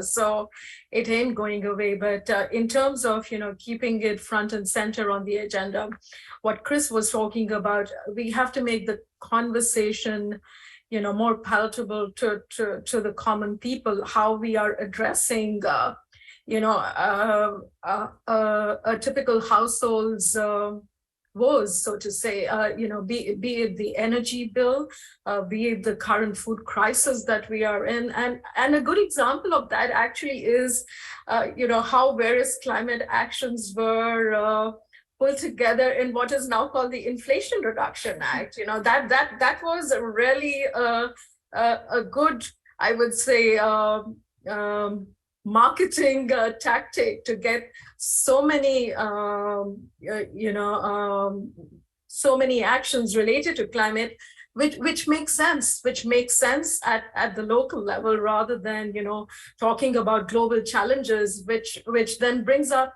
certain sentiments which are not conducive to action.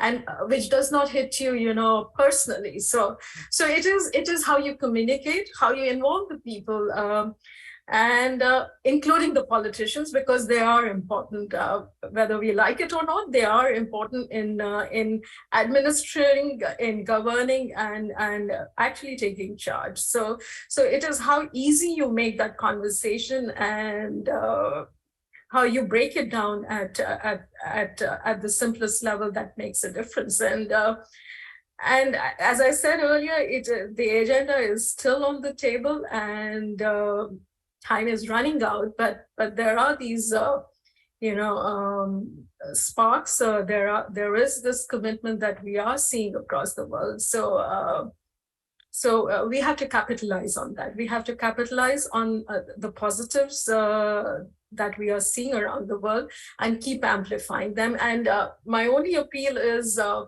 you know, look at it also from the vulnerability perspective, not only from the technology perspective. I think if you make it people-centric, then it will become, you know, even a more powerful message to carry.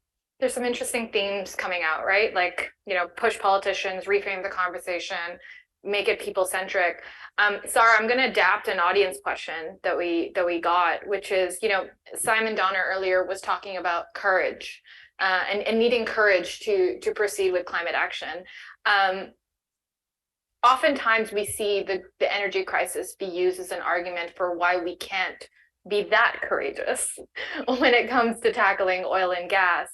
And, you know, as someone who's with the IEA, what are the challenges ahead to, you know, convince countries that it is possible to do the unthinkable? Okay, I know there's not a lot of time. That's a complicated question.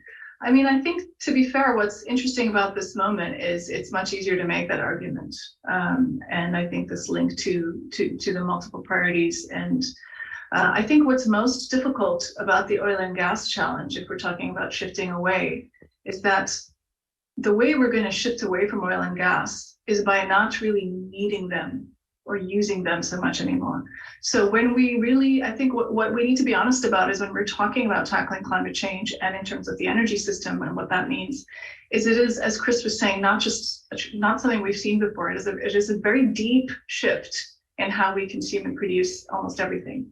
And I think when you shift that, that's when we will not require oil and gas. We will not use those fuels anymore. But for us to, and I think that's what's challenging is it's not that we stop producing it and therefore we stop using it. It's that we need to change a lot of things in our economies that will then allow us to really move away from that. And I think the impetus to do that is now really strong. And I think it's an interesting moment that way. That's all my questions. Thank you so much for listening. It's a volatile world, as the title of this panel suggests, but in Climate Leaders, we trust. Trust. Thank you so much. Alors, merci à tous nos panélistes pour la réflexion sur thanks to our panelists for such an important topic. The next panel is going to examine how capital markets are more engaged than ever in the transition to net zero and what this means for investors.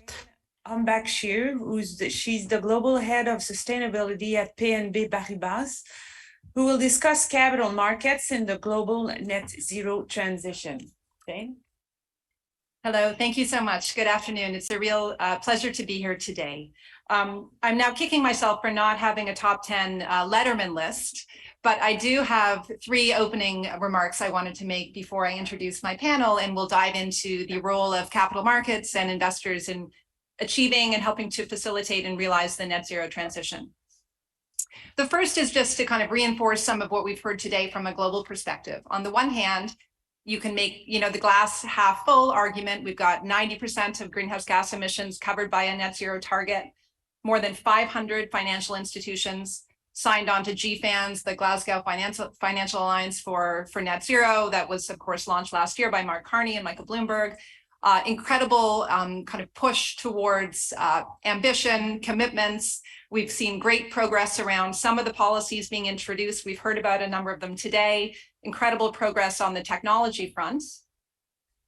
But when we look at it from the other side, we know that all of those ambitions and commitments are not yet backed up by some of the tangible pathways and implementation plans that investors also need to be able to see to properly allocate capital. We have a complex geopolitical environment, of course, that's, while perhaps facilitating an even more rapid transition, also creating some headwinds. We have uncertainty around upcoming elections in Brazil, midterms in the US, the energy crisis and the conflict in Europe. So certainly a very dynamic and challenging environment. But we've got more than 500 financial institutions committed. So that's fantastic to see the level of commitment, and we want to drive and kind of, dive into what that looks like and what that means today in a little more detail. In terms of the Canadian context, we have some exciting new developments as well. One of them, I think, is around Climate Action Canada, around the engagement initiative that really builds on Climate Action 100+. For those of you that don't know it, I encourage you to have a look at the website. It's the world's largest collaborative shareholder initiative, focused on engaging, I think it's 85% of greenhouse gas emissions from listed companies come from just 160 names. And so the world's investment community has come together for a number of years now to push for progress within those companies and asking them simply for 3 things: a net zero aligned business plan, a climate competent board, and climate relevant reporting for their investors and other stakeholders. So that has been really pushing forward. We still have more work to do, but really creating, I think, a consistent message for companies around the world. And now, in addition to that, we have a Canadian version with an additional 40 names in Canada, bringing the same consistency of message in this market. We also had recently the CSA consultation around climate-related disclosures, looking to provide investors with climate relevant information in a mandatory context that is aligning with different standards and developments we're seeing with the recent SEC consultation. We have a lot of forthcoming disclosure requirements in many European countries, many Asian regulators. So really, I think a growing landscape of disclosures, which also make it easier for investors to make well-informed decisions and discern progress on climate from a range of companies. So good progress on a number of fronts in Canada as well. And I am a Canadian based in Canada now again, but I work for BNP Paribas, which is the largest bank in Europe. And I'm the head of sustainability for our fully owned asset management firm. We manage about 600 or 700 billion Canadian dollars, so relatively large. And we are committed to net zero. And we'll actually be releasing our targets around COP this year. But we have 10 targets linked to how we invest, around decarbonization, around aligning with companies that are on a net zero pathway, around exiting coal, around engaging our clients and supporting them in their transition, and around increasing our investments in green investments. So that's really on the investment side, around stewardship. So how we vote and engage with companies, asking them to make things like their climate-related lobbying information relevant and available to investors, and how we support public policymakers in making progress on the tangible steps that need to happen to really unlock some of the private sector participation and the push towards investing for a net zero future. And then finally, we'll have a couple commitments looking at our own operations. And we think it's really important that, you know, the financial community also walk the talk in terms of adopting our own, you know, emission reduction targets for our own facilities, making our own disclosures relevant to different investors. So happy to bring some of the European perspective. We're, you know, of course, in a different context with some of the developments we've had around the Sustainable Finance Disclosure Regulation, which has really been very significant over the last 2 years in the European context. So a little bit different than some of the, you know, the national or North American investment context on sustainable finance. So trying to bring that perspective as well today. But I'd like to welcome my panelists to come and join me on the stage, please. We have three power women from the financial sector bringing different perspectives. First, Lindsay Patrick, who's Managing Director and Head of Strategic Initiatives and ESG at RBC Capital Markets. We have Joy Williams, Executive Director for the financial institution Net Zero Transition Plans at GFANZ, based here in Canada. And finally, we have Anna Murray, who's Global Head of ESG for SLC Capital Management. So a range of perspectives. Thank you, ladies, for joining me. And as we kick off the panel, I'd love to just have each of you maybe share a little bit about how your organization is thinking about and approaching net zero. So Lindsay, maybe I can start with you. Terrific. Thank you, Jane. And thank you. It's a pleasure to be here with all of you today and bring in some of the financial perspectives. So I work for the investment banking arm of the Royal Bank of Canada. The Royal Bank, we have committed to net zero. And when you think about our role as a financial institution and one of the world's largest banks, you know, there are two lenses to look through our net zero commitment. The first, as you mentioned, Jane, is through the lens of our own operations. As a bank, you know, our scope 1 and scope 2 emissions are pretty small, actually, but we do have a strategy to manage how we power our branches and how we power our trading floors and our technology. And inclusive of that is procurement, power purchase agreements. So we've done 2 totaling 170 megawatt hours that have enabled the build out of a solar farm in northern Alberta and a wind farm in southern Alberta. But the second part of our net zero commitment is really around our scope 3 emissions and how we enable our clients and our clients in the real economy. And frankly, that's where most of our stakeholder focus is. As part of that, we have measured our entire portfolio, and we'll go through the measurement and the data required for the financial sector. And we will shortly be hearing from us. We've spent 18 months looking through data, measuring our portfolio, looking through the specific sectors. And so you'll be shortly hearing from us in terms of the actual action plan around setting targets for those sectors. But really, we think one of our most important roles is enabling our clients, those in the real economy, everywhere from the smallest, you know, retail clients all the way to some of Canada's largest and the world's largest industrial organizations, to have the capital and the advice they need to get to net zero. Fantastic. Thank you. Anna, maybe we can go to you and have an overview on how you guys are approaching net zero. Absolutely. And thanks very much, CCI and ZAB for having us for this incredible event today. I've been scribbling notes all day, and it's great to see the sort of common threads throughout the conversation. So I work for Sun Life Capital Management. We have about 330 billion worth of global AUM. We have 4 specialty managers, and 3 of the 4 have made commitments to NZAM, which is very exciting. That's in the infrastructure space, real estate, and also our fixed income arm. So a little bit about the approach, or at least we were talking behind the scenes about key elements in order to ensure that this pathway will be successful, is around really maintaining an ability to be nimble and also credible at the same time. So it's fantastic to see a lot of the drivers coming from our clients, a lot of the questions and push coming from our clients, which is fantastic to see. And it's a real opportunity for SLC and industry in general to get their house in order in terms of data management and data governance, which we'll talk about a bit later.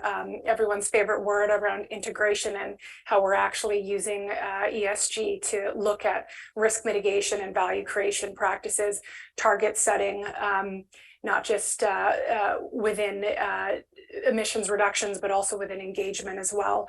We're also starting to see a real opportunity we were discussing earlier around investment solutions and how we believe in the short term, we're really going to start seeing a ramp up in different product offerings.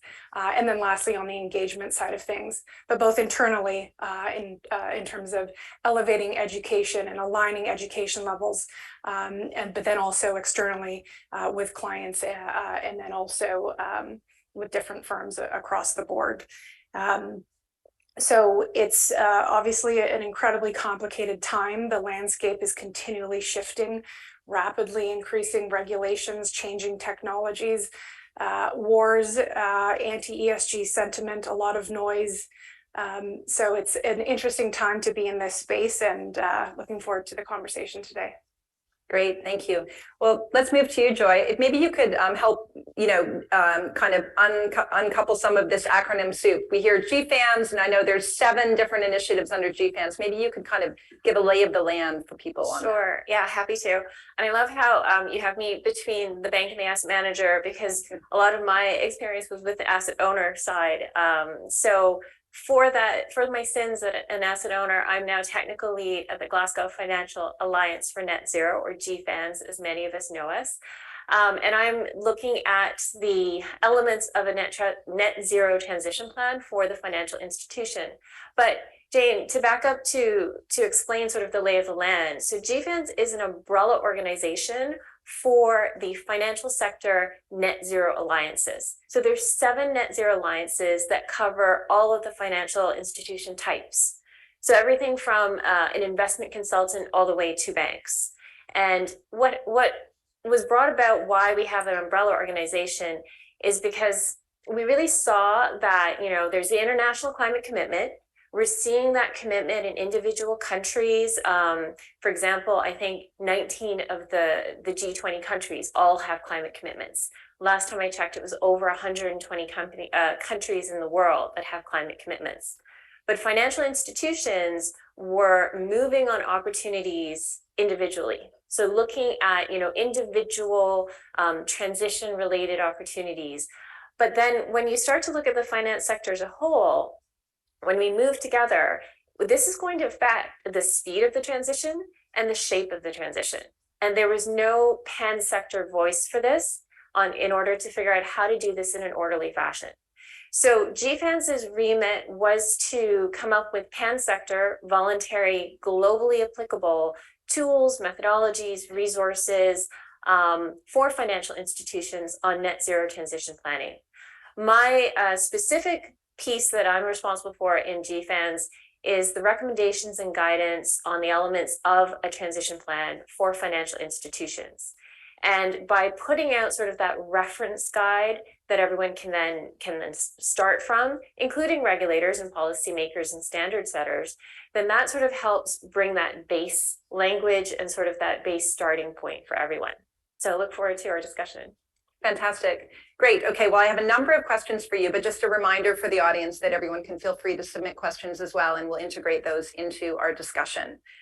So let's talk a little bit about disclosure. Of course, financial institutions need to disclose what we're doing, but we also are looking for companies to disclose, both public companies and private companies ideally, so that we can find out more information about that. So I know there's been a bit of an on and off again discussion around the Canadian taxonomy and the evolution there. And I mentioned the recent CSA consultation around disclosure. So it'd be great, Lindsay, maybe if you could start just in terms of your perspective on kind of where we are now, but also what do investors and bankers need? Yeah, so no question, climate data is incredibly important for us as financial institutions, and for us to take that data and model it into our processes as we do financial data and risk data is essential. And I think there's no question we have so much data today. And so at RBC, we were able to map out the financed emissions, or the emissions of our entire portfolio. And that was included in our TCFD report, which we released in March. We were one of the first banks to take that broad look. And that was helpful first because it helped us identify pockets where emissions were, perhaps that we hadn't anticipated. And one sector that emerged on that front was the agriculture sector in Canada, and the significant contribution of financed emissions from that sector, which has then informed some of the actions we're taking to support and advance work in that sector. But the data is not great. And sometimes I would say, despite the amount of data we have, it's not always decision useful. And what we have found when we've taken that assumed data or modeled data and compared it to the actual data that we get that has been verified from, from some of our largest corporate clients that has been audited and verified, there could be a factor of 4 to 5 times in terms of the accuracy. So you're not necessarily making good decisions when the data you're using is overstating emissions by a factor of 4 to 5. So another approach we took on that front was to integrate into our policy to ask our clients in the highest emitting sectors, so companies that we are lending to report their emissions directly to us. Hopefully they will also report it directly to the public market so that other financial institutions can use them. But having that data only enables us to make better decisions. So we're using model data, assumed data, where we don't have reported data from our clients.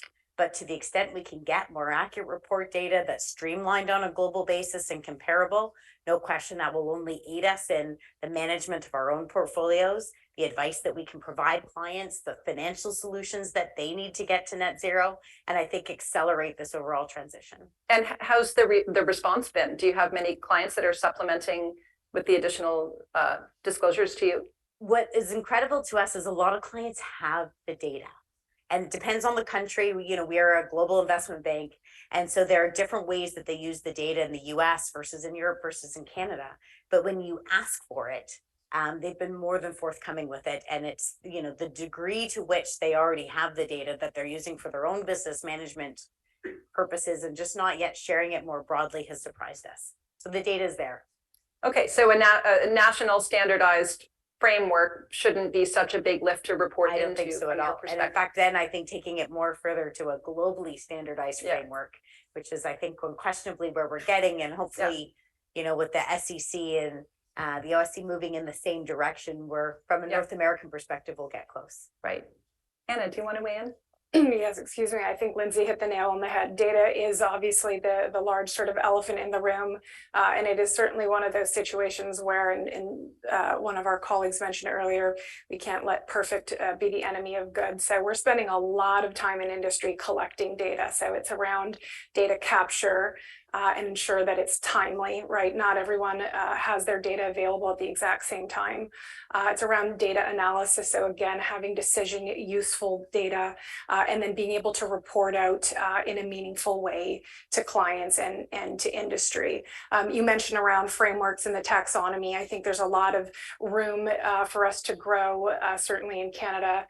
We spent a lot of time going through this process, and the hope and expectation is that we can move beyond kind of what some have called an analysis paralysis type situation and start making some real progress to what I think is a very welcomed, would be a very welcome disclosure ask for industry.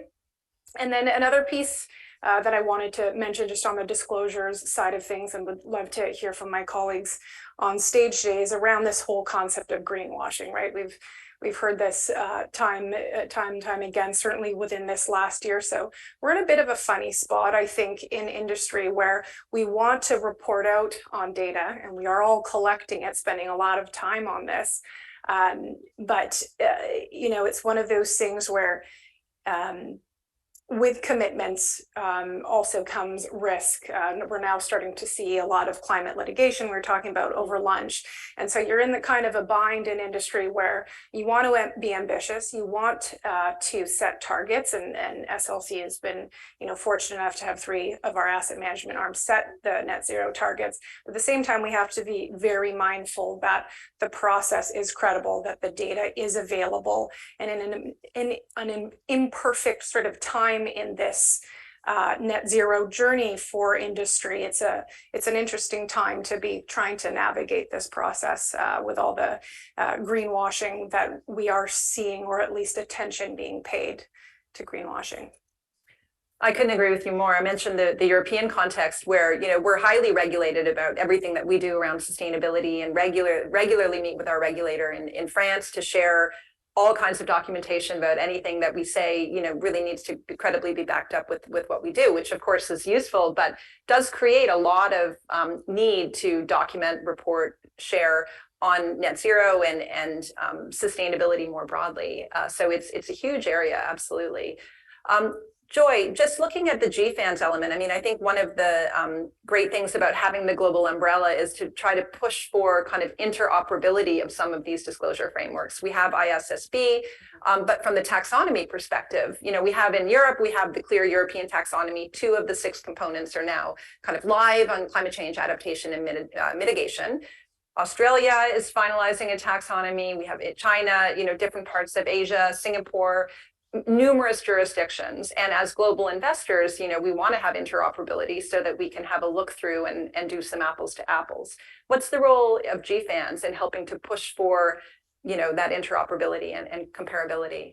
Yeah, I know, absolutely. That was a concern from the very beginning, because just to contrast, when I started in climate change over 20 years ago, this was before the GHG protocol. So we were at our desks actually building individual spreadsheets to count greenhouse gas emissions. Whereas today you have dozens of initiatives, both civil society, within industry, within government, working on very, very similar topics. So absolutely, this was a concern.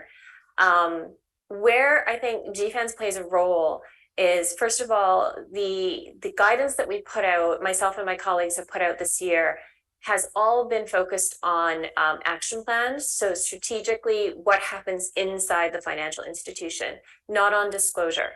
We find that those are actually 2 separate exercises. But what we did find is, as you mentioned, the ISSB, in the UK, the Transition Plan Task Force, all of the other jurisdictions are looking at transition plans and looking at the disclosure of them. So we've been in regular discussion, I think, with certainly ISSB, the UK, and I have another colleague who all she does is outreach to policymakers and standard setters to make sure that at a minimum, these frameworks are not inconsistent, and wherever possible that the frameworks are consistent. So I'm glad to say that it's been incredibly helpful, because even as we all agree that we have different remits, as I said, GFANZ was on action, ISSB is on standardized disclosures and broader than transition plans, but bouncing ideas off of one another was really helpful to understand what was possible. What could the financial sector actually do with the data that's available to set us up for success? And that's where GFANZ has played a role, because we like to say we're setting the table. We're putting out, here's a list of everything to think about. And then depending on the different remits of the different organizations, they can come and pick and choose what it is they need for their remit, for their jurisdiction. And hopefully there's consistency. So GFANZ not setting any rules? We are voluntary. So very similar to TCFD. For those of you who are familiar with TCFD, GFANZ is also co-chaired by Mark Carney and Mike Bloomberg. So if you're having flashbacks to the TCFD, that's totally acceptable. Very, very similar working governance structure, where we are putting out sort of, here's everything you need to consider.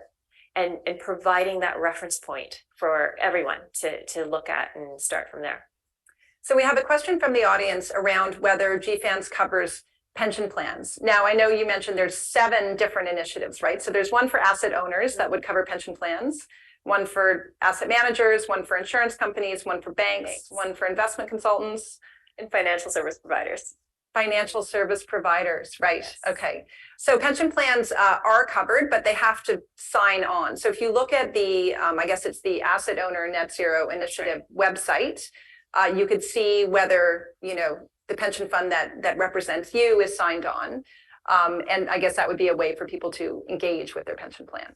Absolutely. I mean, these, all of the alliances have websites. The commitment is public. So if you go onto the website, you can see what it is that an institution would be signing up for. And that would certainly be one way to engage with your own pension plan and ask, you know, what are they doing compared to this commitment? And then all of the GFANZ tools and frameworks, those are all public. My report's coming out just before COP, but we already have, I think, 4 or 5 reports ready on our website. So that's a ton of information. I do apologize for the number of pages that we put out this year. Really sorry about that. How many are you at now? It's in the hundreds. Sorry. There's executive summaries for all of them, I promise, and lovely charts and pictures. But those are all public for everyone to take a look at and sort of see. Here's, like I said, here's the reference point to have these conversations and start to ask questions. Thank you. Okay, so we've talked about the importance of disclosure. I think another really important question for investors is, you know, we know there's a gap between the net zero commitments we're seeing from a country level, Canada and elsewhere, and, you know, the policies in place to achieve that, whether it's pricing externalities, whether it's making the investments in the public sector that can bring in and crowd in some of the private capital, whether it's removing some of the unproductive subsidies from a climate perspective. What's the role of capital markets in the financial sector in terms of getting involved in some of those discussions? Anna, do you want to go first? Sure. And I think this is probably where the Warren Buffett's old quote around in business, the rearview mirror is always cleaner than the windshield. So I think it really comes down to the focus on, do you want to reduce finance emissions or do you want to finance emissions reductions? And ideally it's both. Although, and as many of our colleagues have spoken about today, obviously the target setting process is getting the most attention, but I think this next wave is going to be on how are we deploying capital and how are we really starting to scale up investments in renewables and EVs and agriculture, et cetera. Lindsay? Yeah, so I think the capital markets play an extremely important role. And there are, the biggest challenge we face right now is the capital that's supplied in the economy today. When you look at public markets, the duration of that capital, the risk return requirements is typically not aligned to the capital that's required. And we talked a lot about extending timeframes. You know, I work for a bank. Our typical loan revolver is 3 years. Our typical mortgage is 5 years. We need capital that extends beyond that. And then when you look at risk returns, oftentimes the industrial projects that we're talking about are very CapEx intensive. So they require considerable capital. So we're in a place right now where we have a misalignment between the capital markets and how they're structured today and what we really need to do to mobilize capital. What is clear is when you clear those barriers, as we've seen with some of the renewables, we're one of the largest financiers of wind assets in the North Sea, for example, which was a great example. The capital flows to those areas. So when you can make that economic, when you can match the capital supplied with the capital required, the capital will flow. Capital goes to where opportunities are. So I think where we have been most successful to date is bringing in the clarity around some of those measurements and those characteristics. So when I look at some of the impacts we have engaging with our clients, helping them develop emissions plans, we do a lot where we're integrating emissions reduction targets within the loan structure itself. Now that's not only for the purpose of, you know, creating a sustainable finance label on the loan, but the end purpose when it comes back to TCFD and reporting, and what I've been able to see firsthand from my engagements and interactions with our clients, is once they're integrating their climate data into their financial structures, they are spending a considerable amount of more time and effort. So we've had one very large global industrial company who wanted to do a sustainably linked structure. And they came back to us and they said, you know what, we don't think our reporting is strong enough. We're not as confident in our targets and we're not yet ready. So they were already reporting and disclosing, but it was another threshold level to integrate it into a financial structure. So taking that to that next step, integrating it into their own, brought that additional rigor and clarity to their plans and what they needed to do in order to do that. So if we can continue to integrate climate data, climate analysis, climate targets into financial structures, I think it will continue to have a really important output for our overall. Will it get us to at the pace and the scale and, you know, meet that gap in the capital that's required? Probably not entirely, but I'm really confident that we're moving in the right direction. Great. Joy, how does GFANZ fit in terms of, you know, trying to push for more alignment between the implementation to match the ambition, both on the policy side, but also is there a connection with SBTI and the corporate side and the corporate commitments? Yeah, that's a great question. And the phrase you used about financing emission reductions, that's exactly in the report. So you did read the report. You did. We started the whole process by asking what is the focus of this? So what is net zero transition for the finance sector? And in a net zero context, the finance sector moves money. That's what we do. That is the thing that we're set up to do and we do best. And in a net zero context, we had to ask, so where does that money need to go?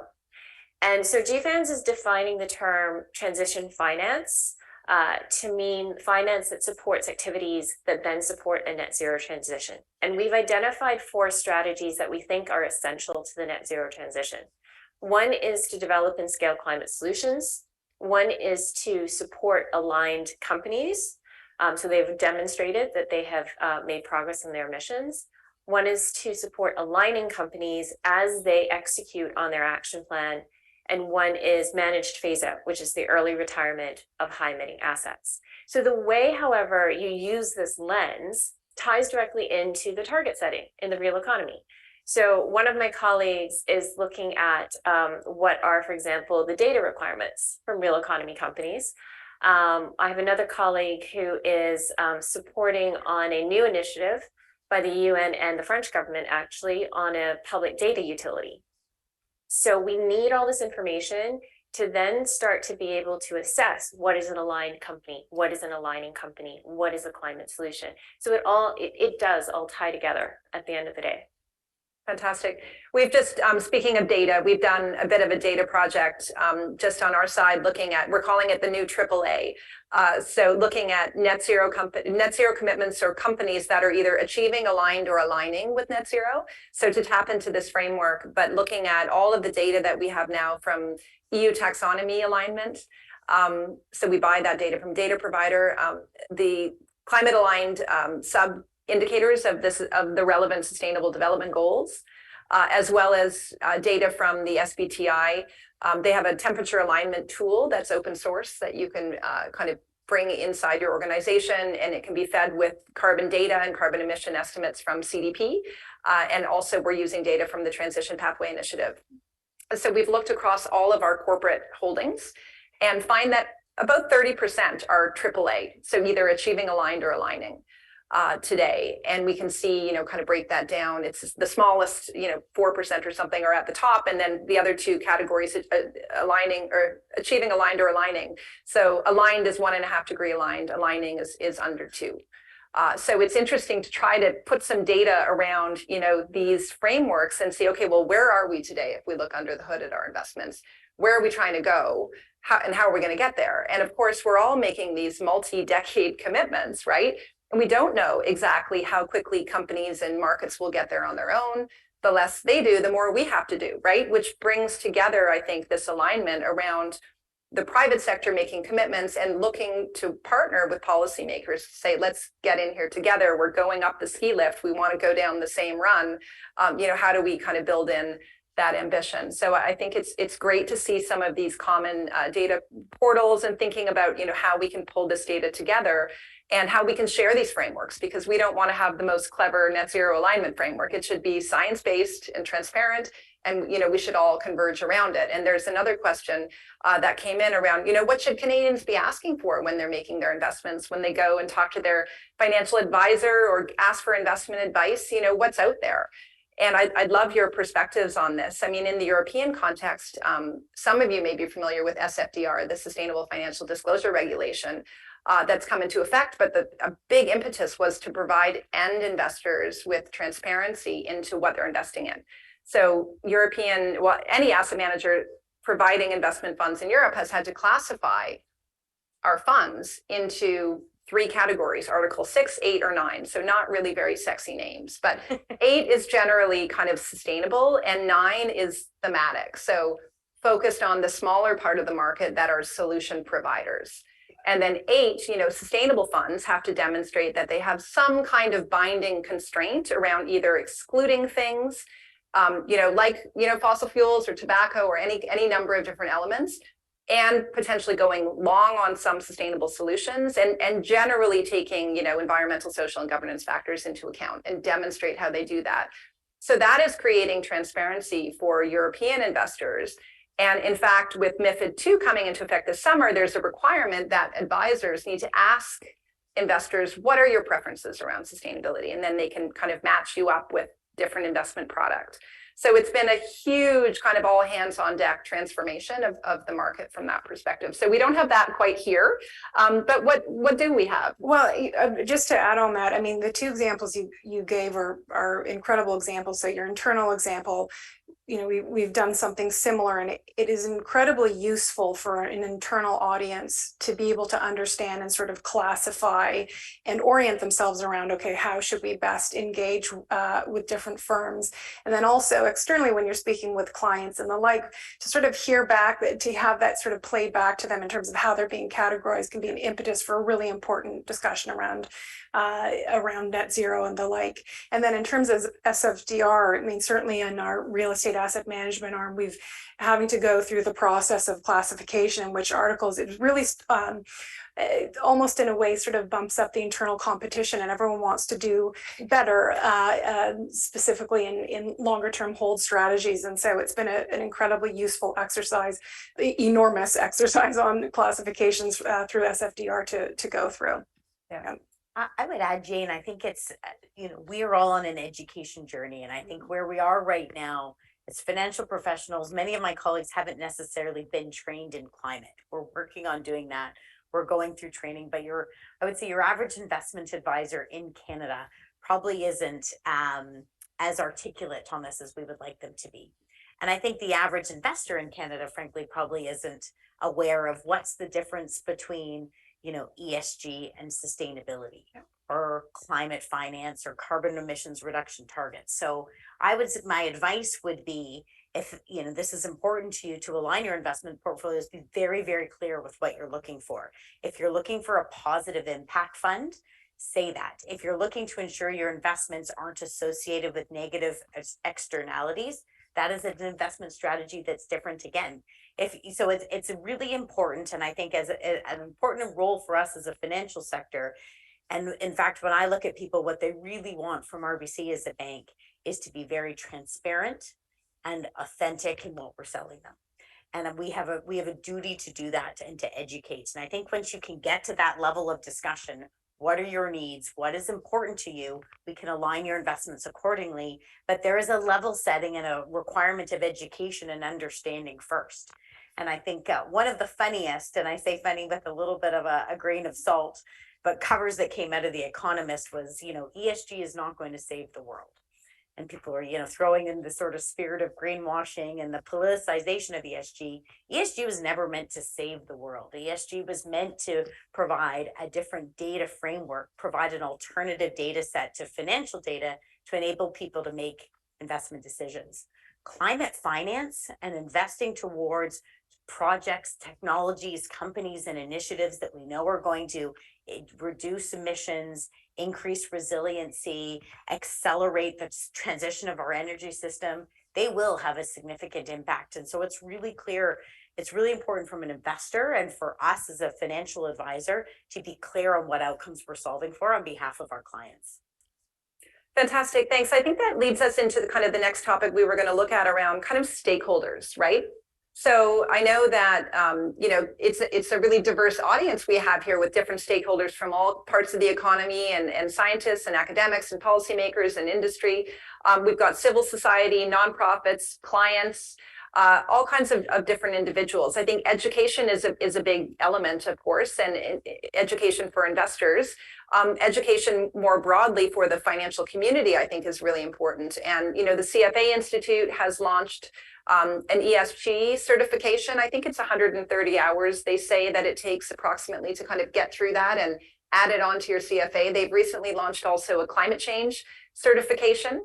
And actually, we at BNP Paribas Asset Management just last week, I think, launched a kind of sustainable investing kind of primer, which is a free class in partnership with the CFA to introduce people to some of the basics. But I think there's a huge role for education and providing support and dialogue across the stakeholder groups. So, Anna, how much kind of outreach are you getting from different stakeholders at Sun Life more broadly and in your part of the business specifically? Right. So at SLC in the asset management arm, the education and outreach part has really reached a critical time. And exactly, it's in terms of internal stakeholders as well. So making sure that there's the sort of level set of information so that everyone's singing from the same industry aligned song sheet, and then also reaching out to different clients as well and understanding from their perspective, what is it that they need? What is the information that they want, and making sure we can include that our approach can be informed by that. On the education piece, exactly as Lindsay mentioned, it can be as basic as nomenclature, right? Especially we've seen in the last few months, varying definitions of what is impact, what is net zero target versus net zero aligned, and all of the different words we are using, and making sure to be extremely clear on what it is that we're talking about. And then it can get even more complicated to say that different asset classes will have different strategies and different pathways, and we need to be careful to avoid reductionist thinking, and you know, avoid falling into the trap of, you know, the big splashy headlines that try and summarize the criticism in one sentence. It's complicated, it's nuanced, it's changing every day, and the different levers that we can use and pull really vary depending on, you know, hold time, asset class type, region, right? What type of regulation do you need to be paying attention to and aligning to? So that type of education is very important, and I think that those of us in the room and beyond are working together to start to try and clarify for an audience that is clearly growing in sophistication and awareness around ESG topics. Yeah, great. Joy, maybe you can bring in some of the GFAN's role in stakeholder kind of consultation, negotiation, creating a global framework to try to cut through some of the noise and create something that's clear and consistent. Yeah, sure, because we are very practitioner-led. So in order to develop the work that myself and my colleagues did, we all worked with a core group of practitioners, and then everything that we've published has gone through you know, dozens and dozens of practitioner eyes, of civil society expert groups, etc. Just as an example, with the report that I'm working on, it was an open consultation back in June, and I processed over 900 comments. And once I got to 800, I stopped counting, really. I just kind of like grouped them together. And so there's probably actually more. But throughout that, and then afterwards, when I spoke to the practitioners, we have the 10 recommendations, the 5 themes, one of which is skills and culture. Nobody said to take anything away, and nobody said to add anything. What they did want is more detail. So what we're hearing from the financial community across all different financial institution types is that they're so hungry to actually implement this. So they get that, you know, this is something that they have to do. They get that these are the right areas that they need to be working on, whether it's implementation or engagement or metrics and targets, but they really need more information about how to do it today and now. And that's kind of what we've been hearing from our stakeholder base, is that they're ready to do it. They just need to be shown how, and better data, better nomenclature, and then they're ready to go. Right. Jane, if I can add one stakeholder group we often talk about is forgotten, and we provide this advice to the clients that we serve, our employees. And when you think of the financial sector, we are one of the largest employers in Canada. And our employees probably have that longer term time horizon that is required to address some of these outcomes. So they expect their employer to be taking action. They expect us to have strong policies, and they're the ones that are in the weeds with us, implementing our targets, implementing our solutions.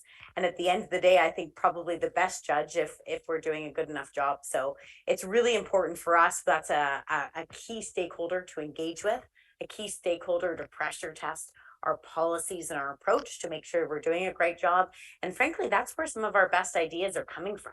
And our best ideas in terms of new innovations, new products and services, new ways we can engage with clients on this topic are coming from our employee base. So for everybody in the audience, it's, yes, your investors matter, our clients absolutely matter, but don't forget about your employees, who can be a great source of innovation. That's great. Thanks for bringing that up. We really find that as well, having a sustainable focus and sustainable culture is a really great way to attract and retain talent. Yeah. And it's kind of, self-fulfilling. So I think it's a really important journey to be on. I'm going to squeeze in one last audience question before we go to our closing question. A lot of the focus, I think, since the IPCC published that groundbreaking report showing the difference between 2 degrees and 1.5 degrees, right? That really helped everyone to focus their minds on net zero, GFANs, the continued push towards that. But what about adaptation and resilience financing? I mean, we know we're suffering these extreme weather events, catastrophic in Canada and around the world. If we look at Pakistan most recently. What's the role of investors in investing in resilience and adaptation? I mean, it's not something that we see as much discussion about, but it's a really important part of the discussion. So maybe just a few words on that from each of you. Joy, do you want to start? Does GFANs have a specific focus on this? This was definitely part of the discussion, because when you talk about climate change as a term, it sounds like really neat, right? Like a little package, but there's so many different aspects to climate change. And in sort of our remit of this year of being able to reflect at a sectoral level what is best practice today, we looked at adaptation and resilience. And you're right, there's not a lot of talk about it. There's little bits and pieces here and there, especially insurance, but not a whole lot across the sector. So we have identified this as an area that does definitely need more work, and how it integrates into transition planning and even risk and identification. At a minimum, your decisions on transition planning should not have unintended consequences about impeding adaptation resilience. And, ideally, you would make decisions that would foster both. But how you do this is what really needs some more attention and more work. Anna? Yeah, I think what you're starting to see in industry are more dollars being dedicated towards this. So, for example, at SLC, we have a $20 billion sustainable investing target by 2025. So there's the dollar piece, and then the second piece is certainly around process as well. So starting to see more delineation around how exactly, again, to use that term integration, how exactly you're starting to integrate ESG into investment decision-making practices. And then the third piece is around starting to define impact, right? The discussion starting to move towards focusing and defining what actual impact are you making? And of course, again, to have the data to back it up. Yeah. Quick comment on adaptation, or? Yeah, I would just say that, it's from my perspective, the E and ESG is so much broader than just reducing emissions, and it's really important we take a holistic view.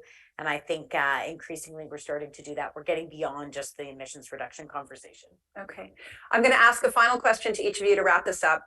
For those of you who don't know it, one of my favorite climate podcasts is called Outrage and Optimism, hosted by Christiana Figueres, Paul Dickinson, Tom Karnak, and they always ask their guests, let's wrap it up with one thing that gives you optimism and something that gives you outrage, and how we wrap that into a message for the policy discussions we're about to have in a few minutes. So Lindsay, I'll start with you.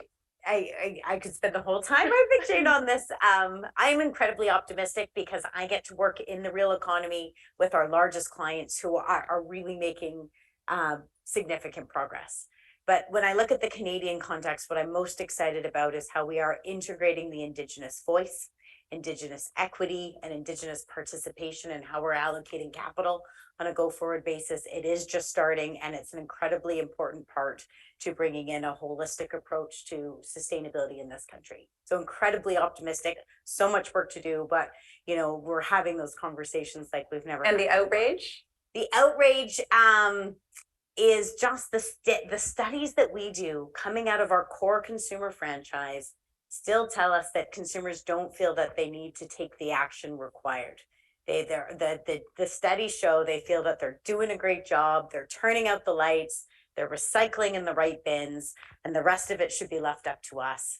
And I'm hoping we can just continue to foster more policy that empowers the consumer, that again changes that end demand, which will then be reflected throughout the rest of the system.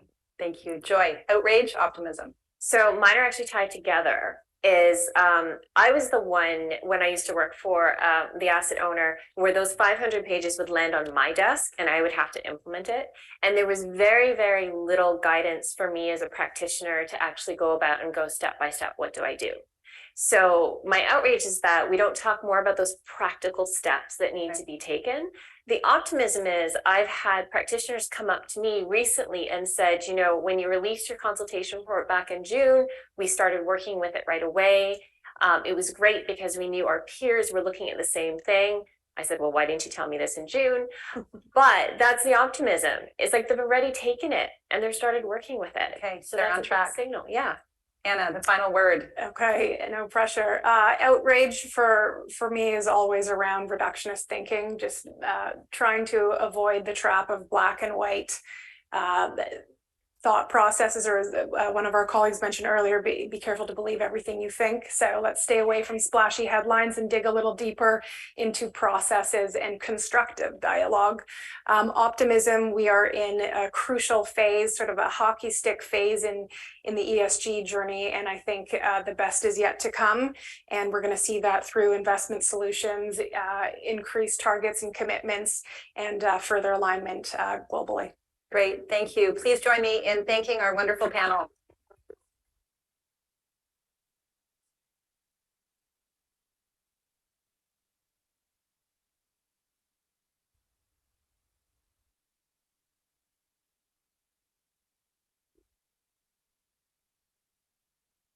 Okay, well, thank you very much. That was great. So many thoughtful insights from our capital markets panel. We are going to take a very brief break. So I'm going to suggest stay in the room. You may want to stand up, stretch, grab a coffee or water at either end of the room. Our special guest, the Prime Minister of Canada, will be on deck very shortly. So we'll be back to call you back within less than 5 minutes. Don't go too far. Thanks.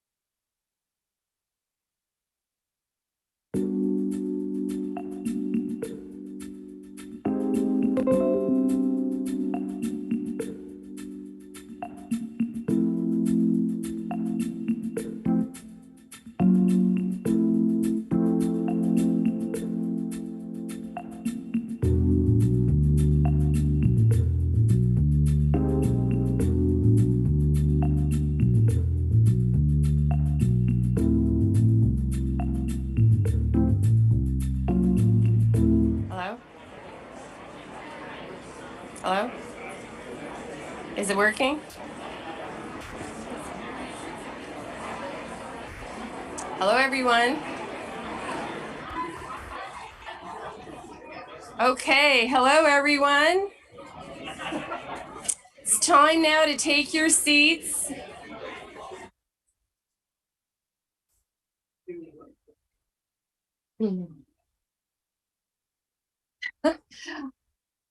Thank you. Please take your seats. Do you want to come up here and yell?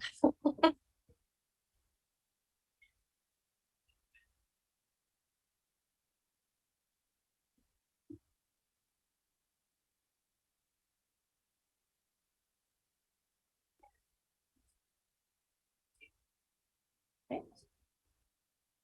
Great. Okay, so it is now my pleasure to welcome to the stage Susannah Goshko, the UK High Commissioner to Canada. Madame Goshko est une diplomate de carrière qui a été nommée haute commissionnaire. Ms. Goshko is a career diplomat who was appointed High Commissioner to Canada in September 2021.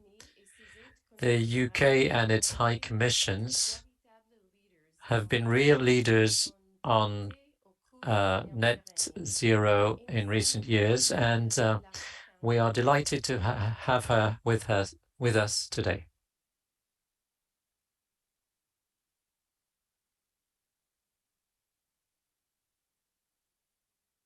Thank you, and good afternoon, everybody. Can I just say, before I get started, that in International Women's History Month, it was particularly amazing to see such a fantastic panel of women up before me, and weren't they really impressive? Good afternoon, ladies and gentlemen.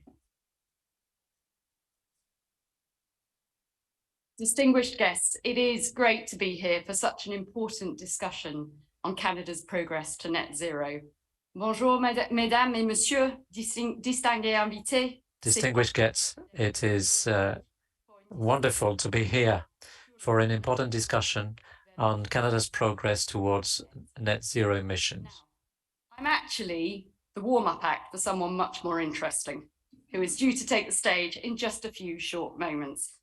I'm truly honoured to have been asked to introduce your Prime Minister, and I thought I couldn't miss the opportunity to say a few words about how the UK and Canada are working together on our climate goals. I've been in Canada for a year now, and I am continually struck by the breadth of our shared interests. Our relationship is underpinned by the shared values of freedom, democracy, and sovereignty.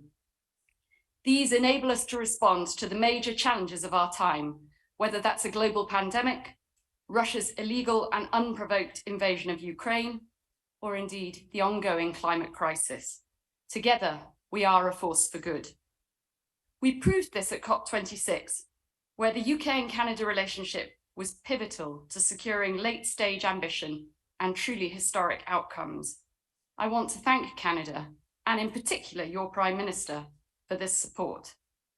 The UK will aim to return the favour in Montreal later this year, by offering all our possible support as Canada hosts the Biodiversity COP chaired by the Chinese.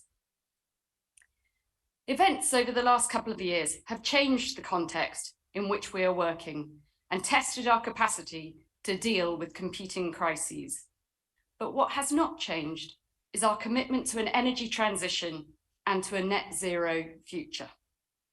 We have long recognised the energy transition as imperative for our environment and for our economy. This year, we recognised that it is also critical for our global security. My government has been clear that events in Ukraine must underscore rather than undermine the urgency with which we must push ahead. We need net zero now more than ever. Done right, this transition will bring with it massive opportunities for new jobs, investment, innovation, and exports. In the UK, this has already begun. For example, our historic North Sea transition deal, which has the potential to unlock up to $25 billion of investment to secure up to 40,000 energy jobs and to reduce emissions by up to 60 million metric tons per year. This summer, we began operating the world's largest offshore wind farm off the Yorkshire coast, Hornsea 2, together with Hornsea 1, produces 2.5 gigawatts of electricity, which is enough to power 2.5 million UK homes with low cost, clean and secure renewable energy, all the while creating thousands of jobs and investment in the local economy. We will continue to speed up our deployment of all clean and renewable technologies, including nuclear, hydrogen power, solar, carbon capture and storage, and of course, wind. It's the right thing to do for our climate, for our economy, and for our security. We've already reduced our greenhouse gas emissions by almost 50% since 1990, faster than any other industrialized nation, but we need to go further, faster, and we need to step up international collaboration in order to make real progress limiting global emissions. Last November, COP26 built a strong international consensus on climate change goals and on the urgency of the action needed. All 197 parties came together to agree the Glasgow Climate Pact, working to keep 1.5 degrees alive. 90% of the world's economy, up from 30% 2 years ago, is now covered by net zero commitments through an unprecedented collective of governments, civil society and businesses working towards the common goal of net zero by 2050. By collaborating, we can make this transition quicker, cheaper and easier for everyone, driving faster innovation, greater economies of scale, stronger incentives to invest and better outcomes for all. Whether this is in hydrogen, steel, agriculture or zero emission vehicles, the opportunities to work together abound. Okay, that's enough from me. I know what you're all here for. So, without further ado, let me move on to introducing our next two guests.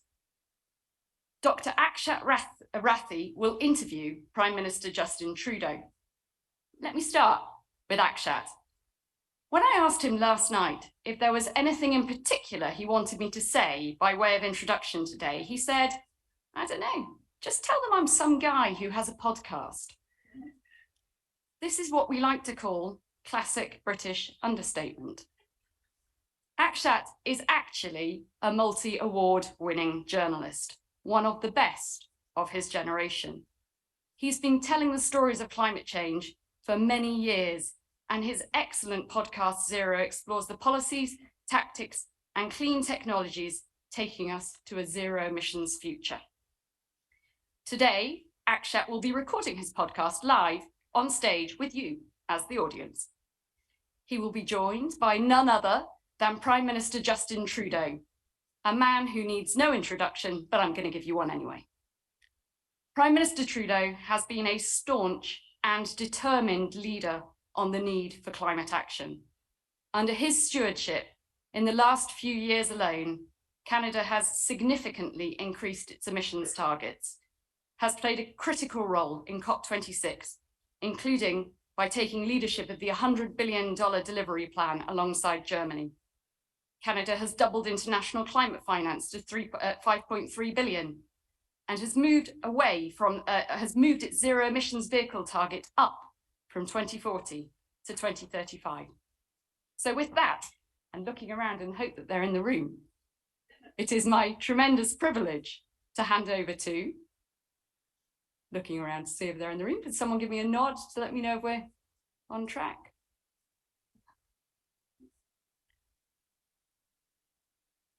I may have to act as your Prime Minister. Yeah.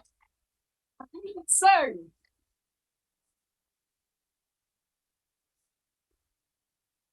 I had a last minute vote on my Thank you. Thank you so much for that introduction. Thank you, sir.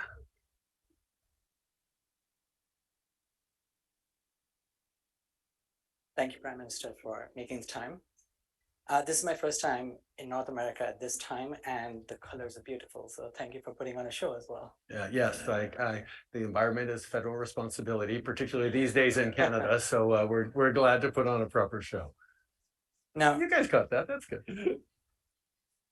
So in preparation for this interview, we asked a lot of people to send in questions, and we're going to try and get through as many of them as possible.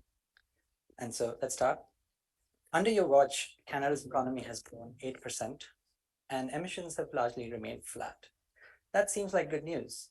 But if you compare yourself to any other G7 nation, they have grown their economy and reduced emissions at the same time. Why have you failed? I'm going to start off with the good questions then.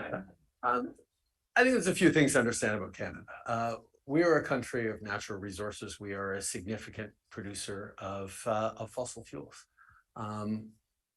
We've been that way for a long time, and that has been one of the reasons why successive governments, and we're also a big country, a cold country, that has real challenges around adapting to the transforming energy mix that we're facing. But Canadians also know how important it is to prepare for things that are coming. And we know preparing for winter, we know that as the world is changing, as the climate is shifting, we need to prepare for it and we need to figure out how to lead our way through it. And unfortunately, over many decades, different parties put forward, including my own party, put forward plans on fighting climate change or targets around fighting climate change that didn't relate necessarily to concrete plans. So in 2015, we decided to turn that around and we put forward not just targets, but a plan to reach those targets. That included, for the first time, a broad-based price on pollution that continues to be one of the strongest in the world and is going to continue to increase all the way to 2030. Now, as people know, having that take place is first of all a political challenge and a challenge in sending the right signals into the economy. And it's taking a while, but I can say that we are now on a track to reach 40 to 45% reduction by 2030, and we're going to be hitting that net zero by 2050. And we're going to do it not just because it's the right thing to do for the planet, but because we know, as everyone in this room knows, that's the competitive advantage. That's the ability for us to create good jobs and a strong future for all Canadians. Doing that has required a lot of heavy lifting over the past 7 years. Quite frankly, we spent a lot of time talking about the imperative of fighting climate change, the challenge of fighting climate change. And it is only more recently that the opportunities we talked about that would come 7 years ago, we're starting to see as the world is shifting in a much stronger way, as the positive feedback loops are kicking in, as people are realizing, investors around the world, and citizens are realizing, both with the example of extreme weather events, but also the examples of good jobs and solid investments in forward-facing industries, that shift is here and it's coming. So there's always more work to do. But we're serious about decarbonizing our energy mix. We're serious about reaching net zero, and we have concrete plans to do that. And carbon pricing is certainly a challenging policy to pull off, especially at a federal level. And there is no doubt that you've been able to pull it off in a way that's starting to work. But if we look at a comment from Jerry DeMarco, Canada's Commissioner of the Environment and Sustainable Development, who said last year, and I quote, "Canada was once a leader in fighting climate change. However, after a series of missed opportunities, it has become the worst performer of G7 nations since the Paris Agreement." Of course, you were elected just before the Paris Agreement. Now you are legally bound to reach 45% reduction by 2030. In what year will Canada's emissions start to fall at the pace required for your plan? We have already seen a bending of the curve of emissions. We're already seeing the kinds of investments that are going to get us to 40 to 45% reduced. We have a path to doing that, and that's what we needed to get to, because it's not just about preparing and bringing in the price on pollution and sending the supports to Canadians that let us through, because quite frankly, you sort of glossed over a little bit the challenges of bringing in a price on pollution. Sure. Bringing in a broad-based price on pollution was a massive challenge. And quite frankly, we're now leading at COP26 in Glasgow. We were pushing the Global Carbon Pricing Initiative, which is trying to get 60% of global emissions under a price on pollution. We're a long way from that. And no matter how many times I go around saying, look, you can do it. I won 2 re-elections on putting a broad-based price on pollution. People still think that it's a real challenge. And unfortunately, people who are small c conservative, market-based people are the ones who thought up the idea of putting a price on pollution, including externalities. Unfortunately, it tends to be conservative politicians that are most resistant to this straightforward mechanism, looking instead at bringing in heavy regulations or doing other way, trying to do other ways around it, when a price on pollution is the cleanest way to do it. What we chose to do, though, was ensure that that price on pollution actually returns to the average family more money than they can be expected to spend with the cost of that price on pollution. And that combines both support to families as we're fighting climate change and clear signals to investors and to businesses that things are going in that direction.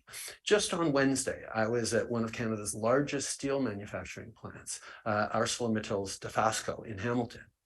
And they're making it, they made a $400 million investment in a $1 billion project last year to get off coal-fired thermal steel and move on to carbon electric. And makes sense in Canada because our grid is already 80% non-emitting. So they're moving that. It's great for competitiveness. But what they also highlighted was that price on pollution was going to be hundreds of millions of dollars in penalties for them by 2030.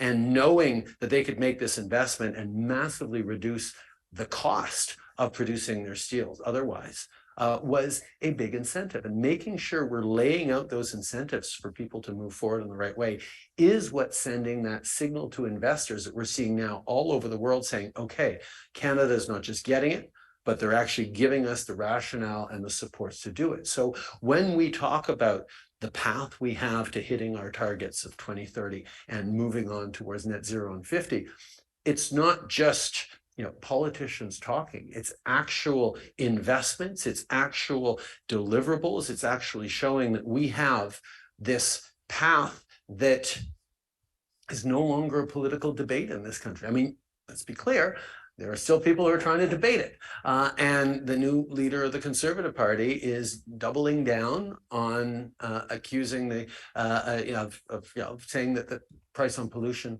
is the wrong way to go. They don't have an alternative. But the fact is, in the last 3 elections, a majority of Canadians voted for parties that talked about putting a price and keeping a price on pollution. That ship has sailed. Canadians know from the extreme weather events we're facing, from the job opportunities, from the economic investments that are flowing in, that this is the path we're on. And the fact that there is in some corners still a debate about whether the climate and the economy need to go together just shows that some people are not getting it. And what we laid out in 2015 of the economy and the environment going together is now more true for a larger number of Canadians than it ever was before. Let's try and touch on other policies beyond carbon pricing. So another stat for you. Canada has the second highest per capita emissions in the G20 after Saudi Arabia, but ahead of Australia. And the 2 Canadian provinces that matter most when it comes to emissions is Ontario, and emissions are falling, and Alberta, where emissions are rising really rapidly. Now, Alberta has a new premier, and let's just say she doesn't like your climate policies. So what specifically are you doing to work with her government to address the emissions problem? It's interesting because you see a position in which conservative politicians in Canada are actually distancing themselves from the positions of the industries they're supposed to protect. The oil and gas industry in Canada has made very strong declarations about needing to get to net zero by 2050. They've made massive investments in decarbonization. And quite frankly, if people are concerned about, as we all should be, about not just the well-being of those companies, those big investors and multinationals, but of the workers in Alberta, Saskatchewan, Newfoundland and Labrador and other energy producing areas, we should be making sure that we're investing in the kinds of jobs that are going to be there for the future. And we know that the skills involved in building an oil pipeline or a natural gas refining plant are the same kinds of skills, construction skills and operating skills that you use to run a hydrogen plant, to run a CCUS mechanisms. The kinds of jobs that'll be there in the greener economy are going to be there for Albertans. But there is a political impediment for conservative politicians in Canada who've spent a lot of time denying that climate change is real, is imperative, are trying to pretend that we can go back to the way things used to be, that the world is not changing despite the floods and forest fires and tornadoes and locusts and frogs and all the other plagues that seem to be coming at us in extreme weather events. The fact is, the world is changing. Albertan families get that. Unfortunately, their politicians are not on their side right now. And that's where, when we're drawing in investments into clean hydrogen, we're putting forward massive tax credits to put research into CCUS, which is going to be an important part of the solution, as the IEA has highlighted. As we continue to prepare for the transition towards decarbonizing so that the low carbon barrels can come from Alberta and can come from Canada, this is how we're going to ensure jobs for the future, not by hiding our heads in the sand and ignoring the fact that the world is decarbonizing, that investors are looking for people with a plan, looking for countries that are on track to actually create those solutions that'll be useful, not just here, but everywhere around the world. So listen, Alberta politicians will continue to say what they say. What Albertans are actually saying, what industry leaders are actually saying is, how do we manage this together? How do we get the pace right so we can decarbonize quickly while still being there to provide the very real short-term energy needs that, quite frankly, the Russian invasion of Ukraine and the global instability is going to require in the short term, even as we accelerate the transformation of our energy mix. So will the Russian war in Ukraine delay Canada's energy transition? No, it's accelerating it. It is absolutely accelerating. As people are saying, wow, we built an economic model and a prosperity in some parts of the world, including in Europe, that was reliant on energy inputs from Russia. As they have to get off of that, people are realizing, okay, getting off Russian oil and gas means getting onto more oil and gas to replace that from elsewhere. But it's also showing, okay, but we need to accelerate our moves off of oil and gas, or our moves to decarbonize the gas, at least, so that we can actually not be reliant on Russia, but more than that, not be reliant as democracies on autocracies. I mean, we spent a lot of time since the beginning of the war in Ukraine pointing out that democracies with freedoms, rights, with thoughtful capitalist models are the best solution for people around the world. And yes, you should all become democracies. Except we're sort of avoiding the fact that underpinning those democracies is a reliance on cheap energy and cheap raw material inputs from countries that do not share our values or our approach. Forget on democracy, on things like human rights, on environmental responsibility, on sustainability, on labor standards. So we can actually make a case that democracy is better for the world, that our Western civilization in all its forms is better if it's reliant on authoritarian dictatorships. But that's where Canada comes in, right? Yeah. Where we actually have the kinds of resources that you'll find in a Russia or a China, but we have labor standards, we have environmental standards, we have democracy, we have human rights. We recognize our challenges and mistakes, and we work to tackle them. We have freedom of expression and political freedoms that actually make us more reliable, more robust, more resilient as trading partners. I mean, people have understood the precariousness of global supply chains in a post-COVID era, and having a country like Canada that's already incredibly clean in its grid, responsible in its environment, being a purveyor of critical minerals that the world needs, so we're not reliant on countries like China, or energy, so we're not reliant on Russia. And Canada is positioned to be the supplier of energy in a net zero world with all the things we're doing. That's the way we're going. And So yes, as you say, it takes a little time to get going, but we're on our way. But let's take that. So if you're going to be the clean Russia, the democratic Russia, the energy provider that Russia is. I like to think of Russia as the dirty Canada, but you know, that's just me. You're going to have to build LNG plants on the East Coast. You're going to have to dig up more oil from the oil sands to be able to supply that oil to the world.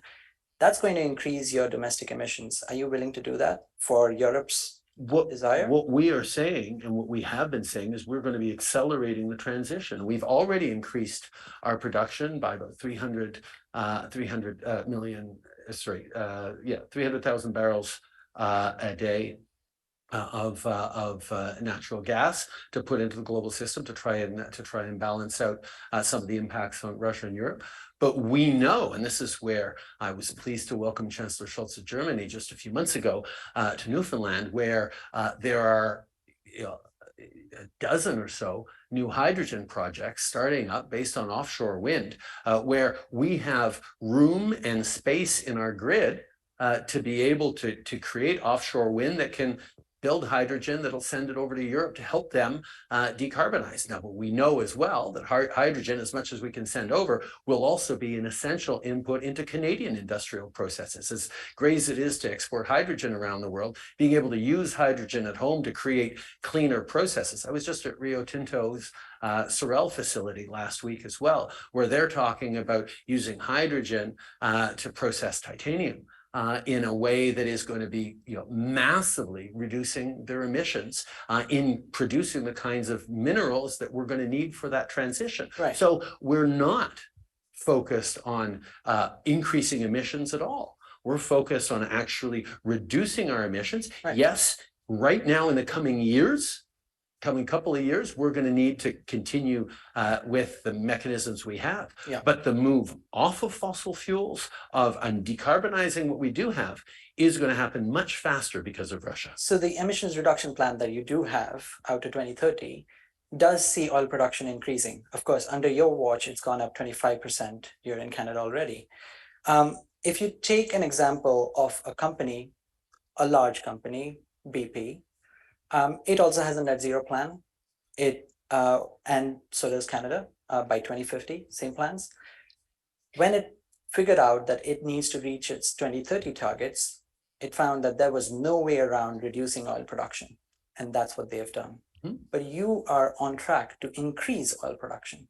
So how is it that you can do better than BP at being able to meet your climate goals while increasing fossil fuel production? Well, I'm not going to speak to BP, but Canada is a country that is a federation, and we have, as a federal government, tools, and that we have different tools than the provinces have. We get to regulate the environment. We actually had to fight all the way to the Supreme Court on our ability to regulate the environment, and the federal government won over the provinces that didn't want to be pricing pollution. And we actually got to a place where we have a plan to cut and cap emissions. Now, if the companies can cut emissions and reduce their emissions, then there is room within that to increase production. But the goal is, and any further oil plants or any further energy production is going to have to fit into our emissions reduction plan. Right. That's what we laid out when we approved the latest project at Visionnez. So carbon capture is crucial to be able to reach these climate goals because that's the lever that the oil and gas industry can pull. After the Inflation Reduction Act passed in the US, the incentives that US companies are going to get for carbon capture is much higher than those that are available in Canada. Will you be increasing the Canadian incentives to match the US offer, and when will you do that? We're going to absolutely stay competitive. That's been something that has always been important for Canada to stay competitive. But one of the reasons the US has to do so much more is they don't have a price on pollution. They have to do through regulations and incentives and subsidies what we are already doing a lot of heavy lifting around with the price on pollution. But absolutely, we are looking at We already moved forward on strong tax incentives on CCUS. We're always going to look more on how to be competitive with the IRA. It is raising the bar in a great way. They're starting to catch up to where Canada is, which is a good thing. But we still have advantages in the price on pollution. We still have advantages in drawing in investments from around the world. But about 90% of the oil and gas emissions do not really get covered under the price of pollution that you have right now. So it's not really kicking in for the oil and gas sector at all. So how are you making the comparison work? Well, I think if you talk to the oil and gas sector, they're very aware of the fact that we have a price on pollution that's continuing to rise until 2030, and they are changing their behaviors because of it, and they're being great partners on that. So I disagree with your statement. Okay, let's take the Inflation Reduction Act, stick with it. They're going to funnel hundreds of billions of dollars in clean technologies. Sorry, who's doing that? The US. The US, through the Inflation Reduction Act. Now, Canada is a smaller economy, fewer people, but if you take the comparable sums, do you think you'll be able to put in as many billions of dollars, not hundreds, maybe tens, to be competitive with your neighbor? And when will we hear about those plans? Canada, over the course of its existence, has always been very aware of what the US has done. It's our largest trading partner. When they took a Trumpian turn over the past 4 years, we had to make sure that we were staying competitive in all sorts of different ways, with our taxes, with our incentives for businesses. But we also know that Canada has a lot more to offer than just trying to compete on prices. And we will make sure we're competitive. But for example, when we saw an investment Monday, I was out at a suburb of Ottawa here in Canada, making an announcement that Nokia is going to be creating one of its top 5 research and development hubs in the world here in Ottawa, of all places. And it was a $40 million investment by the federal government. Now that's real money. But there's a lot of countries that would have offered for $40 million to be one of the central research and development hubs for Nokia in the world. If Nokia is choosing to come to Canada, it's not just because we were able to offer them $40 million on a $255 million investment. It's because the climate, the investment climate, the workers, the extraordinary, well-educated, growing workforce in Canada that we have, the innovative scientists, the support for new technologies, the support for innovation that we're doing in Canada, the quality of life for people who come work here. There is a whole package of stability and opportunity that Canada is offering that, quite frankly, when you look at the investments by Stellantis, by Umicore, by GM in the auto industry, when you look at Rio Tinto, when you look at Nokia, when you look at all the other investments that we've been drawing in, because Canada has a better resilience and stability and climate plan and predictability and track of investments, you see that it's not just about who can offer the best cash sweetener incentives. That's not necessarily companies. Yeah, they'll look for that and they'll take the money. But they're also looking for, where are those jobs and those workers going to come from in the coming decades working in? What's the quality of life that they're offering to their employees? What are the opportunities for families to be raised in successful global places where, for example, we have a free trade deal with every other, we're the only G7 country with a free trade deal with every other G7 country. There are all these things that line up in favor of Canada, things that we've been talking about for 7 years that, to be entirely honest, we're just starting to see really click into place over the past couple of years. But those pitches and those investments mean that we will always be able to stay competitive with the United States. So we're coming close to the end of our conversation. So I wanted to bring in a couple of questions I've got from the audience. One is from Ajit Niranjan, and he asked, Canada has the 10th highest historical contribution to the climate problem, ahead of France and Australia in total CO2 emissions, cumulative, that's set in the atmosphere today. Now, under the Paris Agreement, Canada has a responsibility to be able to compensate developing countries for the losses caused by climate change. Just look at what happened in Pakistan over the summer. The Environment Ministry told me that Canada is arguing for loss and damage to be on the agenda at COP27. And that's very welcome by developing countries. Now, how much money will you be providing to the Loss and Damage Fund?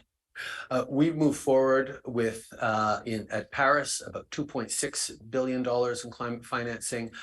We've upped that at Glasgow to $5.8 billion, but also with Canada, with Germany, that is pushing hard to get to the $100 billion a year in climate financing. Right, and we've actually been living up to that. And so we're going to continue to be part of all these conversations and make sure that we are flowing capital to environmental initiatives, to resilient infrastructure initiatives, to energy initiatives that are good for the climate around the world. That's a part of the conversation we're going to continue to have, but I'm not going to preclude the conversations that I know will be happening at COP27. Well, let's stick with COP27 though, because last year when you came to Glasgow, country I live in, you said Canada must do more and faster. And it said, since then, you've been able to put out some policies that you're going to implement. Not all of them have been implemented. With that in mind, what exactly are you going to bring to this COP? First of all, Canada continues to step up on leadership on the global pricing initiative. More countries need to be able to adopt pricing on pollution, on carbon pollution, if we're going to send consistent messages around the world. As we talk about carbon border adjustment challenges, recognizing there are places around the world that do not do anything to fight climate change, do not include any of the externalities in their production processes, and companies in Canada and other responsible countries are unfairly competing against countries that are free riding on everyone else. So we need to make sure that we are accounting for the investments that we are making to keep everyone safer by leading in the fight on climate change. And that's a big part of the conversation we're going to continue to have. We're also moving forward this fall on hosting the Nature COP in Montreal. And we know that protecting biodiversity and moving forward on protecting nature is going to be unbelievably important, which is why we're on a track to protecting 30% of our land and 30% of our coasts by 2030. And that, right, there's a lot of countries that have talked about those sorts of things. We've got the longest coastline in the world. We are the second largest country by geography in the world. And there's lots of smaller countries that have committed to that, but having a big country do it is going to move the dial significantly. Yeah. Now let's stick to nature. So there's another question from the audience about forests.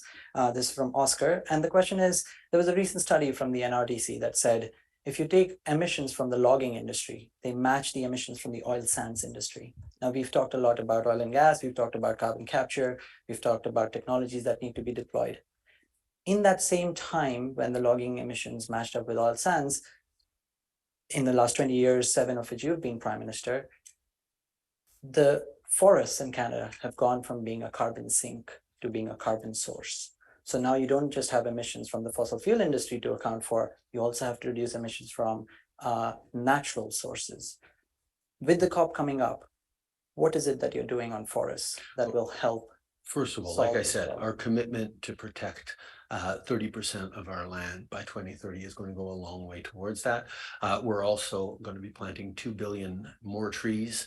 Canada already plants hundreds of millions of trees every year within our forestry industry that has made huge strides in reducing its emissions and being more environmentally responsible. And Canada's forestry industries are among world leaders in forestry sustainable practices. And on top of that, we're going to be planting 2 billion trees. We're going to be moving forward in protecting wetlands, in recognizing the important role that our coastal and marine areas have in protecting climate change. We know that protecting our oceans is one of the most important things we can do in terms of protecting biodiversity in the future years. So we'll continue to do that. Then just the final question, because it's hard to not hear what you're saying and realize that those are all great things, but the emissions don't lie. The emissions are rising in the oil and gas sector. Emissions are rising in the transport sector. Emissions are rising in nature, in the land use sector. And you've been Prime Minister on a climate mandate for 7 years. You have 4 more years, you may have another election, another term. When do you think emissions will actually start falling? Which year? Give me a year. Emissions in a number of sectors are decreasing. And let's just take a perfect example. One of the things we're working on right now is getting a net zero electricity grid by 2035. That's going to be hugely important because even as we know people are switching over to electric vehicles, we need to make sure that they're charging those electric vehicles off of a net zero grid. And what Canada is focused on in that as a way of driving down emissions is not just producing the critical minerals, but actually transforming the critical minerals, as we saw at Rio Tinto just last week, in more environmentally friendly ways. Developing the batteries. We have investments in battery productions here, lithium batteries. We're moving forward on producing the EVs in Canada. The challenges with the United States got fixed, and we're now going to be part of that market to build EVs in North America. Top of that, we're investing in charging stations. We have incentives on percentages of zero emission vehicles that need to be sold in lots across the country. And finally, supports for consumers on buying the EVs. So we have the entire arc of that. And you cannot look at different solutions in isolation. We have to look at the map of where we're going as a country. And what we've been doing consistently is recognizing that the jobs and the stability of the future is going to come from investing in fighting climate change, in growing our economy in sustainable ways, and quite frankly, not just for our own sakes, but creating those solutions that are going to be needed for the world. And yes, you caught me. We still produce oil and gas in this country. Aren't you clever, actually? But sure. The fact is, we are doing more to bend that curve in more difficult circumstances than just about any other stable democracy around the world. Of course, when I say stable democracy, I exclude a whole bunch of countries these days. But the reality is we are on a track to hit our carbon reduction targets, to grow the number of jobs and good careers for Canadians, and to get to net zero by 2050. And quite frankly, Canada, with its natural resources, with its human resources, with its openness to immigration and diversity, with the understanding of the resilience that brings to our workforce and our investment climate and our political stability, Canada is one of those places where the future is being built right now, and Canadians are fully in it to be along for the ride. And that's what Canada gets to offer the world right now. Now, I will get called out by security from the Parliament if I don't let you go. But let me ask you one question with a yes or no answer. So Canada's first climate plan was implemented more than 30 years ago. This is Prime Minister Brian Mulroney, who set out a plan to stabilize emissions at 1990 levels by 2000. There have been 8 climate plans since. Yet Canada's emissions today are 20% higher than they were in 1990. Can you guarantee this time will be different? Yes. Wonderful. Yes, because every other plan was based on targets. Any politician can put forward a target. Can you actually build a plan to do it, make the trade-offs and fight for a price on carbon pollution? And make those shifts like we're seeing. I mean, and I make light of the fact, because in this room, people understand that this is where the world is going. It's still a very real political debate in this country. There are still people who are hell-bent on reversing our approach on fighting climate change and repealing a price on pollution that industry is relying on to track their costs. It is not a done debate, and activists can, poke holes in this and that and everything else. Sure, but how are we actually going to get there? I mean, what I started with was the point that you ended with, that there have been decades of people saying we're going to act to fight climate change, and what we've seen over the past 7 years is it's hard to actually do it because you get pushback from the right saying, oh, no, you can't fight climate change. You don't need to fight climate change. And you get pushback from the left saying, oh, you're not doing enough. You're not doing fast enough. Getting it actually done within a stable democracy in a way that builds a path for the future that can actually give confidence and inspire Canadians that there is room for them in the future, there's room for their community, for their kids. That's the big challenge. That's what we've been focused on, and that's what we're seeing Canadians come to as we demonstrate that the leadership we've shown on fighting climate change, not without challenges, but the steadfastness we've had on this is bringing in the investments, the solutions, and the innovations that are going to lead not just Canada, but the world economy in the coming years. And that's what I'm excited about. And that's why this is such a good country to be serving. Thank you so much for taking Yes. this.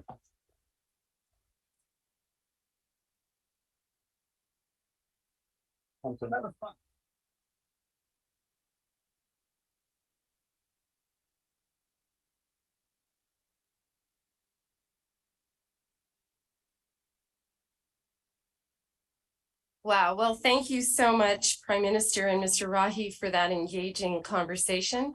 I just want to say I never want to be interviewed by Akshat Rahi. I'm not that I ever would be by a Bloomberg award-winning journalist, but oh my gosh, that was very really to the point questions. And I have to say, I really appreciated that those were really thoughtful and challenging questions. And I also want to say that more than ever, I want to thank the Prime Minister for being here today and how much we appreciate his ongoing personal leadership on this critical issue. If there's one takeaway we all probably can nod our heads at, is that, of course, getting things done is hard in a democracy, and we have to appreciate that. You know, as they say, democracy is the worst thing other than all the others. So here we are, and we appreciate that we're here. So we have two final important speakers this afternoon. So I'm so pleased that we have the Honorable Stephen Guilbeault, Minister for Environment and Climate Change, as well as the Honorable Jonathan Wilkinson, who's Minister of Natural Resources, and they're here to share a net zero progress report. They're going to be in discussion with Marie-Pierre Yperciel, my esteemed co-MC today, and I'm going to hand the podium over to Marie-Pierre and our speakers. Thank you.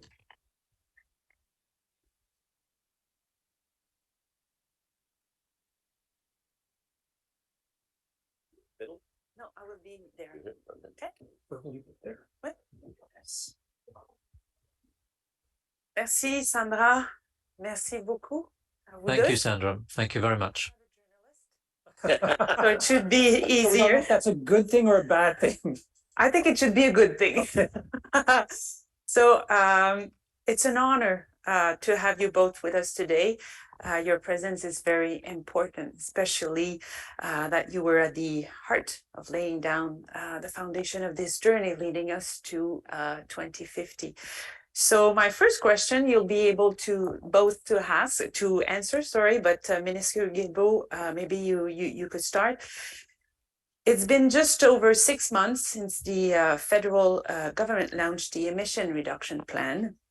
And what progress have we made on actually implementing ERP over the past 6 months, first?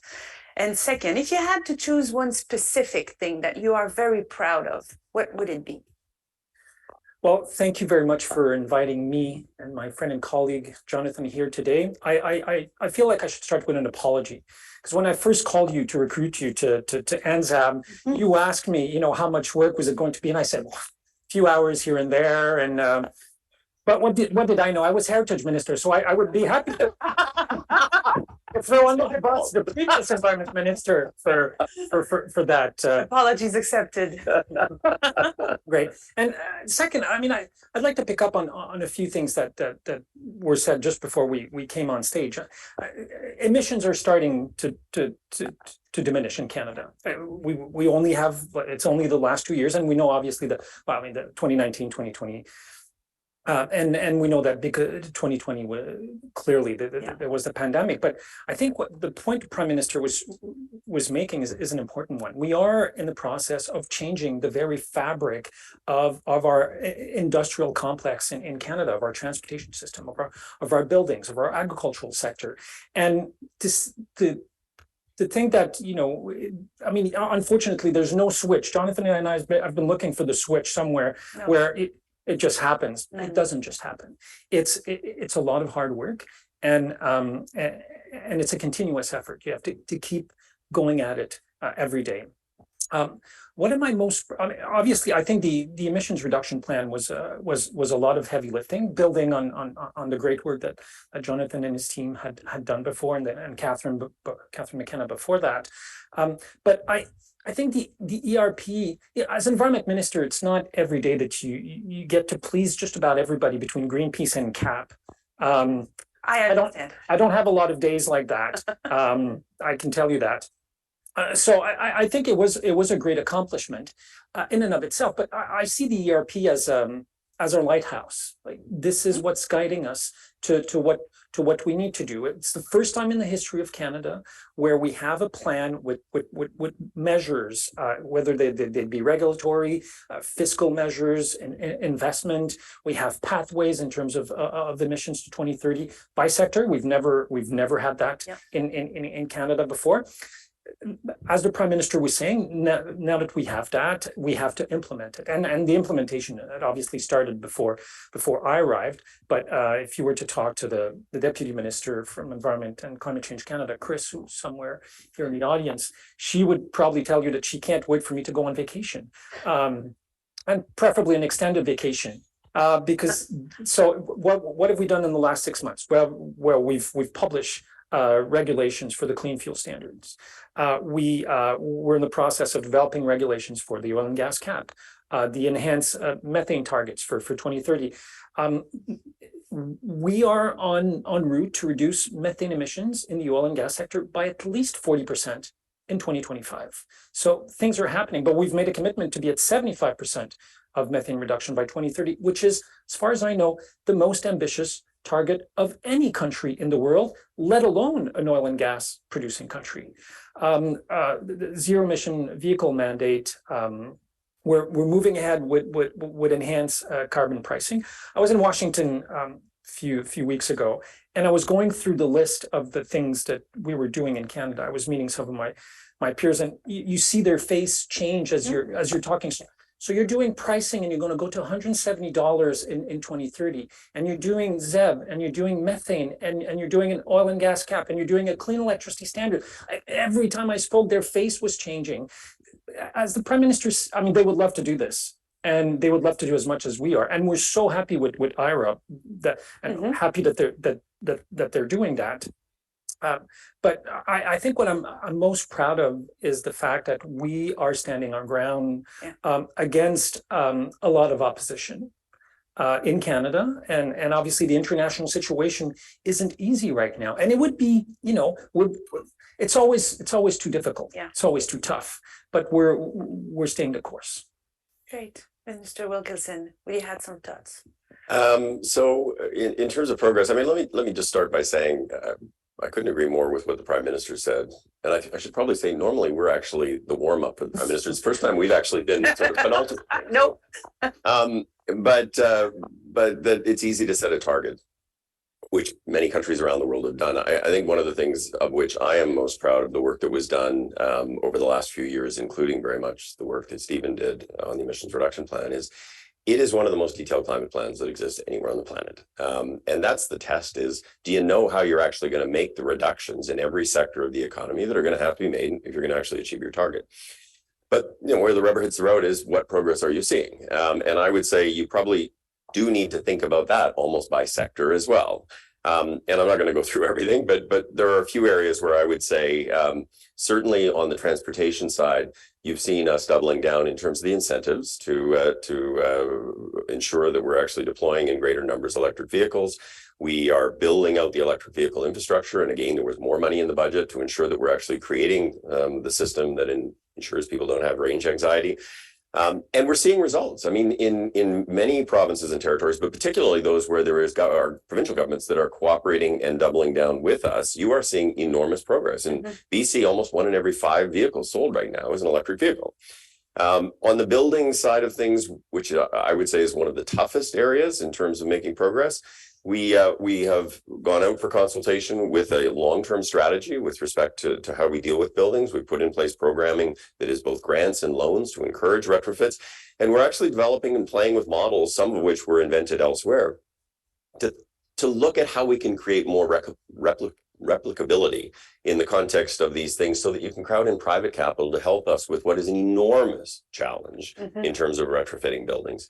We are seeing announcements in the industrial space almost every week, whether it's green steel or green aluminum or CCUS or hydrogen projects like the Air Products one in Alberta, or battery manufacturing plants, electric vehicle plants, like that whole piece of industrial emissions and the economic opportunity. I think we're seeing progress. And as Stephen said on oil and gas, I mean, the cap is something we are working on, but the methane emissions, I mean, you know, people at the beginning said, oh my gosh, you're being so aggressive. Well, Saskatchewan actually has basically met the 2025 commitment already.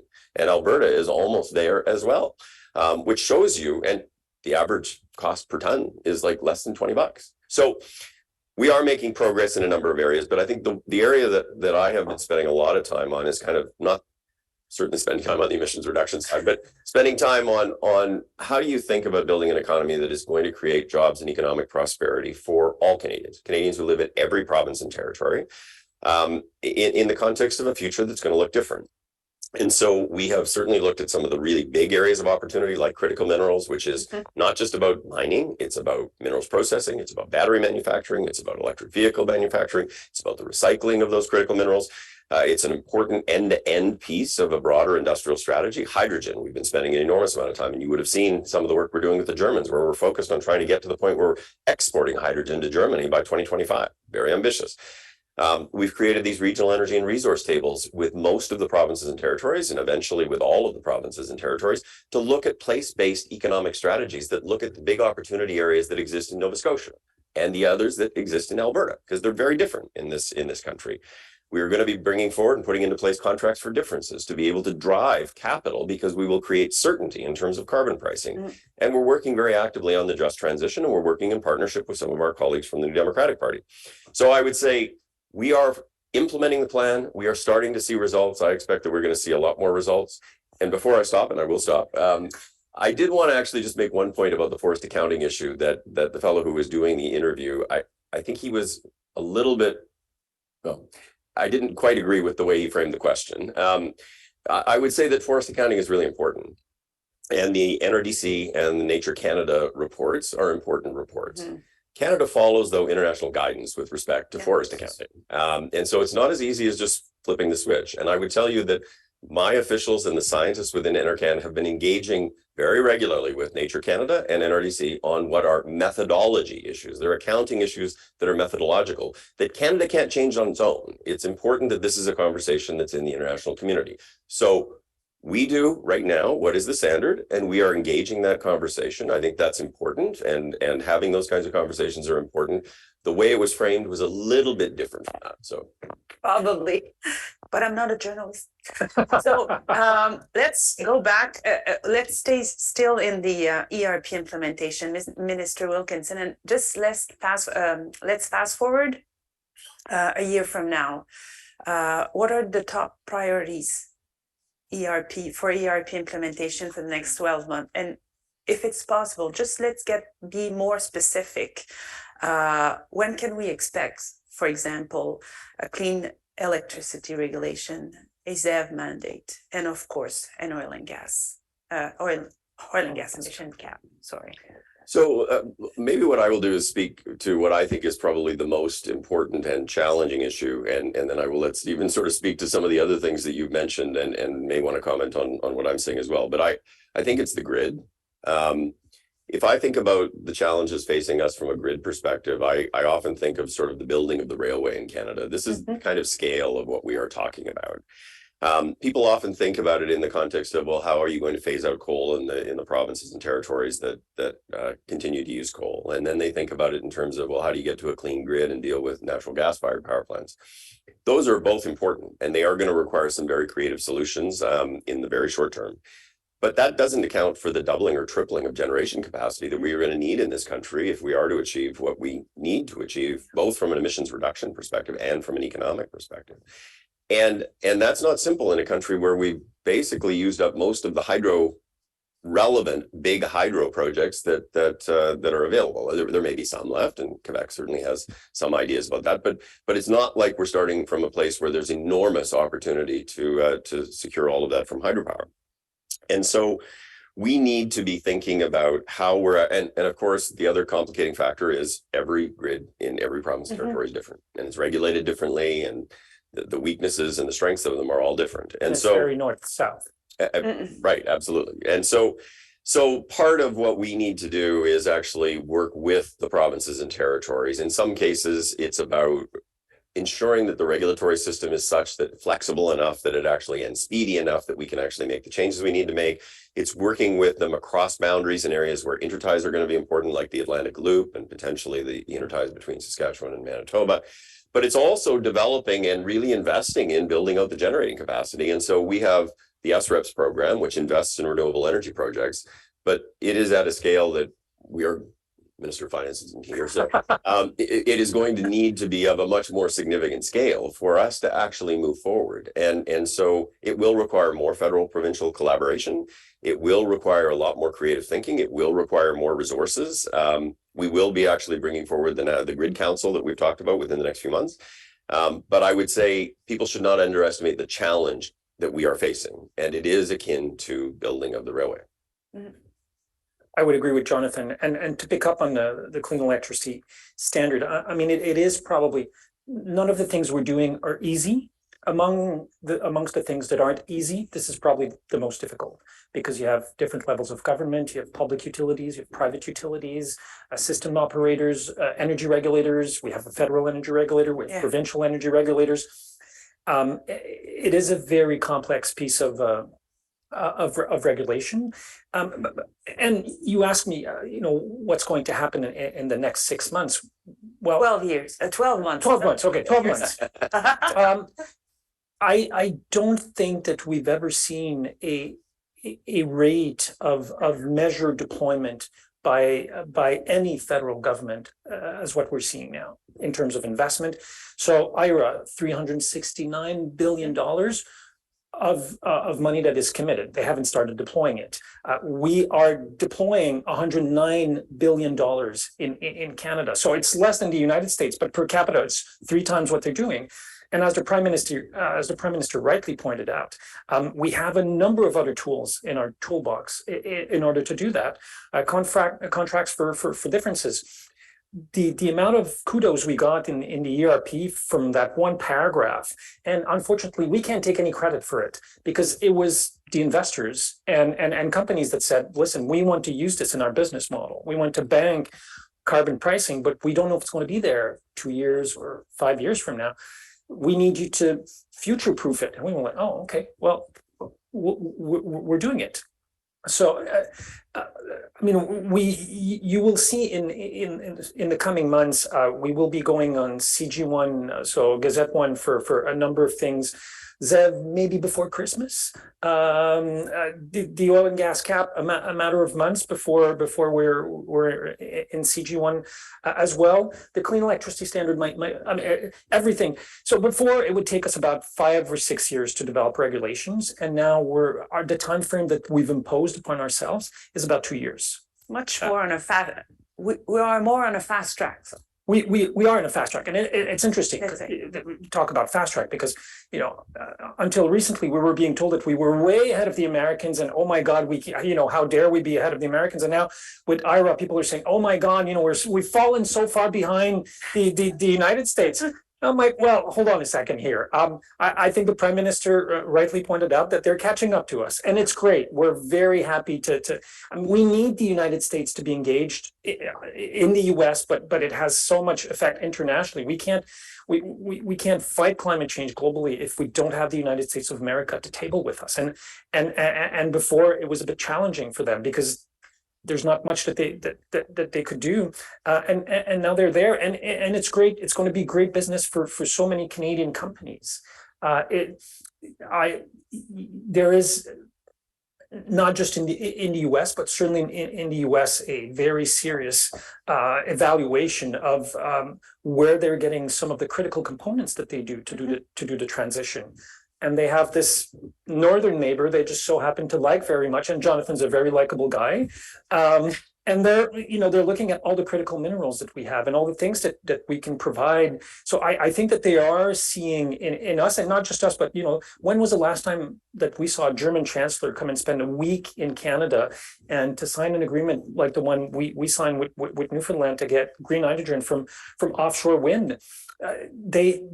A number of countries are starting to see Canada as a reliable, stable, low emitting technology provider and energy provider for the future. Maybe not for next year or the year after that, but for the medium and long term, I think that's what's in it for us. It's about reducing our impact on the environment for sure. It's about fighting climate change. But as Jonathan rightly pointed out, it's about building the economy, the jobs of the future for Canadians. Juste pour faire du pouce sur les minéraux critiques et stratégiques, there was somebody to come back to strategic and critical minerals. Make sure that we need to transform them. La première transformation, la deuxième transformation, n'est pas We seulement. have a first and second transformation. We also need to have exports because that will also bring added value to Canada. I have the sense that every time I turned around as Philippe Champagne, who's announcing a new battery project, a transformation project, I think we have some $15 billion in investments already underway over this last year. That's 10 industrial projects, either to manufacture components and batteries. Not only will we be extracting minerals, but we will also process them. What was difficult for us to do in the past with our natural resources is something that we're currently doing. And in large part, it's thanks to François Champagne. It's very important. There's a great opportunity here. And again, we have to carefully consider how to move forward to make sure that Canada will benefit from this. But I believe that as well, we must consider how we can guarantee that we are doing environmentally friendly development, but to also make sure that we can engage with and work with Indigenous communities. And it's not possible for us to have mines in areas where there will be no benefits for the Indigenous communities. So that is something we need to think through, but there are many opportunities there for Canada. Minister Guilbeault, we saw a summer where rivers in Europe dried up. There was a heat wave in China. We had a drought in the West, and Fiona caused tremendous damage as well. Do you believe that all of these weather events linked to climate change are the responsible that are affecting people, but also decision makers? Are people more convinced about the need to turn net zero into an even more important priority? Well, it may seem like a paradox because we've been speaking about climate change for a long time. I was at the first meeting of the parties in 1995. That was COP1 in Berlin. I was there with other activists. I was trying to close the doors and telling delegates that the negotiation wasn't over. We hadn't obviously closed all the doors off. For security reasons, we had left some of them unlocked. But we've wasted a lot of time, and that's especially true in Canada, and that's generally true for the planet as a whole. Had we listened to scientists in 1990, 1995, because what we know today and is more granular, we know more details, but we did know this back in 1990, 1995. The situation of that would not be the one that we find ourselves in right now. And I was discussing this with Jonathan earlier. And in British Columbia, I think you had 100 days without a single drop of water, of rain. So a day doesn't go by without seeing terrible effects of climate change. We hear about them, whether it's here or elsewhere. And yet, when it comes to carbon pricing, whether it be the best tool or one of the best tools, at least to fight pollution, the majority of the premiers here say, no, this isn't the right time. We won't do it. It'll never be the right time. If it isn't now, when will we do it? And there is a class of politicians in Canada, and we certainly don't have a monopoly on this, but who believe that it's possible to fight climate change, but that it'll simply happen automatically, that no effort needs to be deployed. That's not how it works.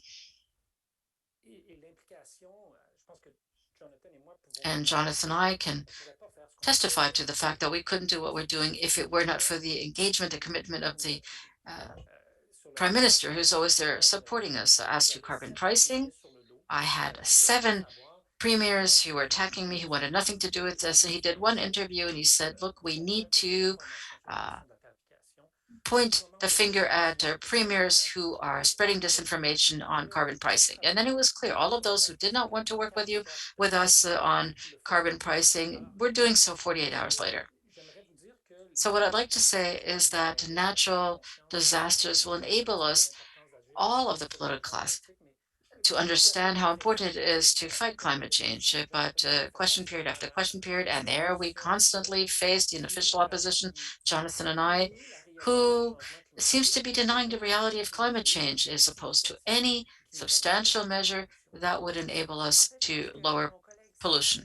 I think my colleague Simon this morning was speaking about courage. So we are encouraging you to still be courageous. I think our participants here will be happy to continue supporting you. So I think we need to continue in that vein. So, Minister, you spoke a lot about the imperatives linked to zero emissions, to carbon net zero, and that this will have major implications for Canada. But there are opportunities that we also need to see. So more concretely speaking, what is the federal government doing in order to position Canada on this path towards economic prosperity when it comes to net zero? Well, that is a major issue. And I've often read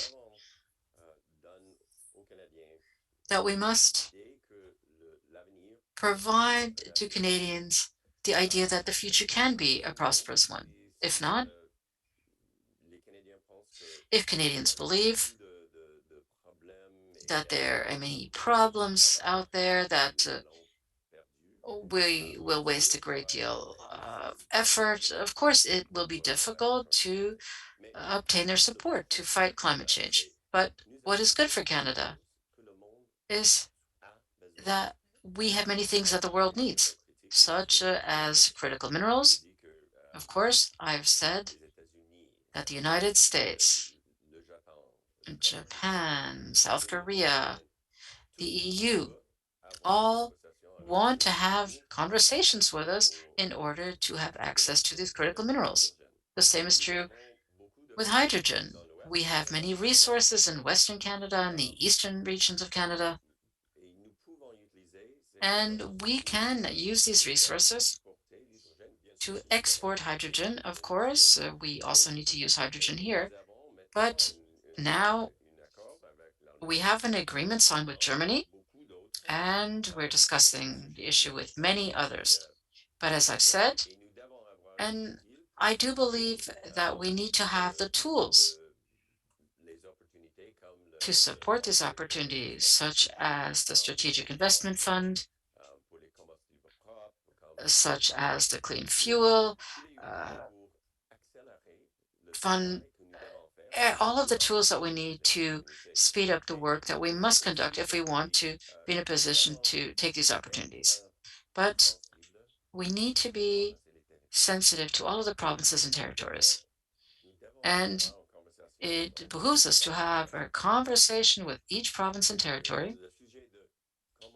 And the topic is whether or not their children will be able to benefit from the opportunities that we've had throughout our lifetimes.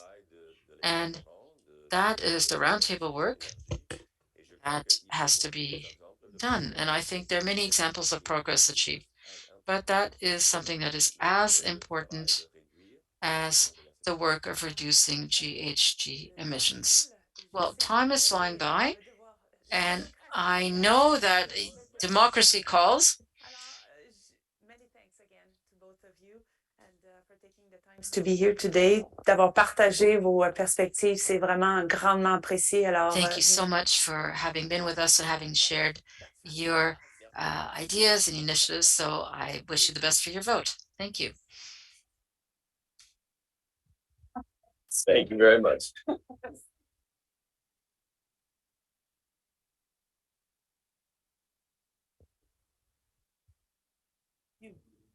So I would now like to welcome Dan Wickham and Rick Smith back to the stage to share some closing remarks.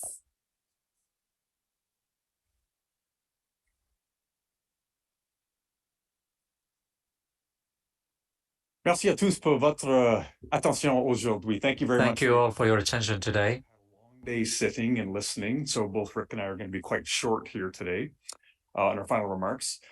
From NZAB's perspective, this was a great success. Remember, our mandate is to advise the government on interim targets on the way to net zero and most likely pathways to net zero. And we do that formulate our advice by a couple of different ways. First of all, we work very closely with the Canadian Climate Institute. That's a great relationship.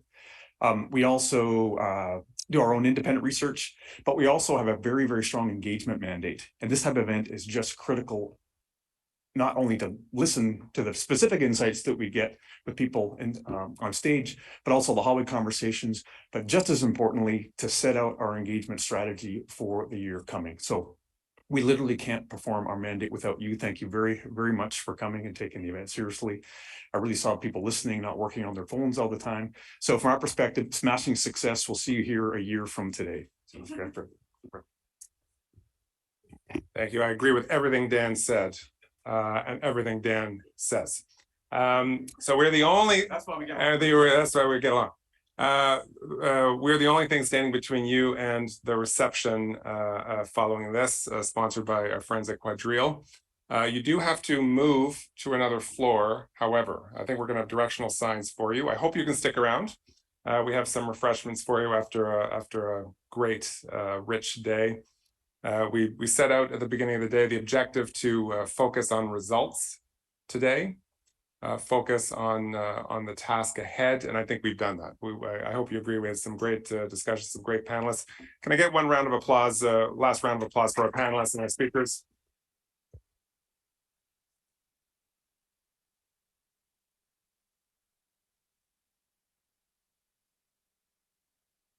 Guys, I want to thank actually the Prime Minister one more time. What greater statement could we ask for on the priority of net zero at the moment than having the leader of our country here today talking about in some detail about the commitment of this government to move forward at full speed.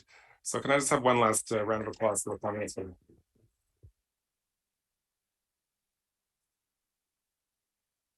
All right, so if you go in the hall, I'm told there are arrows directing you to delicious snacks and beverages. Thank you very much. Merci beaucoup. And as Dan says, we'll see you here next year.